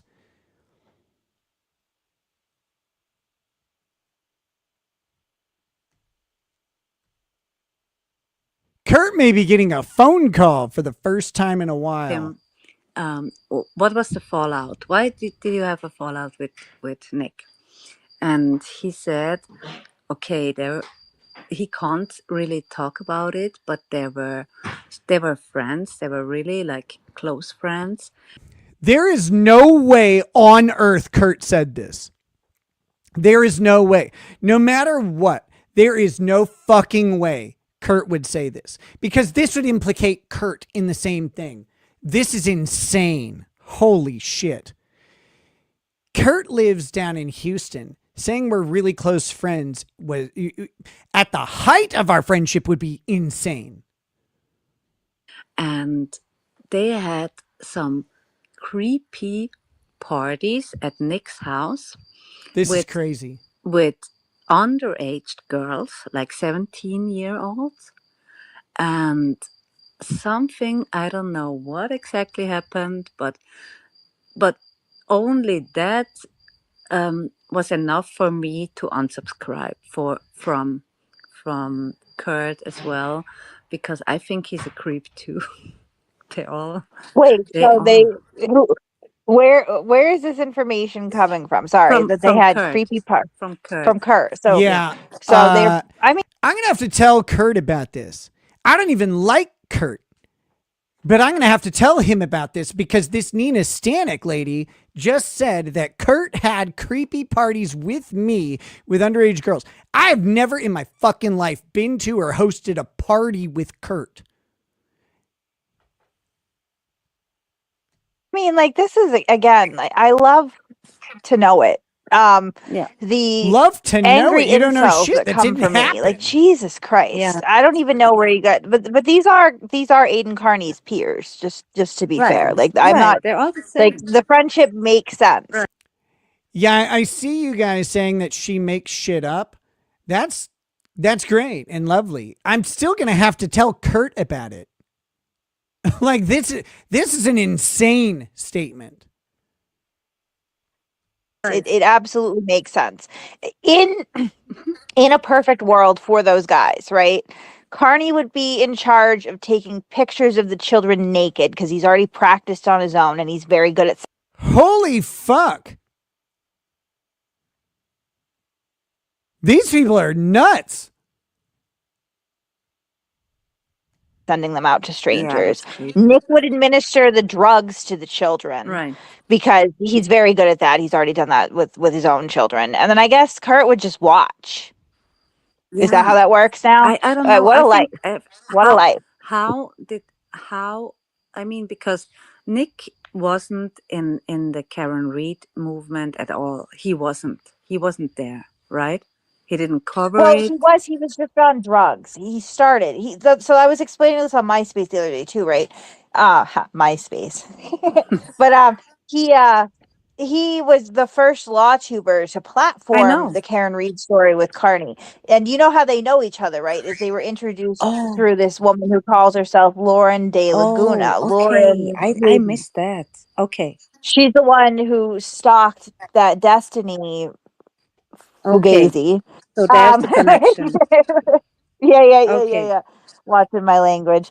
So that was the connection. There was Lauren Hayden, who obviously is off the deep end herself, right? And so he tried. The thing is that he's a junkie, so it does require a certain level of like motivation, and I don't know if I'd call it work ethic, but at least consistency on being online to cover these things. And, Nick just didn't have it in him. Yeah. He still doesn't have it. Yeah. I mean, when you go live and you're talking about me, like, congratulations, sir. You fell right in.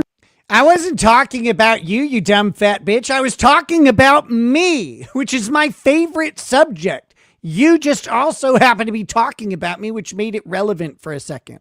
Other than that, you're just every other woman waiting for the buffet to open. Was a trap, and he doesn't fully realize what he's doing right now. Do you think he's back on drugs?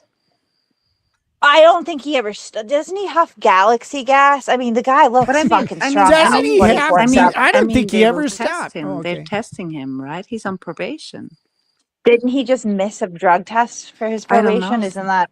I'm pretty sure that's the current controversy here, is that he's got a meeting with probation and he's missed a drug test. And I'm sure that, antagonizing a bunch of women from Twitter in their 50s to 60s is probably not a good, with rape comments, it's probably not a good look. I'm not a flag it. Okay. I'm not going to flag anything. I'm not going to call, unless I have credible information regarding to an an I'll actual just say a bunch of crime that I feel like insane has to be stuff. reported. I'm not a I just flag don't give it, a though. shit. Yeah. But the Okay. rest of Twitter does. So I would be shocked if his probation officer isn't already aware now that he's out here telling a bunch of old ladies that he wants to rape everyone's mom. It's is that again, free speech? say Is what that you free want. speech? That's my question. Can you do that on probation? Is that just free speech and you can say that? I mean, probably. I assume that it's kind of discretionary, but not necessarily. I don't Not know. necessarily.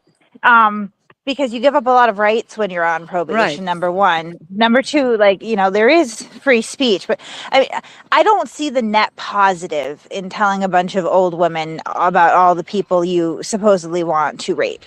I just don't. I don't see. Never said that I more good wanted of to. that comes This than is such a potential defamatory bad. lie. Even if nothing I happens never to said it, I it's not wanted like to. I said I was going to enriching do it, anything, but you know I what didn't Then want it to gets his do it. trolls all worked up, and then it's rah rah rah, and then I'm getting comments in my Yeah, And it's also, and tweets. he also mentioned the judge, right? He does it in front of the judge, and the judge is paying him for it. Exactly. I mean, does it help? Does it help for his future as a lawyer? I mean, well, he's not a lawyer. No, actually, if he was like. Yeah, if you rape in front of a judge, it actually does help your career. That's actually good for it. That's true. It's called the rape doctrine. I mean, he has a law degree. Right. He's not authorized to practice law, so I'm not authorized to practice law. Still suspended. Yeah, not anymore, but he was. And I will be again, you skanks. I don't know that he was ever a tremendously successful attorney. I know that he projected that image, but I'm skeptical, Let's take a pause here. I never, ever projected the image that I was a tremendously successful attorney. In fact, I was always very clear. I'm a small town attorney with not a lot of, who basically was a generalist, handled mostly small cases for a couple years. I found out that I'm much better at translating things into language people understand on YouTube. I never claimed to be a tremendous or overly experienced attorney. Whenever people would ask me, would you take a murder case? I would say, no, I wouldn't take a murder case or whatever because my firm wouldn't be able to handle it. It was just me. You need more resources than I had. If someone asked me to take a murder case, I would refer them out. None of this matters. None of this matters. But it's crazy how people would just go out and lie. They'll just lie about it all the time. And as if, well, it's wanton, I guess. You can't say it's wanton around Kate. She'll eat that too. Yeah, he's just an incel for me. As all of these people are, they're all incel. Wait a minute. I'm an incel now? I'm sorry. Was I involved in a vicious poly relationship or am I an incel? Can we pick? Oh my God. I guess these people don't realize that when you say things that indicate that you don't know, like you don't. Guys, I just saw, for some reason, Valhalla Awaits is literally banned from my StreamYard. Get wrecked, Valhalla! I can't even I'm unbanning you. Why were you banned? That's the funniest shit I've ever seen. Oh my God. I'm trying to see, where's my subheader?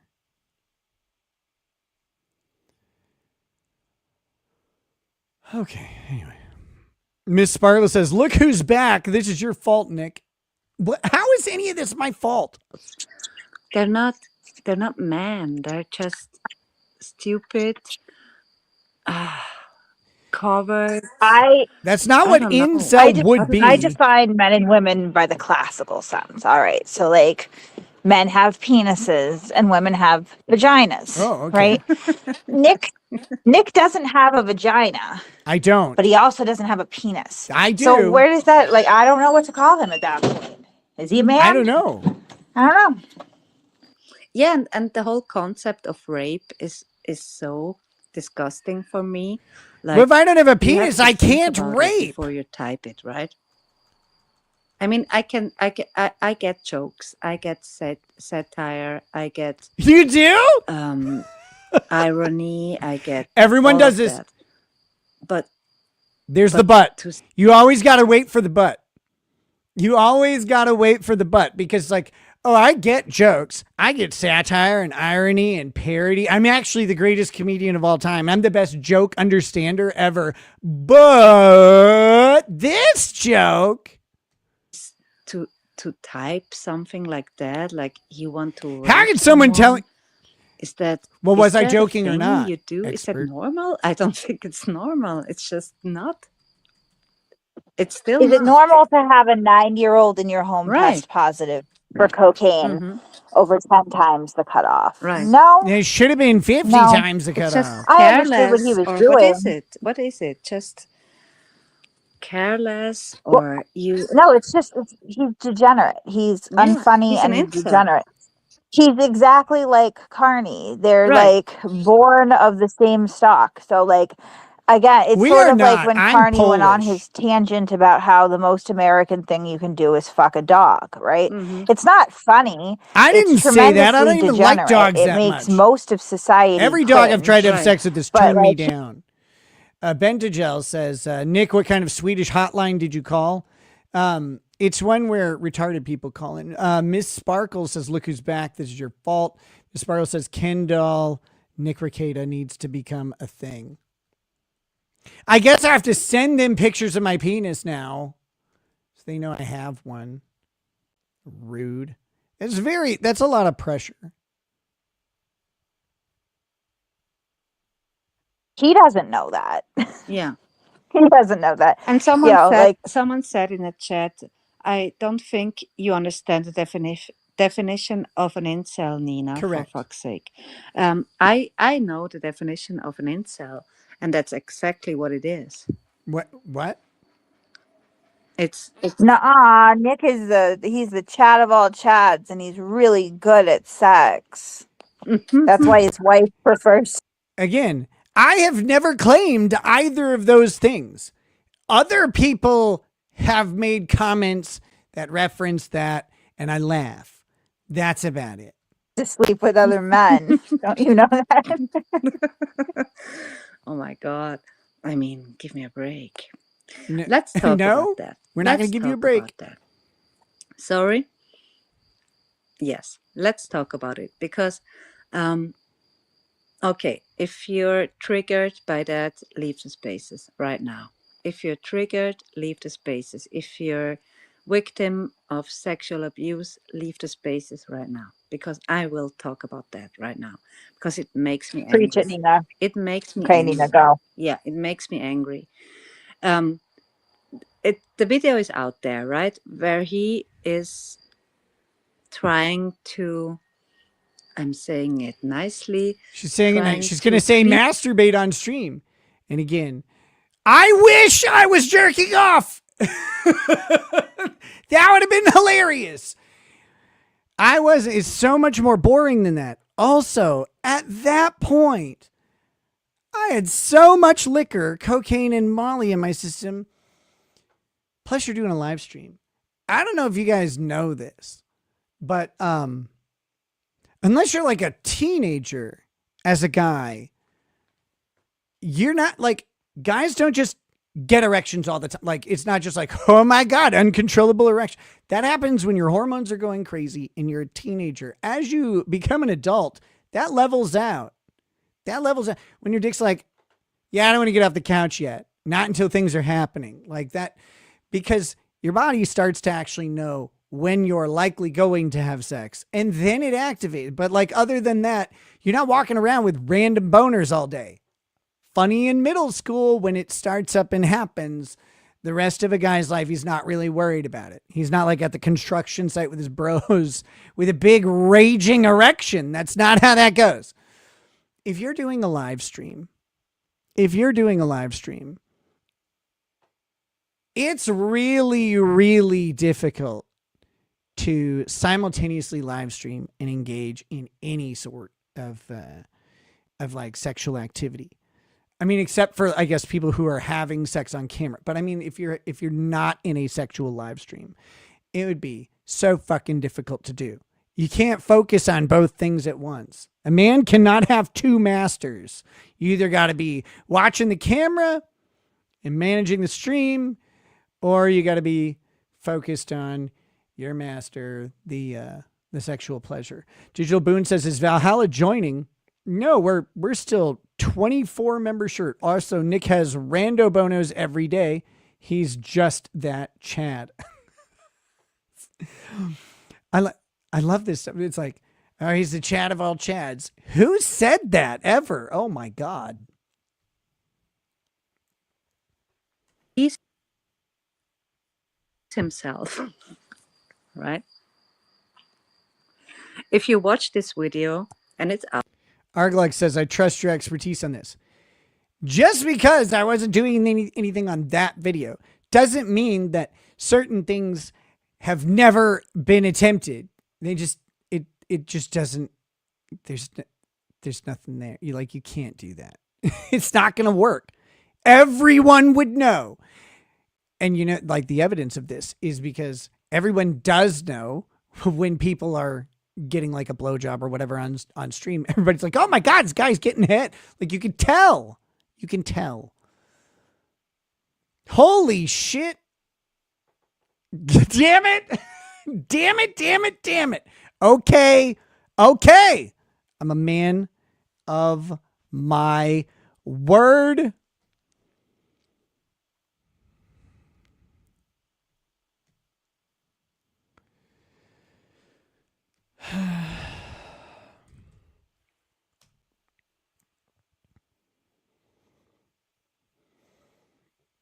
That puts us at 102. 102 memberships for the stream. And as promised, Valhalla Awaits has been sent the invite to join up, and he is welcome to do so.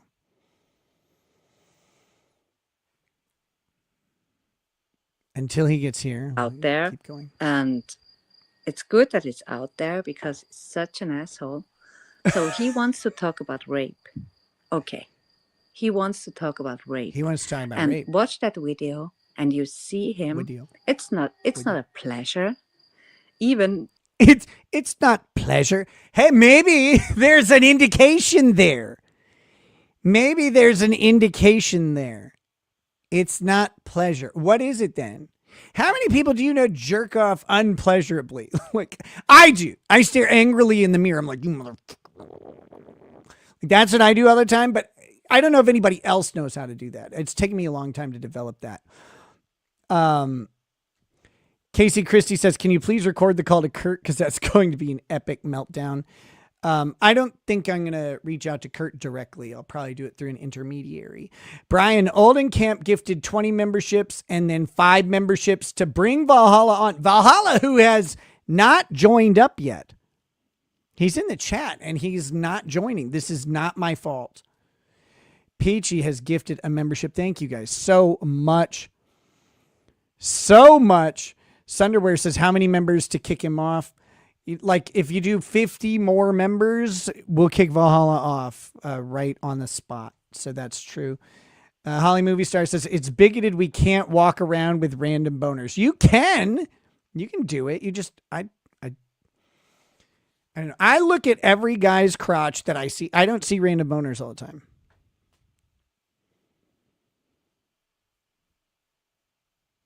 doing it to himself, it's not a pleasure. So rape is...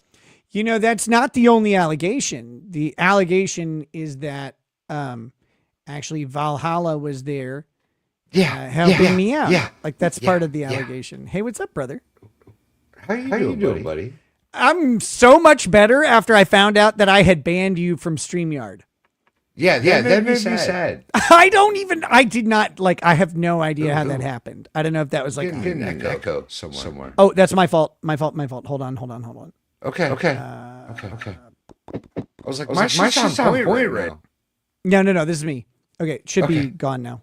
Yeah, no, it's gone. Good. Perfect. Yeah. Perfect. But so, no, I was, yeah, why'd you ban me on StreamYard, you jerk? That's mean. Didn't. I wish I would have. It's funny. Oh. I would have done, if I would have known, I would have done it on purpose. Then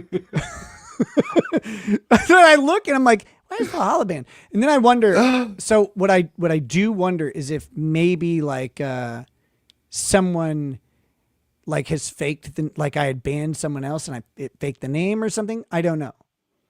No, you banned me apparently. Which makes me super sad. And I was more curious about who could have possibly done this in your stead when you were not in your. No one else. Apparently you did. I bet. I'm so sad. I bet I did it as a joke the last time you know were on. What? I was probably like, I'm gonna ban you. I'm gonna kick you off and ban. When was the last you time wouldn't leave. you wouldn't leave. I have no memory of whatever event you're trying to remind me of. That's because I'm making it up, but I'm making it up confidently, and I think it did happen. I think you're like, I'm gonna go, and I'm like, go, and you wouldn't, like, you couldn't, or you were passed out or something, and I was like, you gotta... No. The only possible way this story is gonna fly is if I was like rage mode, and I was just going off on some nonsense, and then you hit like the block button or something. I didn't pass out on your stream. That's nonsense. What are you talking about, sir? It's not from liquor or anything, but I just mean from like, because I stream a long time sometimes. Maybe you had to save a goat. I don't know. I wasn't there. I was on you were on the Lego stream for 9.5 hours. Yeah. You stream long times? That's you only did a 9.5-hour Lego stream because of me. Well, yeah, because you didn't quit, so I wasn't going to quit. I was going to go as long as you were there, man. I unplugged the light. I got to figure out where it went. Yeah, and you're blaming me for banning you. This is amazing. Well, you did ban me, apparently, as we just found out minutes ago. You said apparently, but it's not apparent that I did it. It's apparent that I didn't do it. It's apparent that How do I know? Oh my god! I don't know that. I don't have. It's your StreamYard. How the f am I going to do it? Have you seen me with technology? Buddy. Have you seen me with technology? You think I know? You just if you saw can hack me with it or technology. Not? I'm not nailing it. That's for sure. Maybe you should tell it it's pretty more often. You know what? If you're not nailing it, there are solutions for this. I can help you. I've wrote a book on it. I do have a piece of technology that I'm pretty proud of, and I'm going to show you, and you can show everybody else if you want to.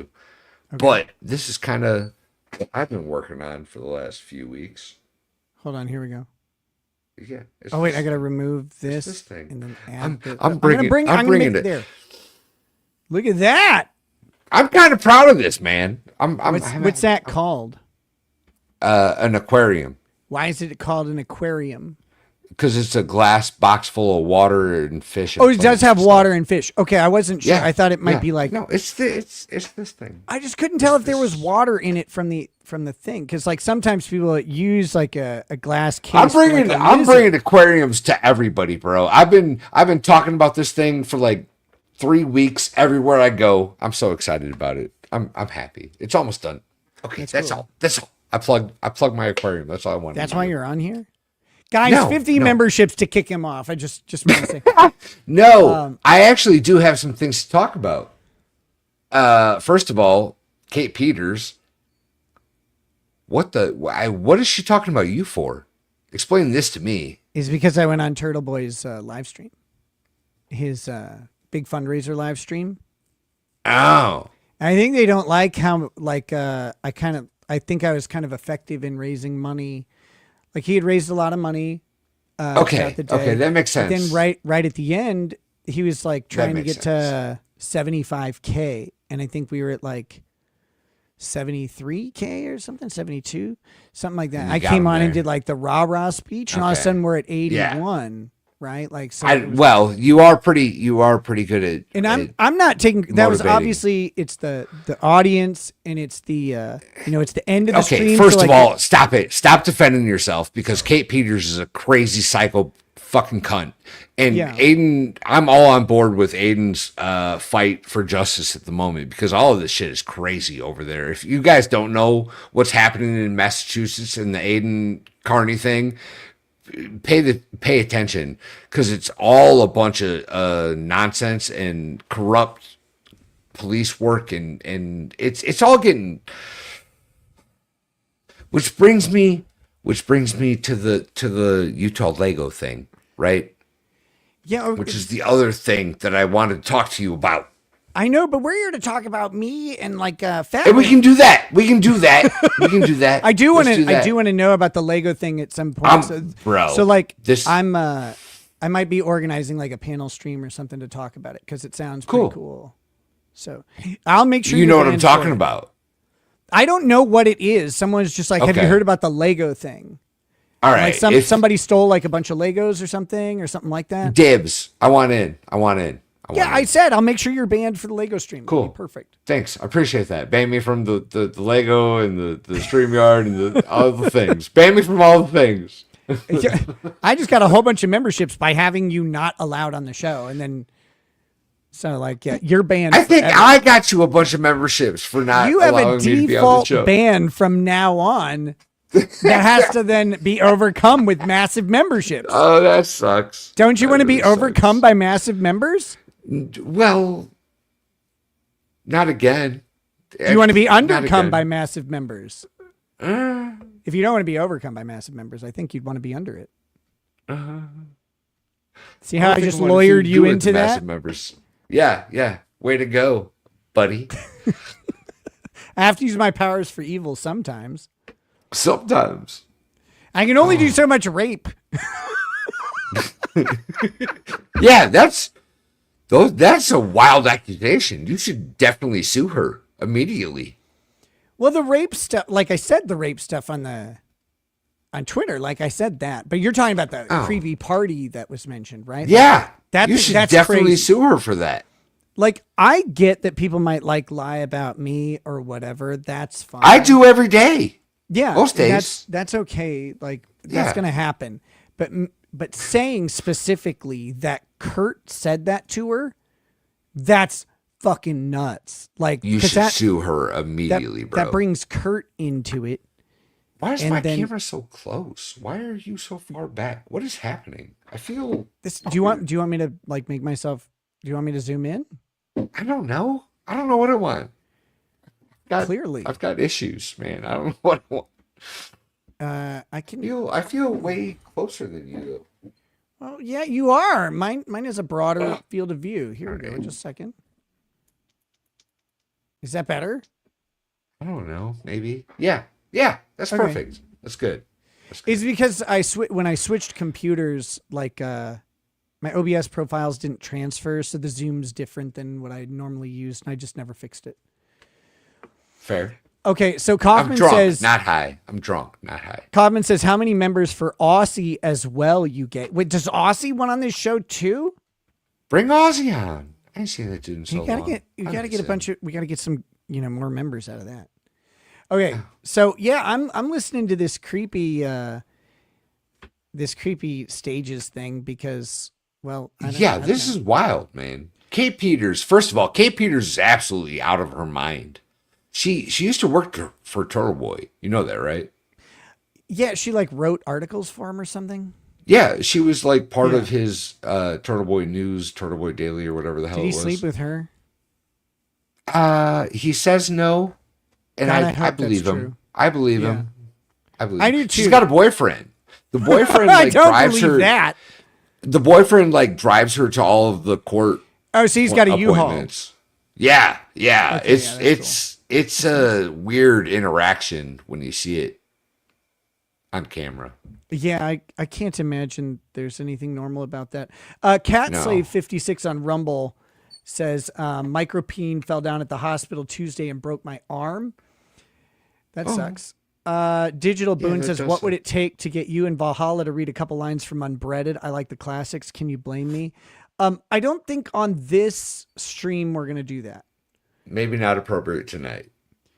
Just in general, it's like just a completely different vibe than like I'm trying to keep streams like consistently themed unless it's a variety show. But and I've been confining the Unbreaded segments to the membership only streams. I think that's a good strategy too. That's probably a good strategy, actually. Yeah. I'm all for the reading of an Unbreaded at some point, by the way. Yeah, But and I'm not tonight. happy to have you on to do that. yeah. I just don't think that this stream is the right vehicle for it. No, I don't either. Agreed. Okay, so let's go back to these women talking about my penis. I hate when this Yes. happens. There's Yeah. many such cases. It's not a pleasure. Can you hear this? Not for the perpetrator, Okay. not for the victim. It's not a pleasure. Victim. It's a dominant. She's saying and rape isn't it's pleasant. Only about, That's what she's saying. It's only about This is violence. revolutionary It's not a stuff. pleasure. because your victim is not wet. It's not. You know what? I've seen a lot of interviews Right. with African And it gentlemen that would hurts. disagree with her Believe statements. me, it's not. It is good holy. for each party. It is So righteous. why do you want to do that?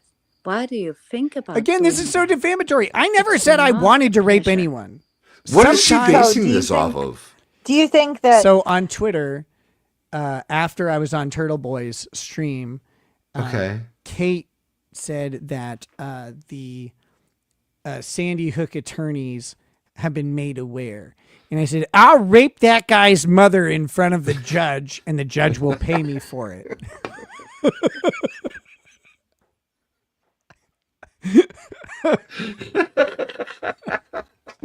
Thank you. Well done. Thank Well you. done. Do you know how many people were like, whoa, buddy, you can't say that? Why? Why not? I need to. That's clearly out of humor. That's clearly a joke. I was serious in real life.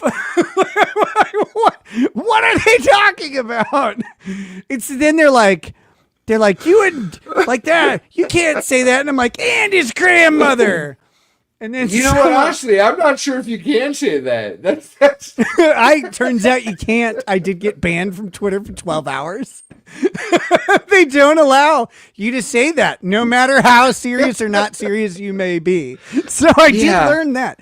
But you know what? Actually, I'm all for a 12-hour ban. Actually, after that statement, I'm okay with that. A 12-hour ban, I'm okay with. I want to say they're very discriminatory because when I said and his grandfather, I didn't get in trouble at all for the grandfather rape, like a promise. It's not a threat; it's a promise. I didn't get in trouble at all for saying the grandfather one. The other two I did, but that one I didn't. I think that's sexist, honestly. Well, you know, he's lived a long life, Nick. Maybe It's at some about point to get he's just longer. gotta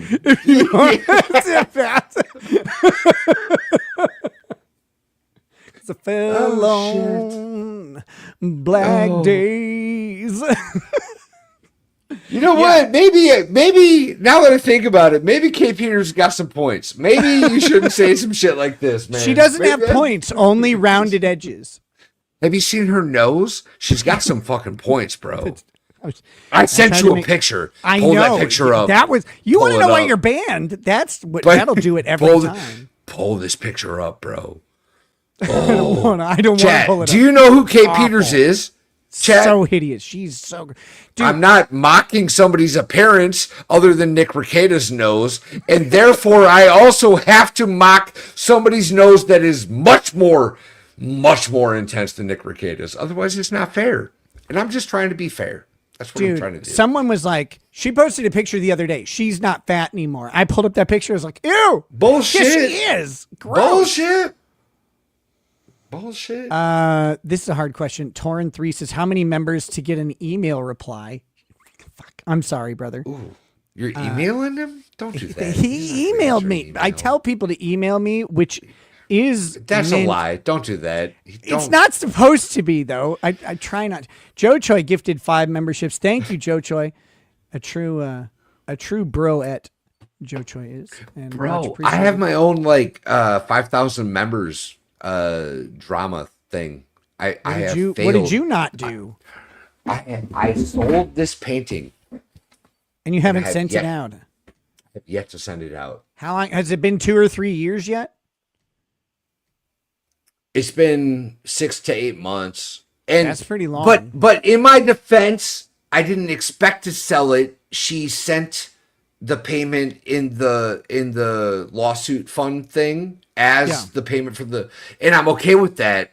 But things were going on. Dude, yeah. Shit.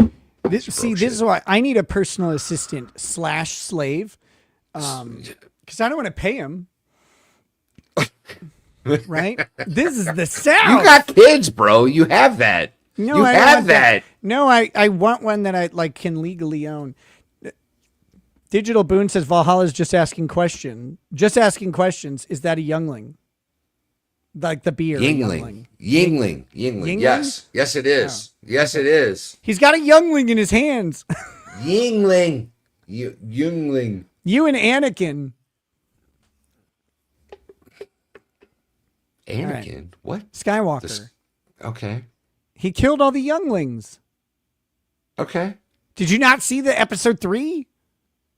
No, I gave up by that point. Attaboy. Yeah. That's the best choice I've ever heard anyone make.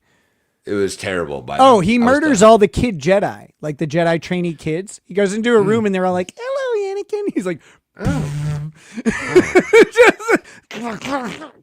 oh God, it had to be great." Okay, here we Real go. like Gorman shit going on. Let's get back to this very important. He's making credible rape threats, Nina. Let's Is listen that to what this you're crazy saying? broad. I love that. God, immediately he's making credible rape threats. This threat is credible, actually, right there. I think he thinks that rape can be a pleasure. Would you say that I guess it mitigates the Depends on which end you're on, I guess. Not all equations are balanced. Life isn't math. Like, holy shit. One side of that is vastly different than the other.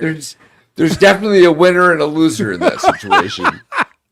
The 100%. trick is to change your lot. When you're the loser, you have to turn around and do the raping. You have to. What a ridiculous statement, man. What an absolutely ridiculous statement. Oh. I know it's false because I listened to Fleece Johnson, the booty warrior. He loved rape. That guy, you cannot tell me that guy was raping for non-pleasure. He talks about it all the time. He's like, "Oh yeah," like he was, man. That guy, he loved booty. Admirable. Credibility of his threats that he doesn't have a dick that works. And don't have a dick that works, so it's not a threat. Then Right. you have that's how that would go. Yeah. But it's not. This is just talking It's not shit. working. I know it's funny. That's not what it is, right? I mean, that's why I'm so pissed of that comment. If Why? you want to rape someone, you don't. Not you. Why do you care? Are you friends with his mom? His mom, like, this guy's old. His mom's probably dead, right? Like, maybe she's not. If that case, we've got a date. But if, like, she's probably deceased at this point, is my guess. Well, she's not in the crosshairs. 100%. 100%. I wasn't going to bring my cross, but now I am. It doesn't have hair. Don't want to rape someone because it's hurting. How do you It's know? hurting the person. Why do you want to do that? I don't. It's I not even don't. a joke for me. It's not a like- joke for her. Don't you love that? Speaking of cucks, cuck sent on the way. I think this is a joke. Well, I don't. Who cares? No one asked you. You're not the evaluator and approver of jokes. That would be Joe Biden. Do you think it's possible that Joe Biden told me Nick that rape has joke was been raped fine. by like men, I perhaps, don't know. and now I he's don't then know. he I forgot don't about it. speculate about that. I don't. Do you think it's possible that Nick has been raped by men? If I was ever raped by a man, I wouldn't have arms or legs. You would have to. This butthole is holy ground. And let's be honest, if there's anybody that was going to rape Nick, it'd probably be me. And that didn't happen. So let's just. We have to have a discussion. Okay. That's fair. I feel like a I'll lot give of you the that. I'll give you time that. perpetrators, were in the past victims. So have we considered that perhaps he was raped in the anus and now he's just projecting that onto everybody else? Wow. I didn't say I was going to rape anybody in the anus. Well, I guess the grandfather, you could, but it might have been the man. Zancy Pelosi says, "Hey Nick, no gay 90s." What do you mean no gay? I wasn't ever raped at gay 90s. Like, how racist are you? Was that I there say in the racist. 90s? What? Was that there in the 90s? No, there's a club called Gay 90s in Minneapolis. Oh, okay. I So wasn't Gay there. 90s used to be a homo-only club, but then some point they changed that, and now it's like the only hetero dance club that exists. But like there are also homosexuals there. You do have to sometimes encounter a gay, But Where's this at? it's in Minneapolis. Oh. There are like no nightclubs in Minneapolis, like no dance clubs in Minneapolis, except for this one. And then there's another one called the Saloon, which is far gayer. And I've been there too. And I sang a Taylor Swift song and a bunch of guys are looking at me. So I left. I was like, I am too thin for this. You left too early. That's when you get all the free drinks. Trust. Trust. I was going to get free drinks, but I wasn't into creamer. You gotta operate in that window. I know. Man. I would be trusting and supporting Nick, but that's not the case. No, it happens all the time, and they do give the kids back. And to your what the fuck? He's very good at that. He's already done that with his own children, and then I guess Kurt would just watch. We all did this. Wait, self-defense course, right?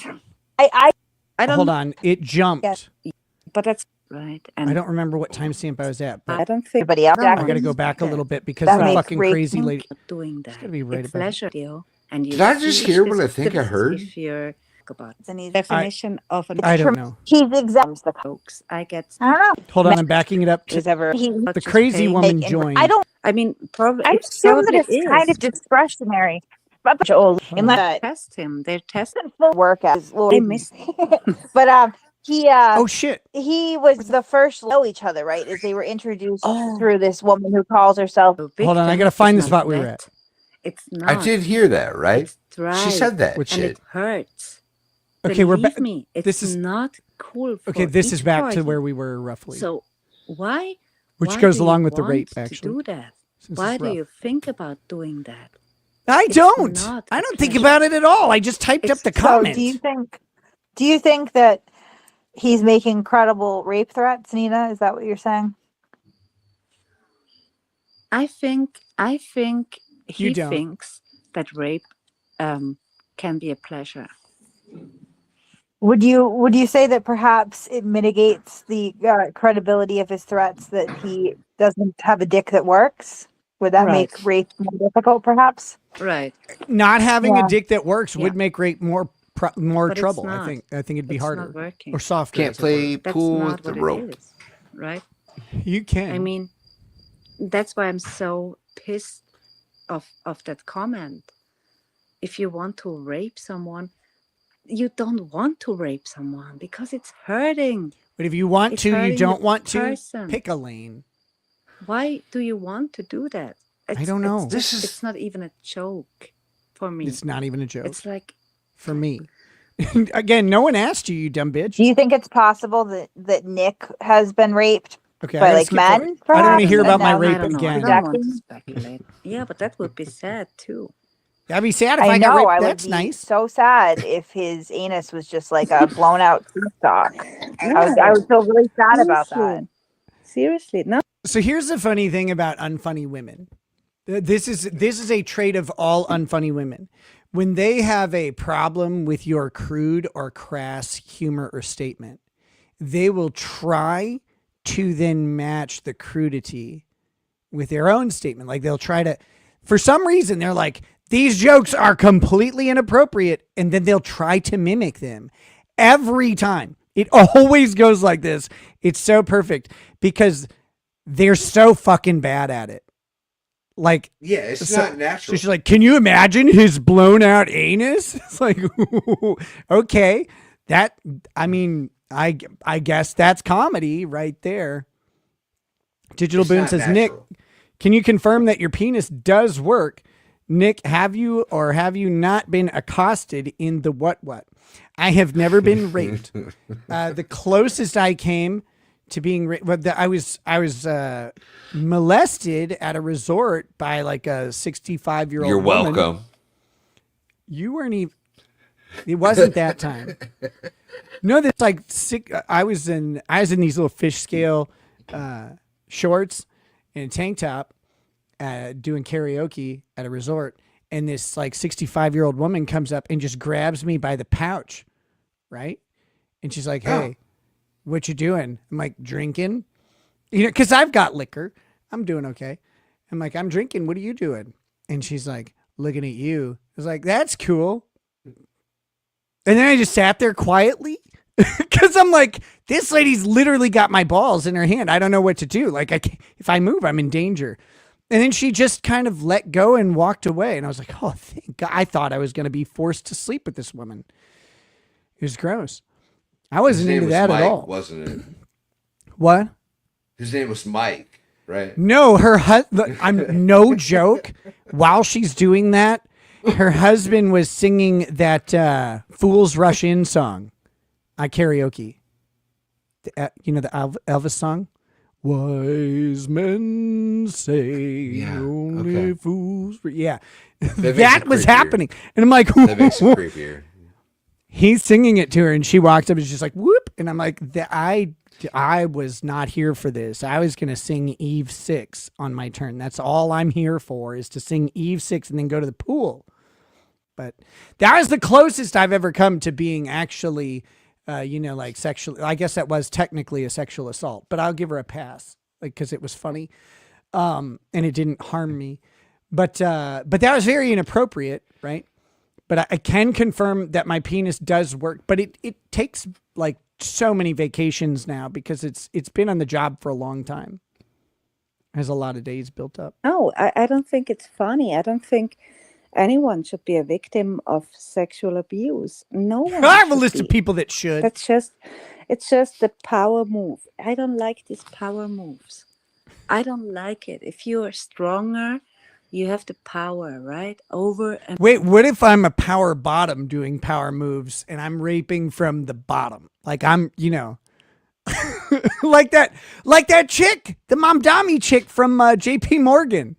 Where I just GHB that person, I load him up with Viagra. Oh, that girl was a power top for sure. That girl was.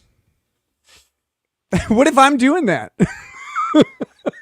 They don't know. Well, another person over children, over animals, over women. What? It's just what? not cool. It's just. She's talking about raping children, animals, and women. It's not about sexuality. It's in one night. That's a lot of sexuality. effort. It's about power. You got to recharge from that. It's always about power. You need Right. electrolytes. It's never. About I'm in my sexuality 40s now. because I it's need not cool to like a someone nap and a really. Gatorade. That's not. Maybe a Pop-Tart. That's not a cool thing to do. An episode of Love on the hurting you Spectrum so I too. can get hard So, again. It's a power move. It's a power move. Not a sexual. You know what? Sometimes I say stuff that even I think crosses the line. I think that one did.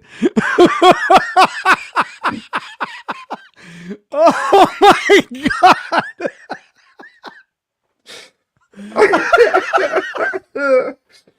That was unacceptable. That was funny. That was funny. I'm not saying I approve, but it was funny. Oh shit. man. That was funny.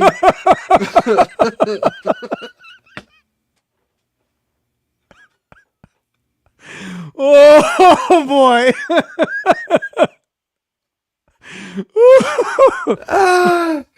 I'm so glad I'm here tonight. I'm so glad I'm here for this. I'm so glad I'm here for this, man.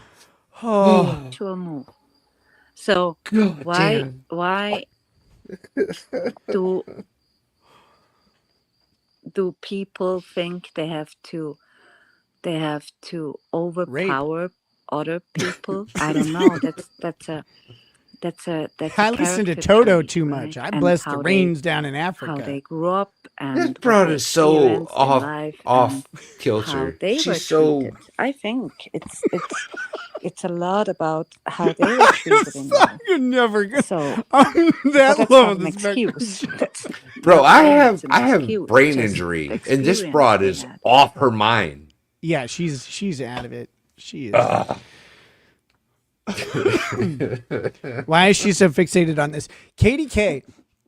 It was such a throwaway joke on Twitter. Like obviously I'm making just a joke, like because like I'm so tough, I'm gonna rape his mom. Like it's the most ridiculous thing I could think of to It's say. so ridiculous. These It's people, so absurd. They lost their fucking minds. They're like, this is the worst thing anyone's ever said. And I was like, I got a list of quotes from me that are way worse than this. You know, there's got to be someone else. The problem with these girls and Kate Peters especially, and there's a group of them that are all a group of them. You said Kate Peter. Yeah, her particularly, I think has learned that she can make some money online with this whole thing, and she's taken up a stance to be anti-TurtleBoy as soon as that whole relationship went south. And then as that TurtleBoy and her drama is fading because she's a fucking idiot in that situation, now she's looking for other targets, and you're a big target, I think, especially since you're coming back, to regular streaming. And that I think has got a lot of people really bro angry. Bro, they're like, no, he's supposed to be done. He's supposed to be gone. It's you were supposed to be gone a long time ago, you piece of shit. Why aren't you gone? They should have learned a long time ago. I'm really bad at doing what I'm supposed to do. Shelly C says, I have officially pissed your pants laughing right now. Shelly, that's very forward. Like, how did you I had to pay extra for that, you lucky son of a bitch. SF, aka SF, says, well, Nick's nose is a big target anyway. That's true. You haven't seen Kate Peters' nose. I don't even need a working penis. I sent you the image, bro. I know. I don't want to pull it up. It's hideous. I didn't say it was pretty when I sent it to you. Dragonfly says, please tell me you're going to wear the Pope hat during the aforementioned activities. The power bottom raping? Yes, that's what I will do. Thank you, Shelly C. And thank you, SF, aka SF. I read those, but I wanted to show them on stream. So let's get back to this. This is some good stuff. And then they think, okay, I learned. You guys are amazing. We have 1,646 likes on the stream. You can overpower people. Hell yeah. Make sure you hit the like, y'all. Sub up, share it. Hit the like an attorney's mom in front of a judge. Ricada, though. I mean, let's play this out again, totally hypothetically. Okay. We're out here having you're fun, in an y'all. alleyway and you're walking home from work. It's dark. Yeah. Maybe a fine mist of fog has gathered thick in the evening air, and you're walking down this dark alley, and Nick Ricada pops out. You son and of a bitch! He's going to rape you. I do all my raping in a courtroom. I don't do it in an alley. What Time am the I, poor? fuck out. Time out. If Nick Ricada jumps out at me, the last thing in the world that man's going to accomplish is a raping. I've met him in person. Have you seen the shoulders on this guy? If there was, you're going to see the shoulders I next time I watched see fish in that aquarium that were more capable of raping somebody than Nick Ricada. You're going to test is your outlandish. Theory. I'm coming to Tennessee. What are the odds that he overpowers you? I mean, he's a man. I'm a woman. He's very small and frail. Yeah, I don't know. He is. He is very small and frail. I agree. He just has to. All right, we're gonna stop talking about in comparison to you, but you've met me in person. Am I? I have. Small. I definitely have. No, you're not small. You're no, not and small. it's not like I'm not like massive, but I'm tall, so I'm automatically just bigger than people expect. Yes. It's honestly, I think you're probably maybe 2 inches taller than me. Maybe I'm 6'3". Debatable. Okay, close. The doctor says I'm 6'3". I'll give you 6'2". I was 6'2" and a half, and then I went in the other day and I was 6'3". So I'm like, I don't know what happened. That's just what the doctor tells me. But we'll say enough. we can Close say 6'2". Let's just say I'll compromise. 6'2". I'll compromise on 6'1". 5'1", 5'11", no 5'1". Yeah, so no. But no. Honestly, you are probably an inch or two taller than me. I'm 6 foot. You're probably an inch or two taller than me. I've got a couple pounds on you. I'm 185 pounds right now. I'm 185 pounds. Ooh. So, Ooh, I got a lot of pounds on you. I was going to say something. But it's funny because if you're like a 5'5" or 5'6" man, you're 50 pounds lighter than me. Yeah. Like that's if you're a woman who is not obese and your average height of 5'4" and you're not obese, you're 70 pounds lighter than me at that point. Well, 60 pounds lighter than me. Let's not do the math, but yeah, sure. 125 for a 5'4" woman isn't like it's not underweight and not overweight. So that'd be right in green light BMI. Actually be on the high end of like healthy weight BMI. So I'm way bigger than most people expect. And when they meet me in person, one of the most common things they say is, "You're a lot bigger than I thought you were." Because everybody sees me sitting down. I do have narrow shoulders for my height and all that stuff. Like I know. I would like to take credit for pointing out your narrow shoulders as many times as It's possible. never been done before. Yeah. I'm really proud of you.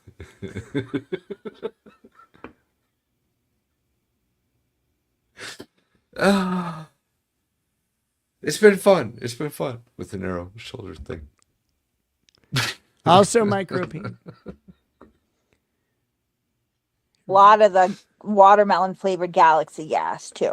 Just like keep that. Watermelon so, flavor specifically. I did this You've got like That's 3 racist. minutes where he's Don't do not that. even in his head. Don't do that. Like I think that you could. I feel confident that I could overpower him. Yeah, me too. I think that most of the females here could. I'm just saying. So like, I promise you can't. I promise you can't, bitch. I promise. I promise you can't. But I think I could overpower him. No, I mean, 100% not happening. I promise. She Not is happening. big though. She's not big. She's not big. I'm not going to say what she is I'm exactly. a feeder of women. I have seen that woman in multiple outfits. She is not big. She is also not fit. I wouldn't say she's fit. That's not a word I would say. She does not fit through doors. She's not fighting nobody. She's not pinning nobody down. We all did this self-defense course, right? we know the tactics and what we have to do. Women, self-defense courses are a scam. I'm just going to tell you right now. Get a gun. That's your self-defense course. Get a gun and shoot. If you think your little 120-pound ass is going to overpower a 200-pound man who's going to harm you, you're going to die. Like it's not happening. You have no hope. Ronda Rousey isn't you. And a 200-pound man can probably kick Ronda Rousey's ass. I don't care how cool she is at jiu-jitsu. Listen, women, I love you. I love you, women. I am a man that genuinely knows how to hurt people. Okay?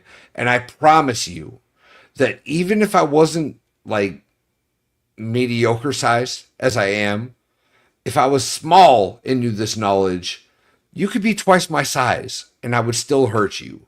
Women, get yourself a firearm, get yourself some protection that actually will protect you. These nonsensical firearm also. These nonsensical self-training nonsense where, I'll poke you in the eyes. Okay.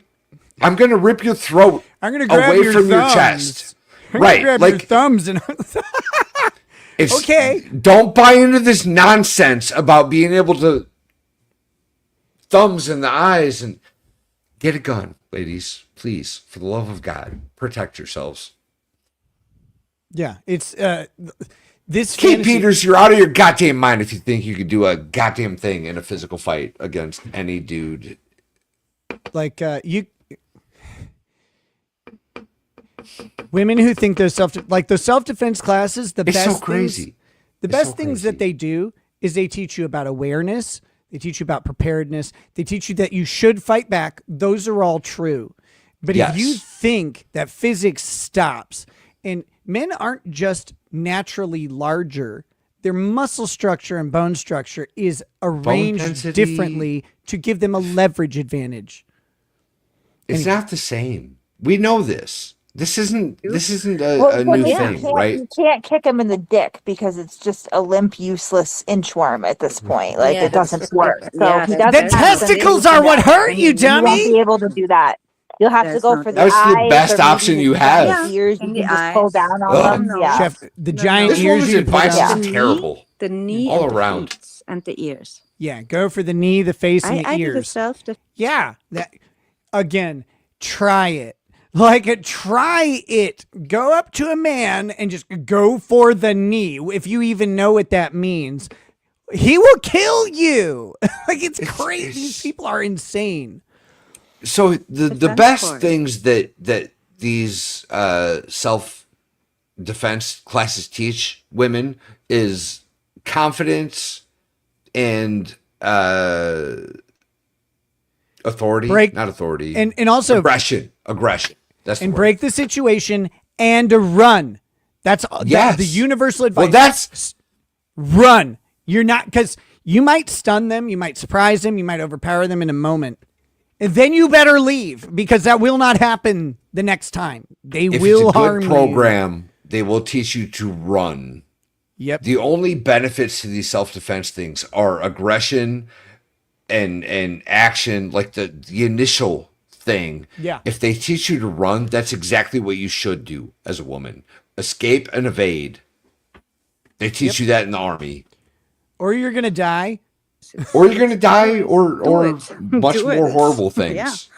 But if he's like, if he's a Excuse me for a minute. 6'2", 6'5" man, I'm not very 6'5". strong, you have no chance. You have no chance. You get raped. Sorry. No chance. You're going to get raped. Luckily, he's a little bitch. So that's, Right. you know, so. That's why If he has a what big you're mouth. saying, it's pretty That's much why like he has a big mouth and not a Yeah. big. Wait, hold on. monster. If you run If into a guy Nick that's 6'5", you're going to get raped? Is that what she's saying? Like you said, because you can't overpower him. So yeah, you're going to get raped. That's true. I also just found out that that's why I have a big mouth, is because I'm able to overpower and rape. Do you have a big mouth because you're a giant asshole who's been a cynical bastard your entire life? No, it's actually the rape. That's what did it. These bitches are insane. Kata had a dick that worked and was an actual man-sized man, then these would be credible threats, pretty much, right? Like, Right. but he's If not. I was a so man-sized it's man. sort of like, you know, you ever had like, you know, like a toddler get upset at you and they're just learning, you know, the world and consequences, and they say something outlandish like, "I'll send you to jail," and it's like, okay, buddy, yeah, don't arrest me. I didn't say I was going to right? send you to That's- jail. That's how I feel about Nick and rape. But How it's do you wicked feel edgy. Don't about? get How like do it you was feel? How do so you edgy. feel about So him? edgy. Nick saying he's going to rape someone is like a toddler saying they're going to send you to jail. Then why are you mad? Then what are you mad at? If you know it's not serious, if you know it's not true, if you know it's impossible because I have a broken penis or whatever, what possible reason could you have to be angry? Attacking you right now? Well, if I didn't want that to happen, I wouldn't have been tagging him. Okay. Oh, she wants me to I attack mean, you her. have a Gross. thick skin. That's. I mean, He's you, a dickless junkie. Out of the list of people in this world that can like insult me and have Right. it mean something, he's right. very low on He's on a the loser. pyramid. Then why does it bother Let's be you? real. Yeah. Yeah, I agree. And I never, I mean, even before Karen Reed, I knew of him. I saw him from the Johnny Depp trial, and I was never watching him. I couldn't. It was Nicola Maxwell, you lied to me. You lied to me. You said I caused this and that she used to watch here. I think you said that. Maybe someone else said that. You said someone blamed me. She said that she never watched me, so I believe her. It's not my fault. it was always like weird. I never liked him. Good. You knew he was a deviant from the jump. So did I. Nobody ever questioned Nina's Just weird. intuition. Just weird and I don't know. I don't know. Super weird. Because back then it was him. It was Legal Eagle and Legal Bites. Or Bites, something with Bites. Legal Bites, I think. Yep, that's who it was. She's They right. were the three top shot. They were the only ones, the law tubers. Yeah, actually, we were all of it. It was just us three. Actually, right at the But beginning. I never liked it. I never. Right at the beginning, it was just me, Legal Bites, and what the fucking, what was the other one? I forget Devin's name. Legal. Yep, that's it. She's got that history correct. That's why I'm talking about court TV and law crime, because I watched trials only on law crime and court TV without any commentary. So it all started with the Johnny Depp trial, with the commentary, and he was the OG. He was one of the OGs. He was there. One of the OGs before that, as a one of the OGs. Bitch, I was the OG. He was one of the OGs. He was there. Oh, okay. That's amazing. One of them. Tricky Rich says, my super tip was muted on replay. Oh, fuck. I will replay it. Just a second. And then what did Kristen's parrot say? Valhalla, you're in shape. Round is a shape. Here, while Valhalla's gone, because if he's here, it'll echo. But he's gone now, so this will be perfect. I'll play this. Sorry. These crazy broads are reading way too deep into this. If I didn't know better, I'd say they're trying to take a strap onto your booty. Straight booty gooning it. Also micro peen. Straight booty gooning it. There we go. Thanks for letting me know that. I'm sorry to have missed that. Yeah. You always wonder why, like, some of these people take some of this stuff so personally. And when I have a feeling you guys will never, because I can't even explain it. I can't even begin to get you there. You guys will never understand how angry a bunch of women were when they heard about my extracurricular activities. And a lot of their anger didn't make any sense because it didn't have anything to do with them. And then I realized, I think for a good chunk of them, that was maybe the problem. I think that was maybe the problem. I got to update the micropene counter. I haven't been keeping track. How many is it? I think we'll estimate that it's about 6 now. I think we've had about 6 micropenes. But it's one of the, like, I don't mean to be that way, but it's one of the only conclusions that makes sense, because, like, the level of anger over something that completely didn't affect them in any way was palpable. Palpable. Okay, here we go. Oh, shit. Digital Boone says, the irony is that Nick has pulled himself out of deviancy, which is a feat in itself. You have removed yourself from your former lifestyle, Nick. What former lifestyle are you asking about? Like, because there's a lot of aspects to my lifestyle. Am I monogamous and off drugs? Yes. You know, like, yeah, I mean, Yeah. I know. Other than that, I'm still a That's complete why, deviant. that's why I don't know how TurtleBoy and he's connected. Lauren De Laguna. That's how. And God. like, I mean, it's not hard. I brushed up against law too with the Chili De Castro thing, right? Like, so like I'm aware of like potentially criminal. He was in my Discord server at one point. Gross. Like I was never really that interested or impressed with law too, if I'm being completely honest. But Nate the lawyer, I knew him. Nate the through, lawyer. Yeah. Yeah, I remember when he had a smaller channel. He was very Yeah. friendly with my friends AZ and then Team Skeptic. And then I went on law talk with Mike once. I don't really even know why I did. But You're I fat was just and like, dumb. if I need That's a lawyer, why. then I'm gonna call a lawyer. You know what I mean? I'm not gonna like probably don't want to listen to one that just sits on YouTube all day. You know, instead Right. of like being the guy that you call, which isn't all of them, I suppose, but it is the vast majority Mm-hmm. of them. Mm-hmm. I'm impressed with it. Yeah. Yeah, I mean the true crime community, it's very I always thought, like, I mean, I live in Switzerland, so for me it was always like, oh, Cheerball it's says the huge, boys right? taught me that the True grapers crime are cowards community that is will huge, but beg it's if you not. take away their power.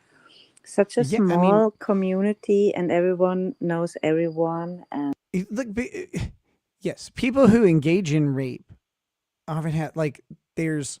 I'm not saying that their behavior is excused. It is not. It is not in any way ever excused. But there are explanations often for why someone does something so deviant, so beyond either, you know, like a mental illness, you know, some sort of issue in their upbringing. I'm not saying like, again, nothing justifies this behavior, but people learn its acceptability or learn amorality or learn a lack of empathy somewhere, like it occurs. And it's not just rape. Anyone who engages in violent crime tends to have something that got them to violent crime. And normative behavior doesn't involve that. The wild thing is like, some people think that like a system of laws and government is what keeps us peaceful with each other. But most, you know, throughout most of human history, the overwhelming majority of human history didn't involve laws and government, and we got through it. Now, certain things were more prominent and less prominent, but it turns out within a community, within a self-governed body, even if there's no government and no police, murder, rape, and stealing are all problems. And people who do them get killed by the other members of the community. They took out the trash. We offloaded that to law enforcement because it creates an organized system that is predictable. It prevents vigilante justice and blood feuds to some extent. Like that's the purpose of our policing system that we have now, is to kind of organize and standardize the observation and enforcement of crime. But most of human history didn't have that. And they still, like, I know TV shows, you know, try and exaggerate. They weren't engaged in mass murder all the time. People still don't murder without an organized system of government most of the time, unless they're atypical, unless something brings them to that, because that's what causes this. Most people don't do it because they recognize, I don't want to be murdered, so I'm not going to be a murderer. And that's how most of humanity has operated for most of history. I disagree. I've seen parts of the world that are in absolute chaos. Yeah, and yes. In those parts of the world, okay, I'm not. No, you're right. But what are those places that are in absolute chaos? Those places have organized power structures. Those organized power structures are usually behind most of the violence. Sometimes it's government, sometimes it's a replacement for government, like gangs, cartels, etc. Yeah, warlords, ethnic groups, etc. But what I'm talking about is human history and these tribal cultures survived somehow. They did it without a government. And I think the government system is in some way, like obviously in many ways preferable, at least on this front. It's more effective. Oh, it's 100% preferable, 1,000% preferable. But because in the vacuum of authority and law, then chaos and warlords ensue, and that's when things go to shit. That's when people get kidnapped and held for ransom and murdered in the streets anyway, regardless of the ransom payment. And that's the rapes happen not in front of judges. Yes. Even if Nick's not there, they happen. That's crazy. They go after each have a other. monopoly on rape. It's it's a Shark Tank as well. It's really like that's It's a the thing Shark about the internet and YouTube and these platforms is they become very like tribalistic, right? So you have like we were very just talking small about this. pockets of it. It's a big platform, but most people only inhabit a very small space. Not then I look Kate. at something like Netflix, right? Now Netflix, She's never inhabited a small that space. is She's the got a big largest streaming space. service She's got a big in space. the world. Mm-hmm. Like 300 million people.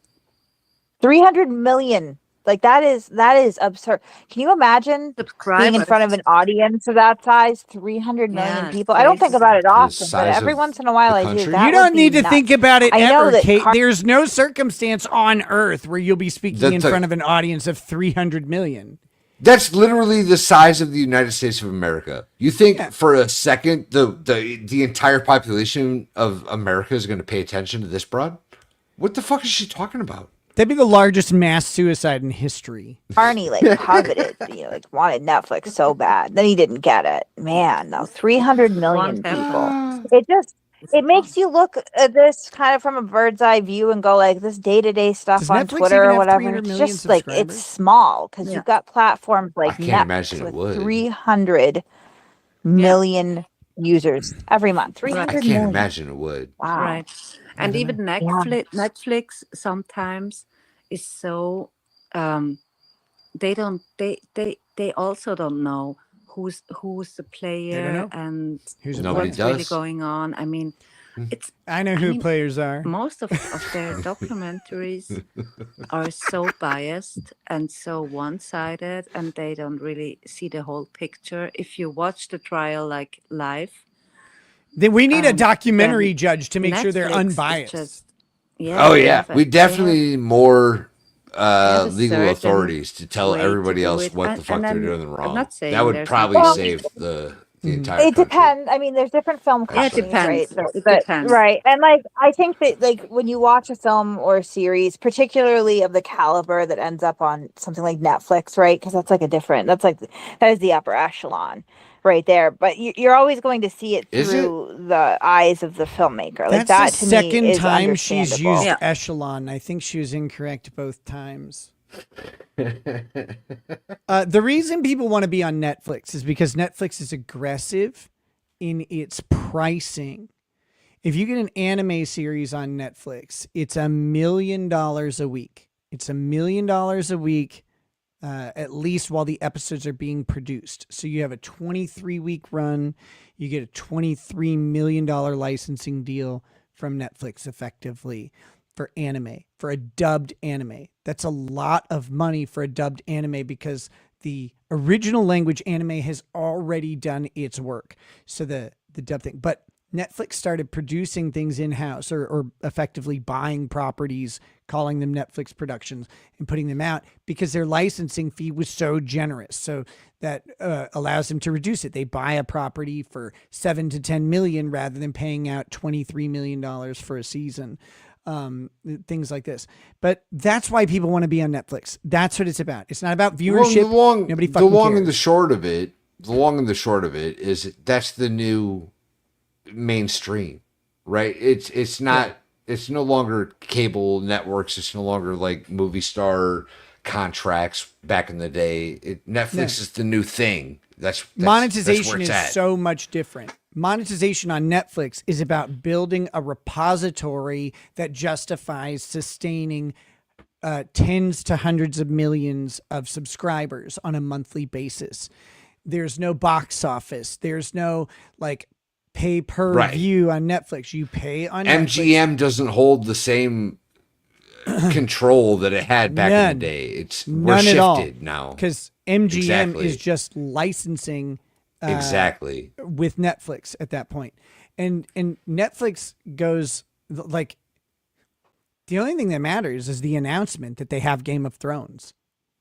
Right. The second season of Game of Thrones doesn't get new subscribers for Netflix, nor does the third or fourth or fifth. They've obtained rights to Friends for the next 5 years. The overwhelming majority of Netflix shows or Netflix produced or Netflix licensed shows have a 3 to 4 season shelf life. Going beyond that is it turns profit negative for the majority of shows because they're not signing up new people. People are not newly excited for shows 4 and 5 and 6 seasons in most of the time. The ones that do are anomalous.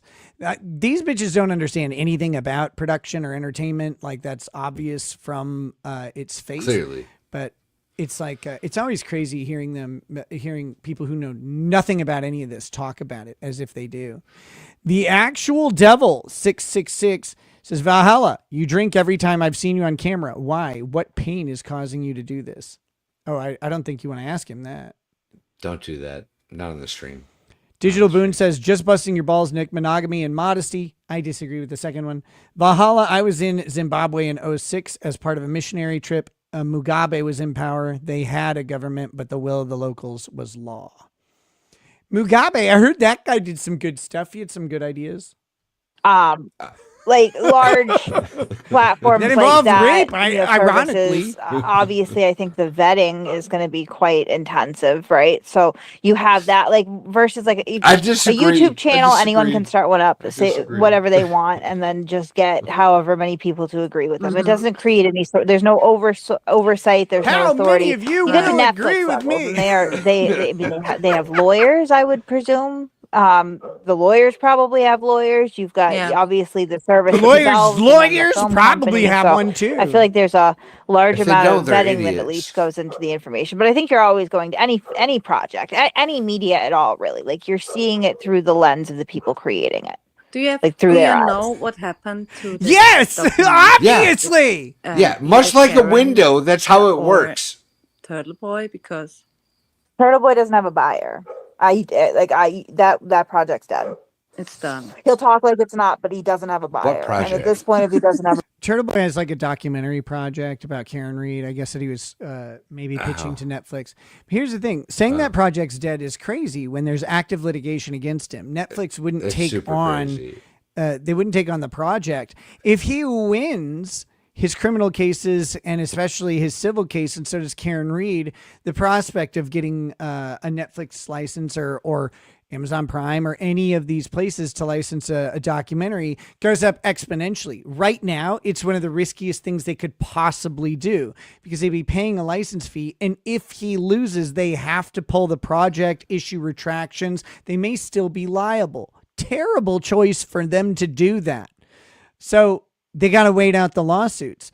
Now, do I think the project will reignite after that? I have no idea the quality of it. Who knows how long it will take? If this is a 3-year civil trial, then no one's going to be interested by that point. Not sufficient to justify a Netflix contract. But like for them to just be like, oh, it's just dead. It's like there are so many reasons why no company can touch this logically right now. At the moment. Right. At the moment. Thinking that this project is dead is absolutely asinine.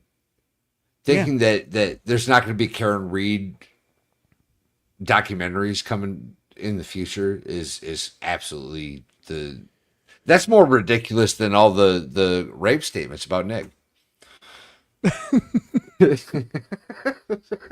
Like everyone saying they don't want to. buyer. No, I'm serious though. Amazon Prime has bought a Karen series. HBO Max has bought a series. Netflix has their series coming out. Like, so what major streamers are really left at this point? And I know that he was turned down by. There's like 9 that you haven't listed that are major. You've got Hulu, you've got Amazon Prime, you've got any of the sub channels that you can get on Amazon Prime. You have what's the free one produces a ton of movies and documentaries. What the fuck is that one called? Europe. What? Europe? No. It's a streaming service. It's there's a free streaming movie service where they run ads on it, and it like they get tons of so like you'll notice a lot of these services have overlap in what's available. Because like there'll be big licensing deals with studios. That They kind of shop sell them everything back out. and forth. Tubes. It's not Plex. Tango, Pluto, might be Pluto. Disney. But you guys are mentioning a bunch of different streaming services. So what other streaming services are left? I don't know. Infinity. It's 2026. You can That's start kind of the point, though.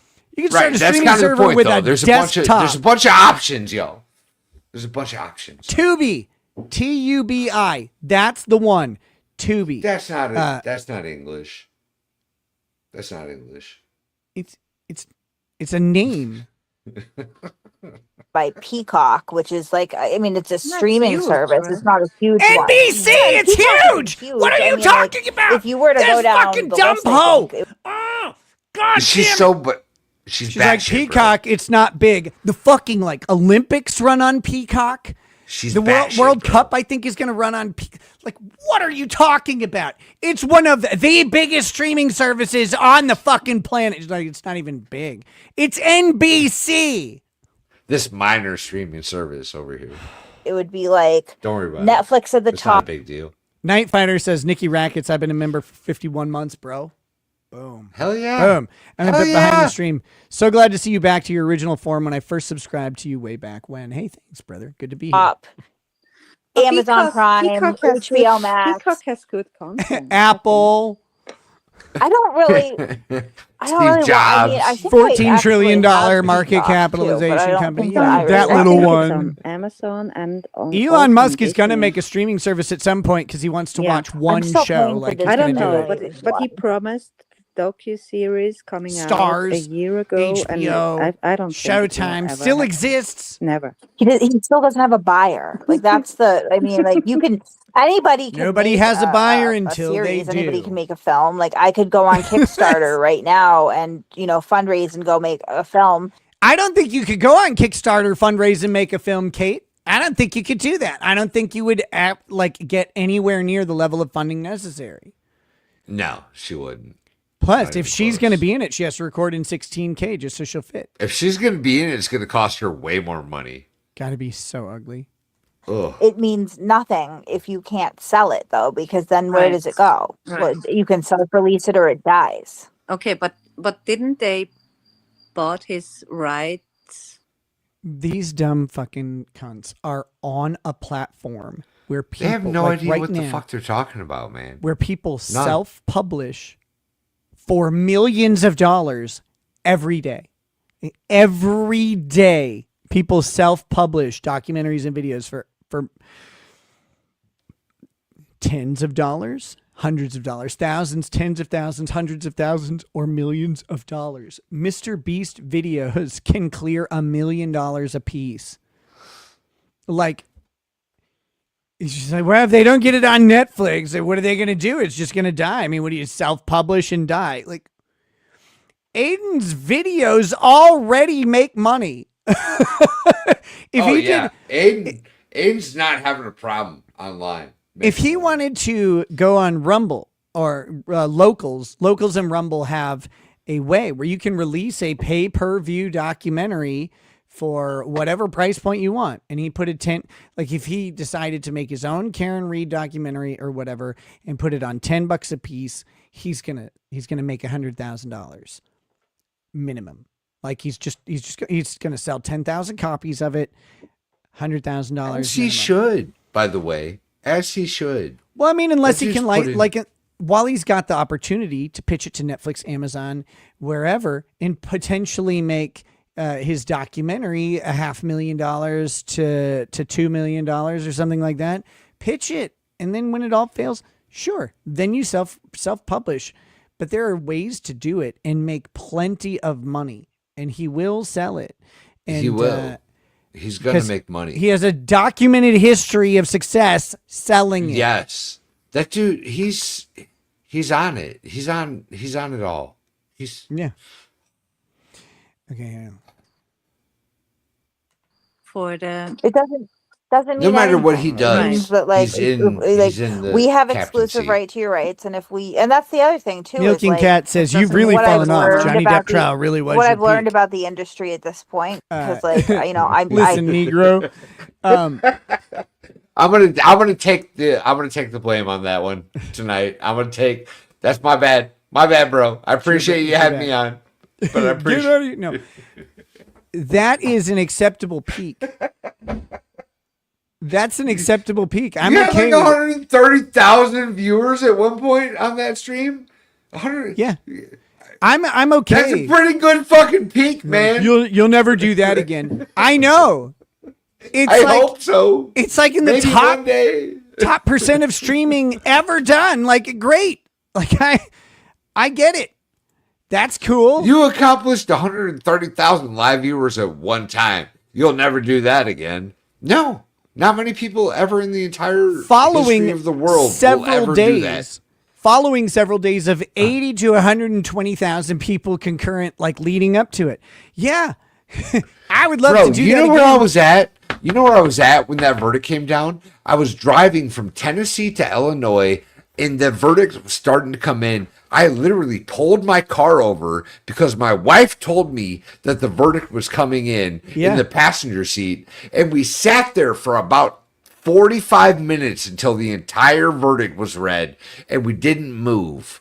And then we finally, after it was done, and we cheered the celebration of Kyle Rittenhouse's fucking freedom. Yeah. Then we finally drove on to our destination 8 hours or some shit up north. Yeah. Because it was a moment. It was a moment in time. If I get It was a moment in history, not time, history. That was a change. That was a turning point. Without a difference. That was a turning point in the legal direction that this country was taking. This country was on a path that wasn't gonna. Oh my God, Nick. Oh my God. No, it's cool. It's but like people have used that quote unquote insult at me. Nobody wants to hear me fucking rant. I'm sorry. And they're I like, apologize. They're like, oh, you really topped out on these things. It's like, yeah, like probably. I mean, I hope I get to do it. What a fucking milestone. Hope I get to do it again. What a fucking milestone to tap out on. But it's like, yeah, I may never break that, and I'd be okay with that. I'd be okay with that. I'm okay with creating a genre of entertainment, like twice. I'm okay with doing that. It's cool. I'm quieter about my moves, but I do make them, so I have a secret double life quiet here. about my moves. Always. not that secret. I've but, seen your apartment. Filmmaking in general, and it looks like a popsicle stick project I made in 5th grade. Standard to pay a contributor in a documentary. It is largely viewed as tainted and unethical if you do that. Now, if there was any question that there was. Unethical? This bitch is saying, "Oh, it's not standard to pay a part like someone who appears in a documentary. You're insane. Why would people appear in documentaries? For the purity. Yeah, a couple, but there's no way you're getting people to expose themselves to public scrutiny, public ridicule." A public anything. They pay people to be in documentaries. What are you talking? These are people that know nothing about this business, and it's crazy. Meanwhile, this broad shows up on YouTube expecting to get paid every Meredith time she O'Neill shows killed up. That because I believe I've seen his contract now. So they are, attempting to purchase his rights. Of course, they have to make money to pay him, and they're not. But just the fact that there's a financial incentive tied to a contributor is going to turn most reputable streamers off immediately because it's just not something that's done. Literally, no. It just is something that is done in every documentary.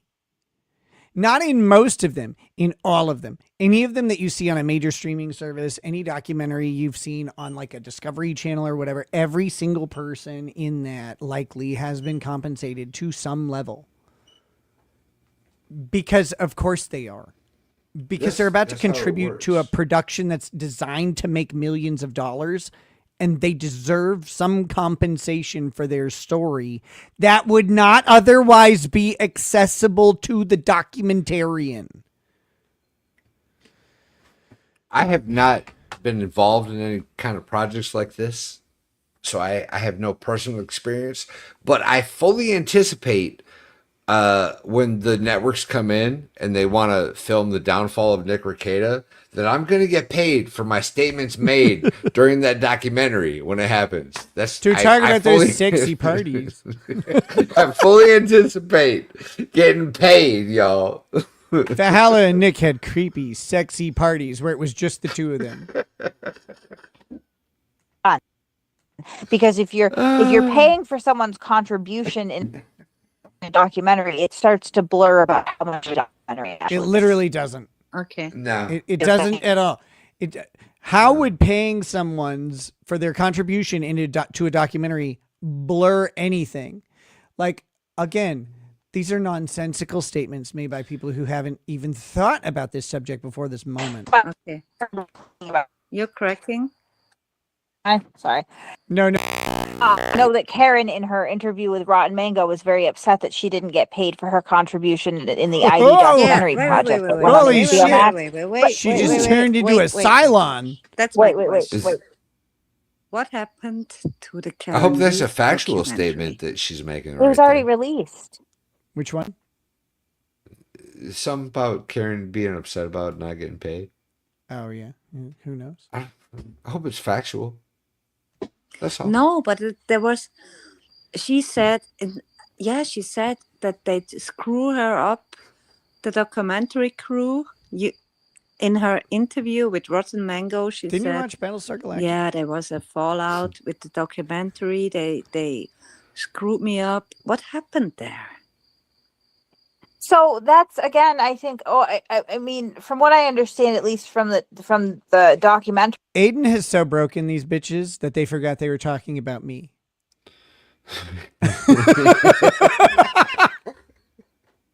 Yeah, what happened to that? I thought you were. They were talking about me. All of a sudden, they're like, "TurtleBoy. He's making a movie. He can't make a movie. He can't sell a movie." Their entire existence is hating TurtleBoy. Yeah. Anybody related to TurtleBoy, they hate them.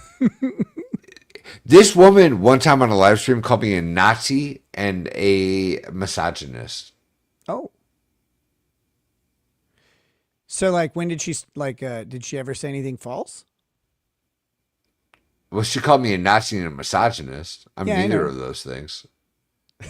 So, yeah. Well, thanks for stamping out my joke like a bad campfire. Thanks. Arguably, I guess she might have been right on a couple of those.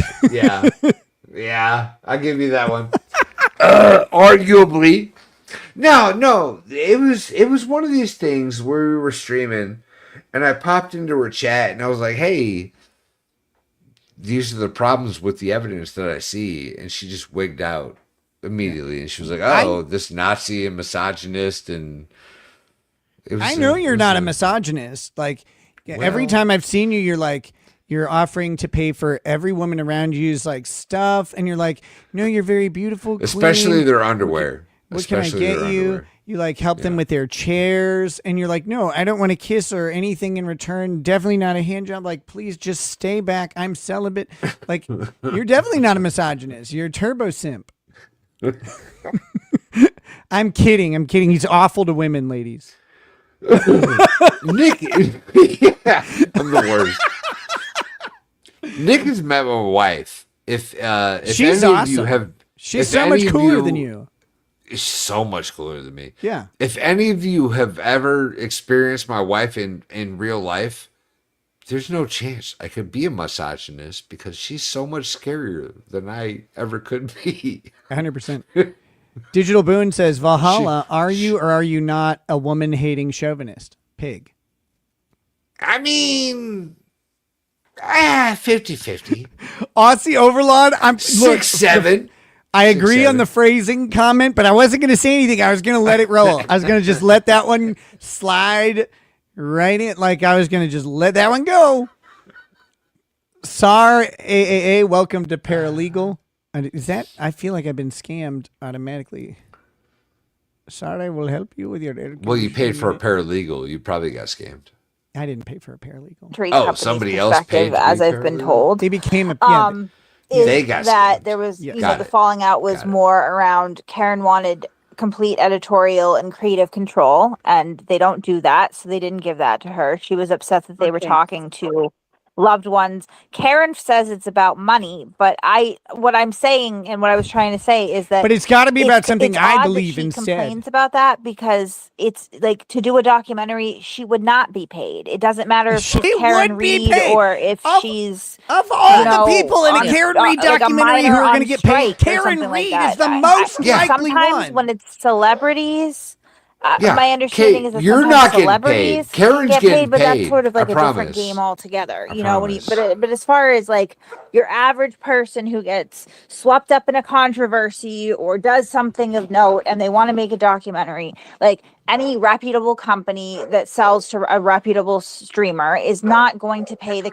What reputations do you know of at all? All these people get paid, dummy.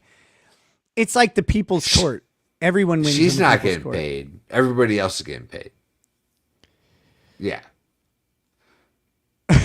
Karen Reed's getting paid. Aussie, thanks for looking out. It was necessary. I like it. Contributors, because it Aussie's just blurs that line you. too much. Yeah, because So- she talked about it in the Rotten Mango interview. That's right. I like watching you try and find his comment and read it. Yeah. Well, I can't see anymore. I need glasses, and I haven't gone to the doctor. So. Oh, really? Like your eyesight's going bad? Yeah. That sucks. Yeah. Mine went bad in college. No, I started. Well, I'm 42, 41 years old, and they tell my you. eyesight's starting to. I got LASIK several years ago, and they tell you, they're like, oh, you know, your eyesight's going to go bad again, so like you might want to bounce out if it's worth. I don't care if I had LASIK for a fucking day. It's worth it. God, it's beautiful. I haven't been to an eye doctor since I was in like middle school, and it's definitely getting worse. So yeah, I don't know what that means. I noticed exactly. when I was in college, and I was like, why is this fucking loser professor not like get some new whiteboard markers that actually show up? That son of a bitch. And then I walked forward and I was like, oh, those are bright as fuck. I just can't see. No, I got some readers a couple of years ago, and they're oh, that's cool. Did you get a walker too, old man? Shut up, bitch. Shut up. The whole documentary crew was following her. Got a Kia Sorrento that came with and us. then something happened. Still got my Dodge with Ram, them, and motherfucker. they screwed her up, whatever. Rams are cool, man. And I was like, huh? What do you mean I love that they truck. screwed you I up? love it. I mean, how could They're like how could they apartments screw on you wheels up? now. I They're don't so know. fucking nice. I don't know. My next car will be a truck. It should be. Yeah. It should And I'm be. like a little bitch. So it's not like Agreed. because I'm manly or whatever. It's just they're so fucking nice inside these days. 100% agree with everything you've said in the last 10 seconds. Yeah. They've made them nicer than most SUVs. And it's like, holy You've shit. seen my truck. You've seen my truck. Yeah. I know. Yeah. Digital It's Boon. good. Wait, I know I read the chauvinist pig one. Okay, I thought I missed it. I don't know. My bad. Someone has to explain that to me. I just Yeah, think someone that's has to what explain it is. to you 'cause you're a From stupid the bitch. filmmaker's perspective, Who is this chick? breakdown Does she of have the a following relationship at all? I don't know. Her I've never her heard of this tweets chick get nothing. ever. Her tweets get no interaction at all. So I would Okay. say no, she doesn't have a following. But this one had 2,200 people tune in because it's about me. 2,200 people? Not live. Okay. So live, who knows how many, but over the course of its existence, which was on May 22nd. So now 8 days later. Not that long. Week. 8 week days plus. later, 22. That's pretty good 22 people. views. 2,200 people. That's pretty good. There's nothing to view, so it's just listening. That's fair. That's fair. I'll give you that one. But yeah, so Fair enough. no, but okay. Do you know about the crazy lady who's trying to rescue my children from me? She goes by a timid tiger, or timid tiger on Twitter. This is one of the two people who got to see my body cam footage. Okay. When the court illegally released that, or not released it, but made it available for people to come in and see. She saw one of the videos, or maybe two, I don't know, and then another person did also. She comes to most of my court hearings. when Lady Rackets had court, she came to most of those hearings. And then she always like, she says like I have an evil, dark aura and presence around me. Cause He does. 100% guaranteed he does. Aura is dark AF. So the story is she came to one of Lady Rackets' criminal hearings or like her arraignment or something. And almost no one was there. So it was just this lady and a couple other people that like I didn't recognize. So I went out of the courthouse and I waited and I took a video of every single person. That chick. Yeah, she got really mad about that. Well, I've then seen like that chick. then I learned her story and I learned that her parents were drug addicts. And I believe the story is that they may have touched her inappropriately during that. And so the next hearing where I saw her, sorry for you. I went up to her and I said, hey, I wanted to kind of like clear the air and apologize a little bit. And I said, can I sit down next to you and we can have a conversation? This is at the courthouse in the hallway in front of everybody. Like, and I sat close enough where I could talk to her quietly, but not where I was anywhere near touching her or anything like that. And I sat down and I said, thanks. And I said, listen, we got off on the wrong foot. A bunch of people had been coming at me and my wife. I didn't know who anyone was. And so I did go ahead and take that video of you and stuff. But I've learned about your story and I wanted to do a couple things. One, I wanted to kind of reset things with you. And two, I wanted to let you know that none of your story happened in my house. None of that has happened. My children were not exposed to anything like what you went through. And I just wanted you to know that because I know that you care. She goes online the next day and is like, he towered over me. He loomed over me and he forced his way to sit down next to me. And then I've seen Nick in person. He has never towered over anybody in his entire life. Not once. This never happened again. No, and then she's like, he just has this evil, dark presence about him. And I'm like, I was the nicest dude ever. Honest to God, y'all. This is that is absolutely absurd. Absolutely absurd. There's no I've hung out with Nick, y'all. That's not I literally want everyone around me at all times to have a good time. Like that's it. You want to understand and he goes my out of personality? his way to make sure that everybody is having a good time. I give hand jobs to everybody. He's gave me 3 in the last 17 months or so, I think, maybe. He really does, though. Like, that's not Nick. That's not his attitude. That's not Nick, y'all. Anyone who's hung around me knows immediately. The only thing that's so ridiculous. When everyone's having a good time, I'm having a good time, and there's no reason to do anything else. The only time, like, I've been at clubs and shit where people start to get like a little testy or whatever, and I'm like, hey man, let's calm this down. I'll buy you a drink. This is not a big deal. Like, and it always believe gets it or out. not, I've never been in like a hostile situation involving Nick. Believe it or not. I know that might be a little hard for most of you to consume, but no, it's never happened. We've always just been the coolest and also more than coolest. Like honest to God, Nick has always been the epitome of melancholy. Hello Lovely says, what about the ladies? Do we get a fingy? Everybody gets to have fun. That's all I'm saying. I got 10 of these bad boys. Just depends on how close you want to sit. All right, here we go. Heard because Karen was upset that she wasn't given full control over the final edit. And because as part of the control that she didn't have, they spoke to friends and family of John. I don't know how much O'Keefe, longer I can do this. This she is did so not gay. want I might be too drunk. So Karen didn't want that to happen. That's the filmmaker's perspective. Yeah. Karen is claiming it's because of money, but it doesn't make a lot of sense to me. Sunderwear says, I'm a dude and I'd rather have a fingy from Nick. That's true. My fingers are very soft. My palms can get kind of rough. He does have soft hands. He does. parents claim because number one, you do sign a release, right? I gotta to go. do I gotta something, go. everybody has I to gotta sign- go. Listen. Get out of here. Yeah, I gotta go. I would like to say though, sir, that if you're not familiar, okay, The Lego pause thing. on the Lego thing. Yeah. Don't worry, you're already $200,000. 200. $200,000. That's like 1/4 of my wife's Lego budget. No, I'm just kidding. No, that's a lot of money.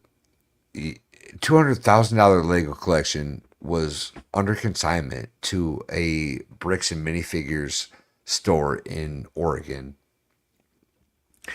The owner of the store moves out of the country because her husband has a job out of the country, right? Okay. The second she makes the phone call to corporate and says, hey, we're moving out in a couple months, corporate takes over the store, Locks the doors. takes control of the consignment, refuses to pay this man his money or acknowledge the fact that he has $200,000 worth of Lego in his store. It gets crazy from that point on. And I love this story me and Dave are covering it on Sunday. We're going to get into all the details. Everybody's seen it. I'm sure you've seen at least something about it at this point. People have been telling me about like little bits, so This story forward is to learning. absolutely crazy, you guys. On Sunday, me and Dave MLS are going to get into it. If you want to come check it out, please do. My channel, his channel, a bunch of other channels. Nick, I love you, buddy. Love I you really too, do. brother. Been too long. That's my fault. It has been. That's my fault. Yeah, it is. It's 100% your fault. Yeah, no, Yeah. 100%. So like, with the end of the school year and like just a bunch of other shit going on, I know I've been unreliable on streaming. No, I'm not apologizing. I'm just saying. I know I've been unreliable on streaming, so I wasn't inviting a bunch of people on because I might have to cancel the show at the last second. I hate doing that. So I'm not blaming you for it being your fault. I'm just acknowledging that it is in fact your fault. Yeah, I'm here, buddy. I'm that's here. fair. I'm here. That's fair. Now get off my show.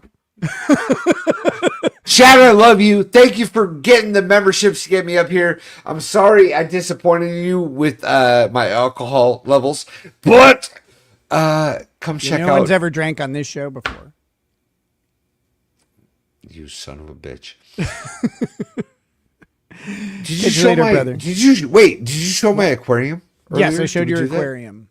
Oh, it's such a good aquarium. I remember I didn't know if I couldn't see the water, so I thought it might just be like for You're right. a lizard You're right. or something. I told you I was drunk. I love you all. Good night. Later, Nick, brother. love you, buddy. Peace. Guys, with the exit of Valhalla, I think I might be about the same place. We're at almost 6 hours, like really close to 6 hours here. And I think that's a good place to be. Kaufman says, I saw you in Vegas. People were pissed off at you because you were having fun talking with everyone and wouldn't start the show.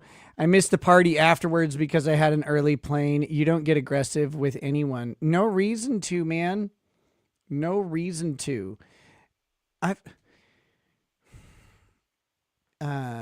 Lady Raggets and I went to the Gay 90s one time. We went there a lot. And they would do these like theme nights, and one of them was glow night. So they had they had several different like bar areas that you could go to do different stuff. And one of them had black lights. Like the whole thing is black lit up. So you wear like black light, favorable clothing and colors and stuff. And you go in and everybody's lit up and it was all cool. But it was on like a Thursday. So no one's there. There's probably 15, 20 people in that bar. And things were like, okay, but they're a little low energy at first. So like, I'm like, hey, lady, I'm going to go buy everybody drinks. So I'm going to be buying a bunch of women drinks, but I'm also going to be buying a bunch of dudes drinks. I'm just going to buy everybody in the area drinks because like we need to get something going up in here. We need to get people like excited and stuff. That's the kind of shit I want people to be excited and happy and having a good time. And when you're at a club, like a dance club, the way you have a good time is to drink. That's a big part of it. So like, that's that. So these people are insane where they're like, he's menacing, he's evil. Like, okay, like I guess. But if they were around, I would buy them drinks too. And I don't think I can on probation buy people drinks. I don't know how that works. But either way, like, I don't care about any of this stuff. Like, I don't care. I want people to have like a fun time. So I can't wait, by the way, when I'm off probation, I know like that I can do stuff like buy people drinks, whether I'm drinking or not. Like, I haven't decided what life will be like after probation, but whether I am or not, I'll be able to be around it and like purchase it I plan on having a great live event where people can come and hang out and we're just going to have a blast. Like, who fucking cares about all this stupid stuff? So, all right, guys, I love you all inappropriately. Thank you for hanging out with me tonight. Thanks for always making everything amazing. 109 members. 109 members, which is, wait, oh, shit. What's up? No, I fucked up. I fucked up so bad. What'd you do? Next week, we have the Dollywood field trip next week. Yeah. I need to plug it. I'm such an ass. Isn't that in like 2 days? Like 2 days? Like 5 days. Like 5 days. No,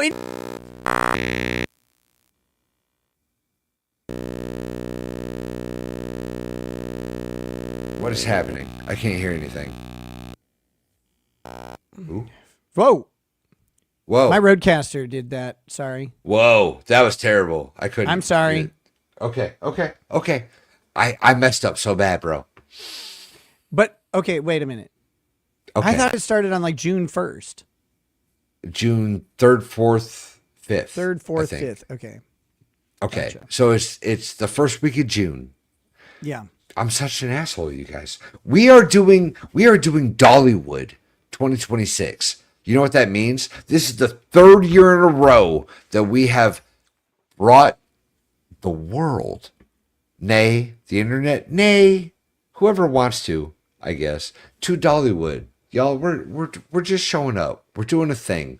We're doing a meet and greet without paid tickets. We're showing up at the Dollywood on June 3rd, 4th, and 5th, which I believe is the Wednesday, Thursday, and Friday.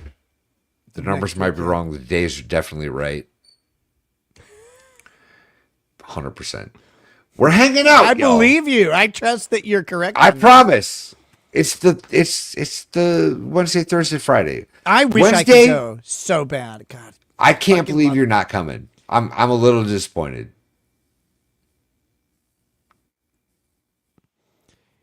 Everything's fucking up on my end. My son's graduating high school. Oh, that's right. Yeah, right. I didn't know about it until today. So,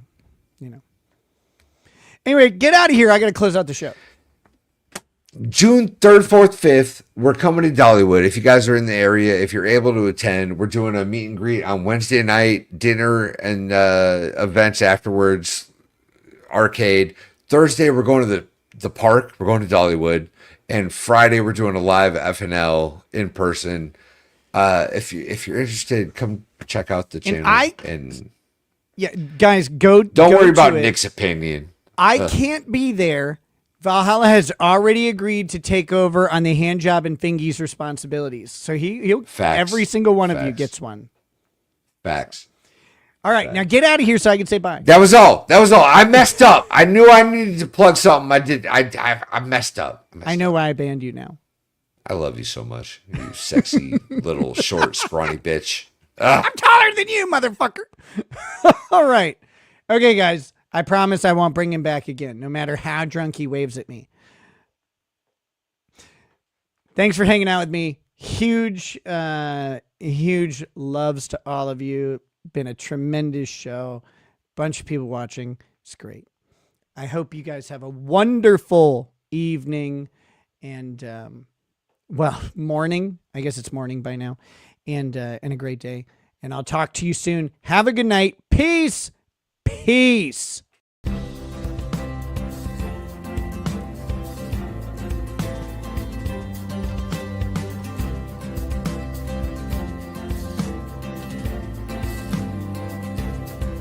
Oh, he drinks a fair bit, but you realize that it just helps get his noggin jogging along. With his glass by his side and his kids asleep tight, we'll hear some lost-plaining tonight. With his microphone muted, we'll laugh at this boomer until he explains it's all part of the plan. Watch his face become redder as he becomes madder, raging at idiots from Twitter and Erlang. From the white shores of Maine to the hills of Glenlivet, there's no one who explains the law better than Nick.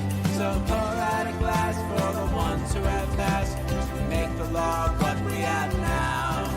Oh, his lady is fair, and she handles herself with the grace of one who has borne many children. As the wife of a lawman, she makes sure that he has the time and the place to provide for them there. So pour out an Ardbeg, a bow, more of that Freud. The spirits flow as the ones who get unemployed. So pour out a glass for the tea post on Twitter as we hear lost blaming tonight. From the white shores of Nairn to the hills of Glenlivet, there's no one who explains the law better than Nick. So pour out a glass for the ones who have passed to make the law what we have now. Oh, the guests are all plentiful, from Dante to Drexel. They bring their perspective and spice to the mix. But the reason we're here and the one that we cheer is the one who is showcasing us his career.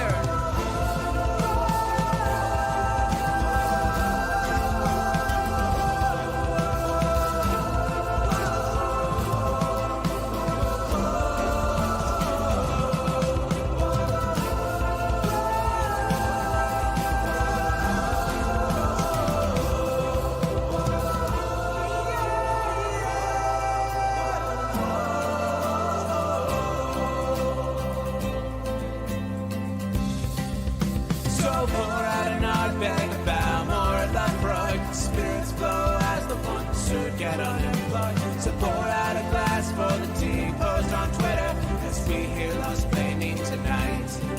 From the white shores of Nairn to the hills of Glenlivet, there's no one who's